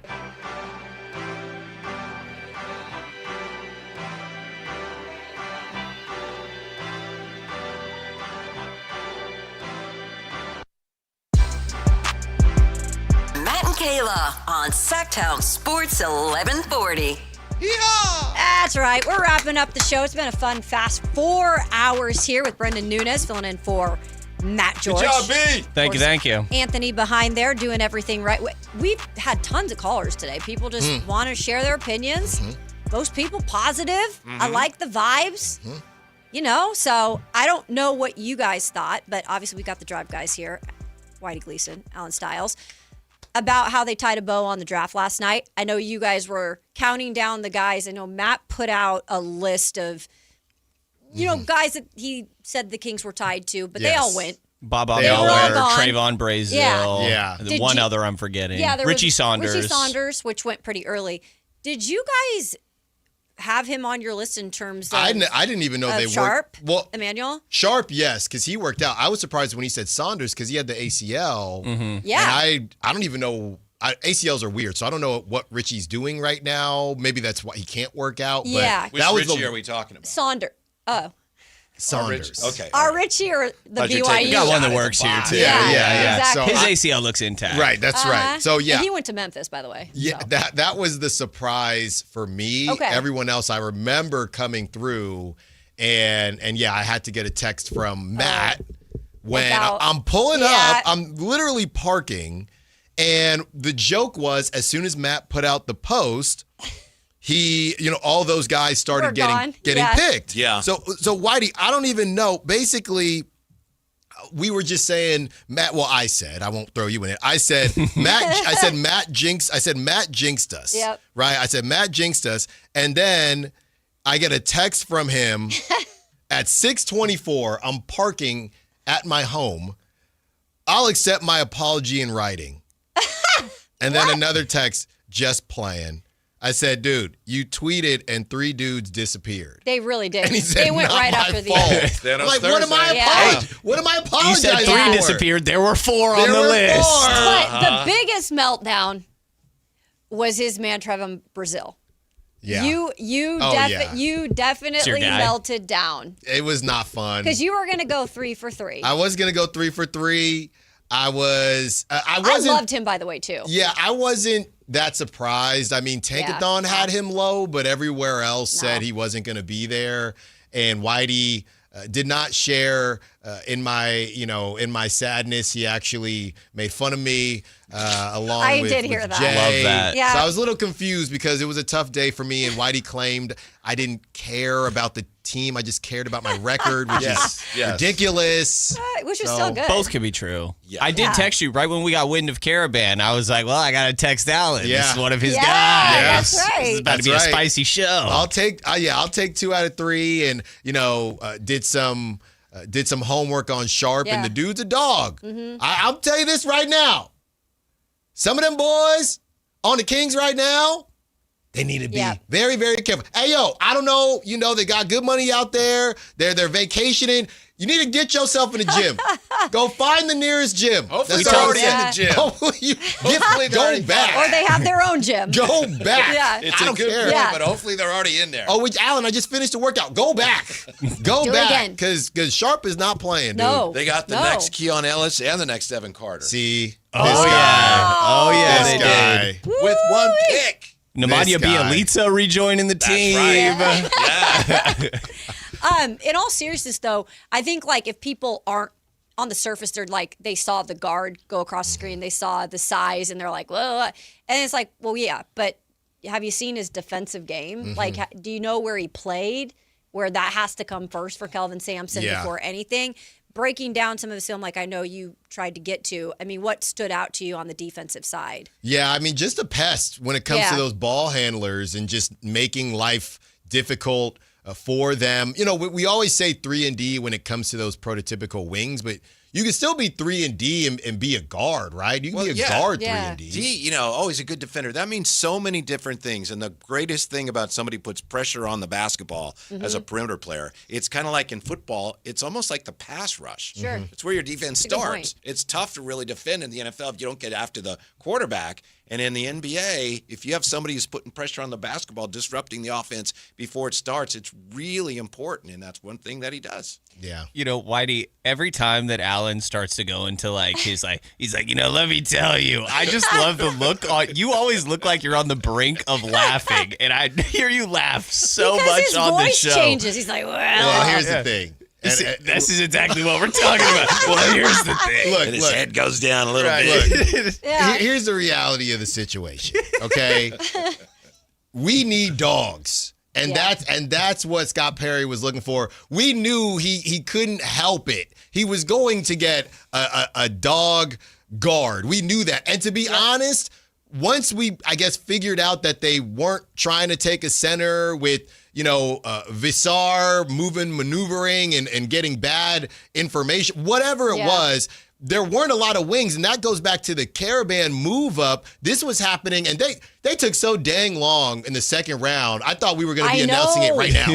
That's how bad it was. They didn't even start until a certain No, point. they didn't start till 5:15. What's going on? They didn't start till 5:15. There was no ticker, no timer, nothing. And once we saw all those wings go in a row, it started to make sense. Yeah, they probably figured Karaban is not going to be there. So by the time they did get to 45, they figured, let's just take a guard and get on out of here. And at least, training camp, get your popcorn for training camp. I tell you, we've got to put the whole thing on one night. Last night was dreadful, and it just went on. So and wait, on. you're Then serious, huh? Yeah. One night. I've heard this one before. Night for both, and then you had teams like Memphis and Detroit. We'll trade you some picks. All right, we'll trade them back to you. Yep. I mean, it's just It was a mess. And by the way, the setup was a little weird. It looked kind of childish. Yeah. And can we get people wearing their team hats? I know.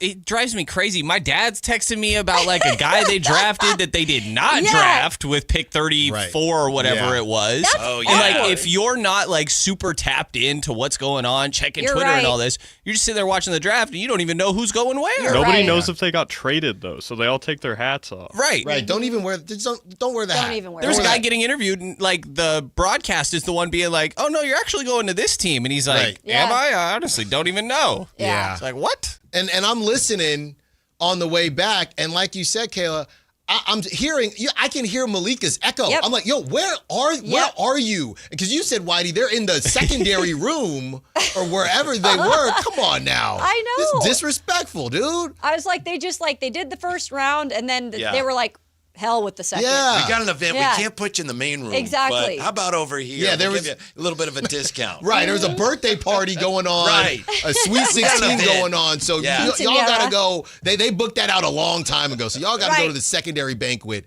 so we can hear Malika and her echo because nobody is in there. Yeah. It was ridiculous. Shumpert coming in and out, by the way.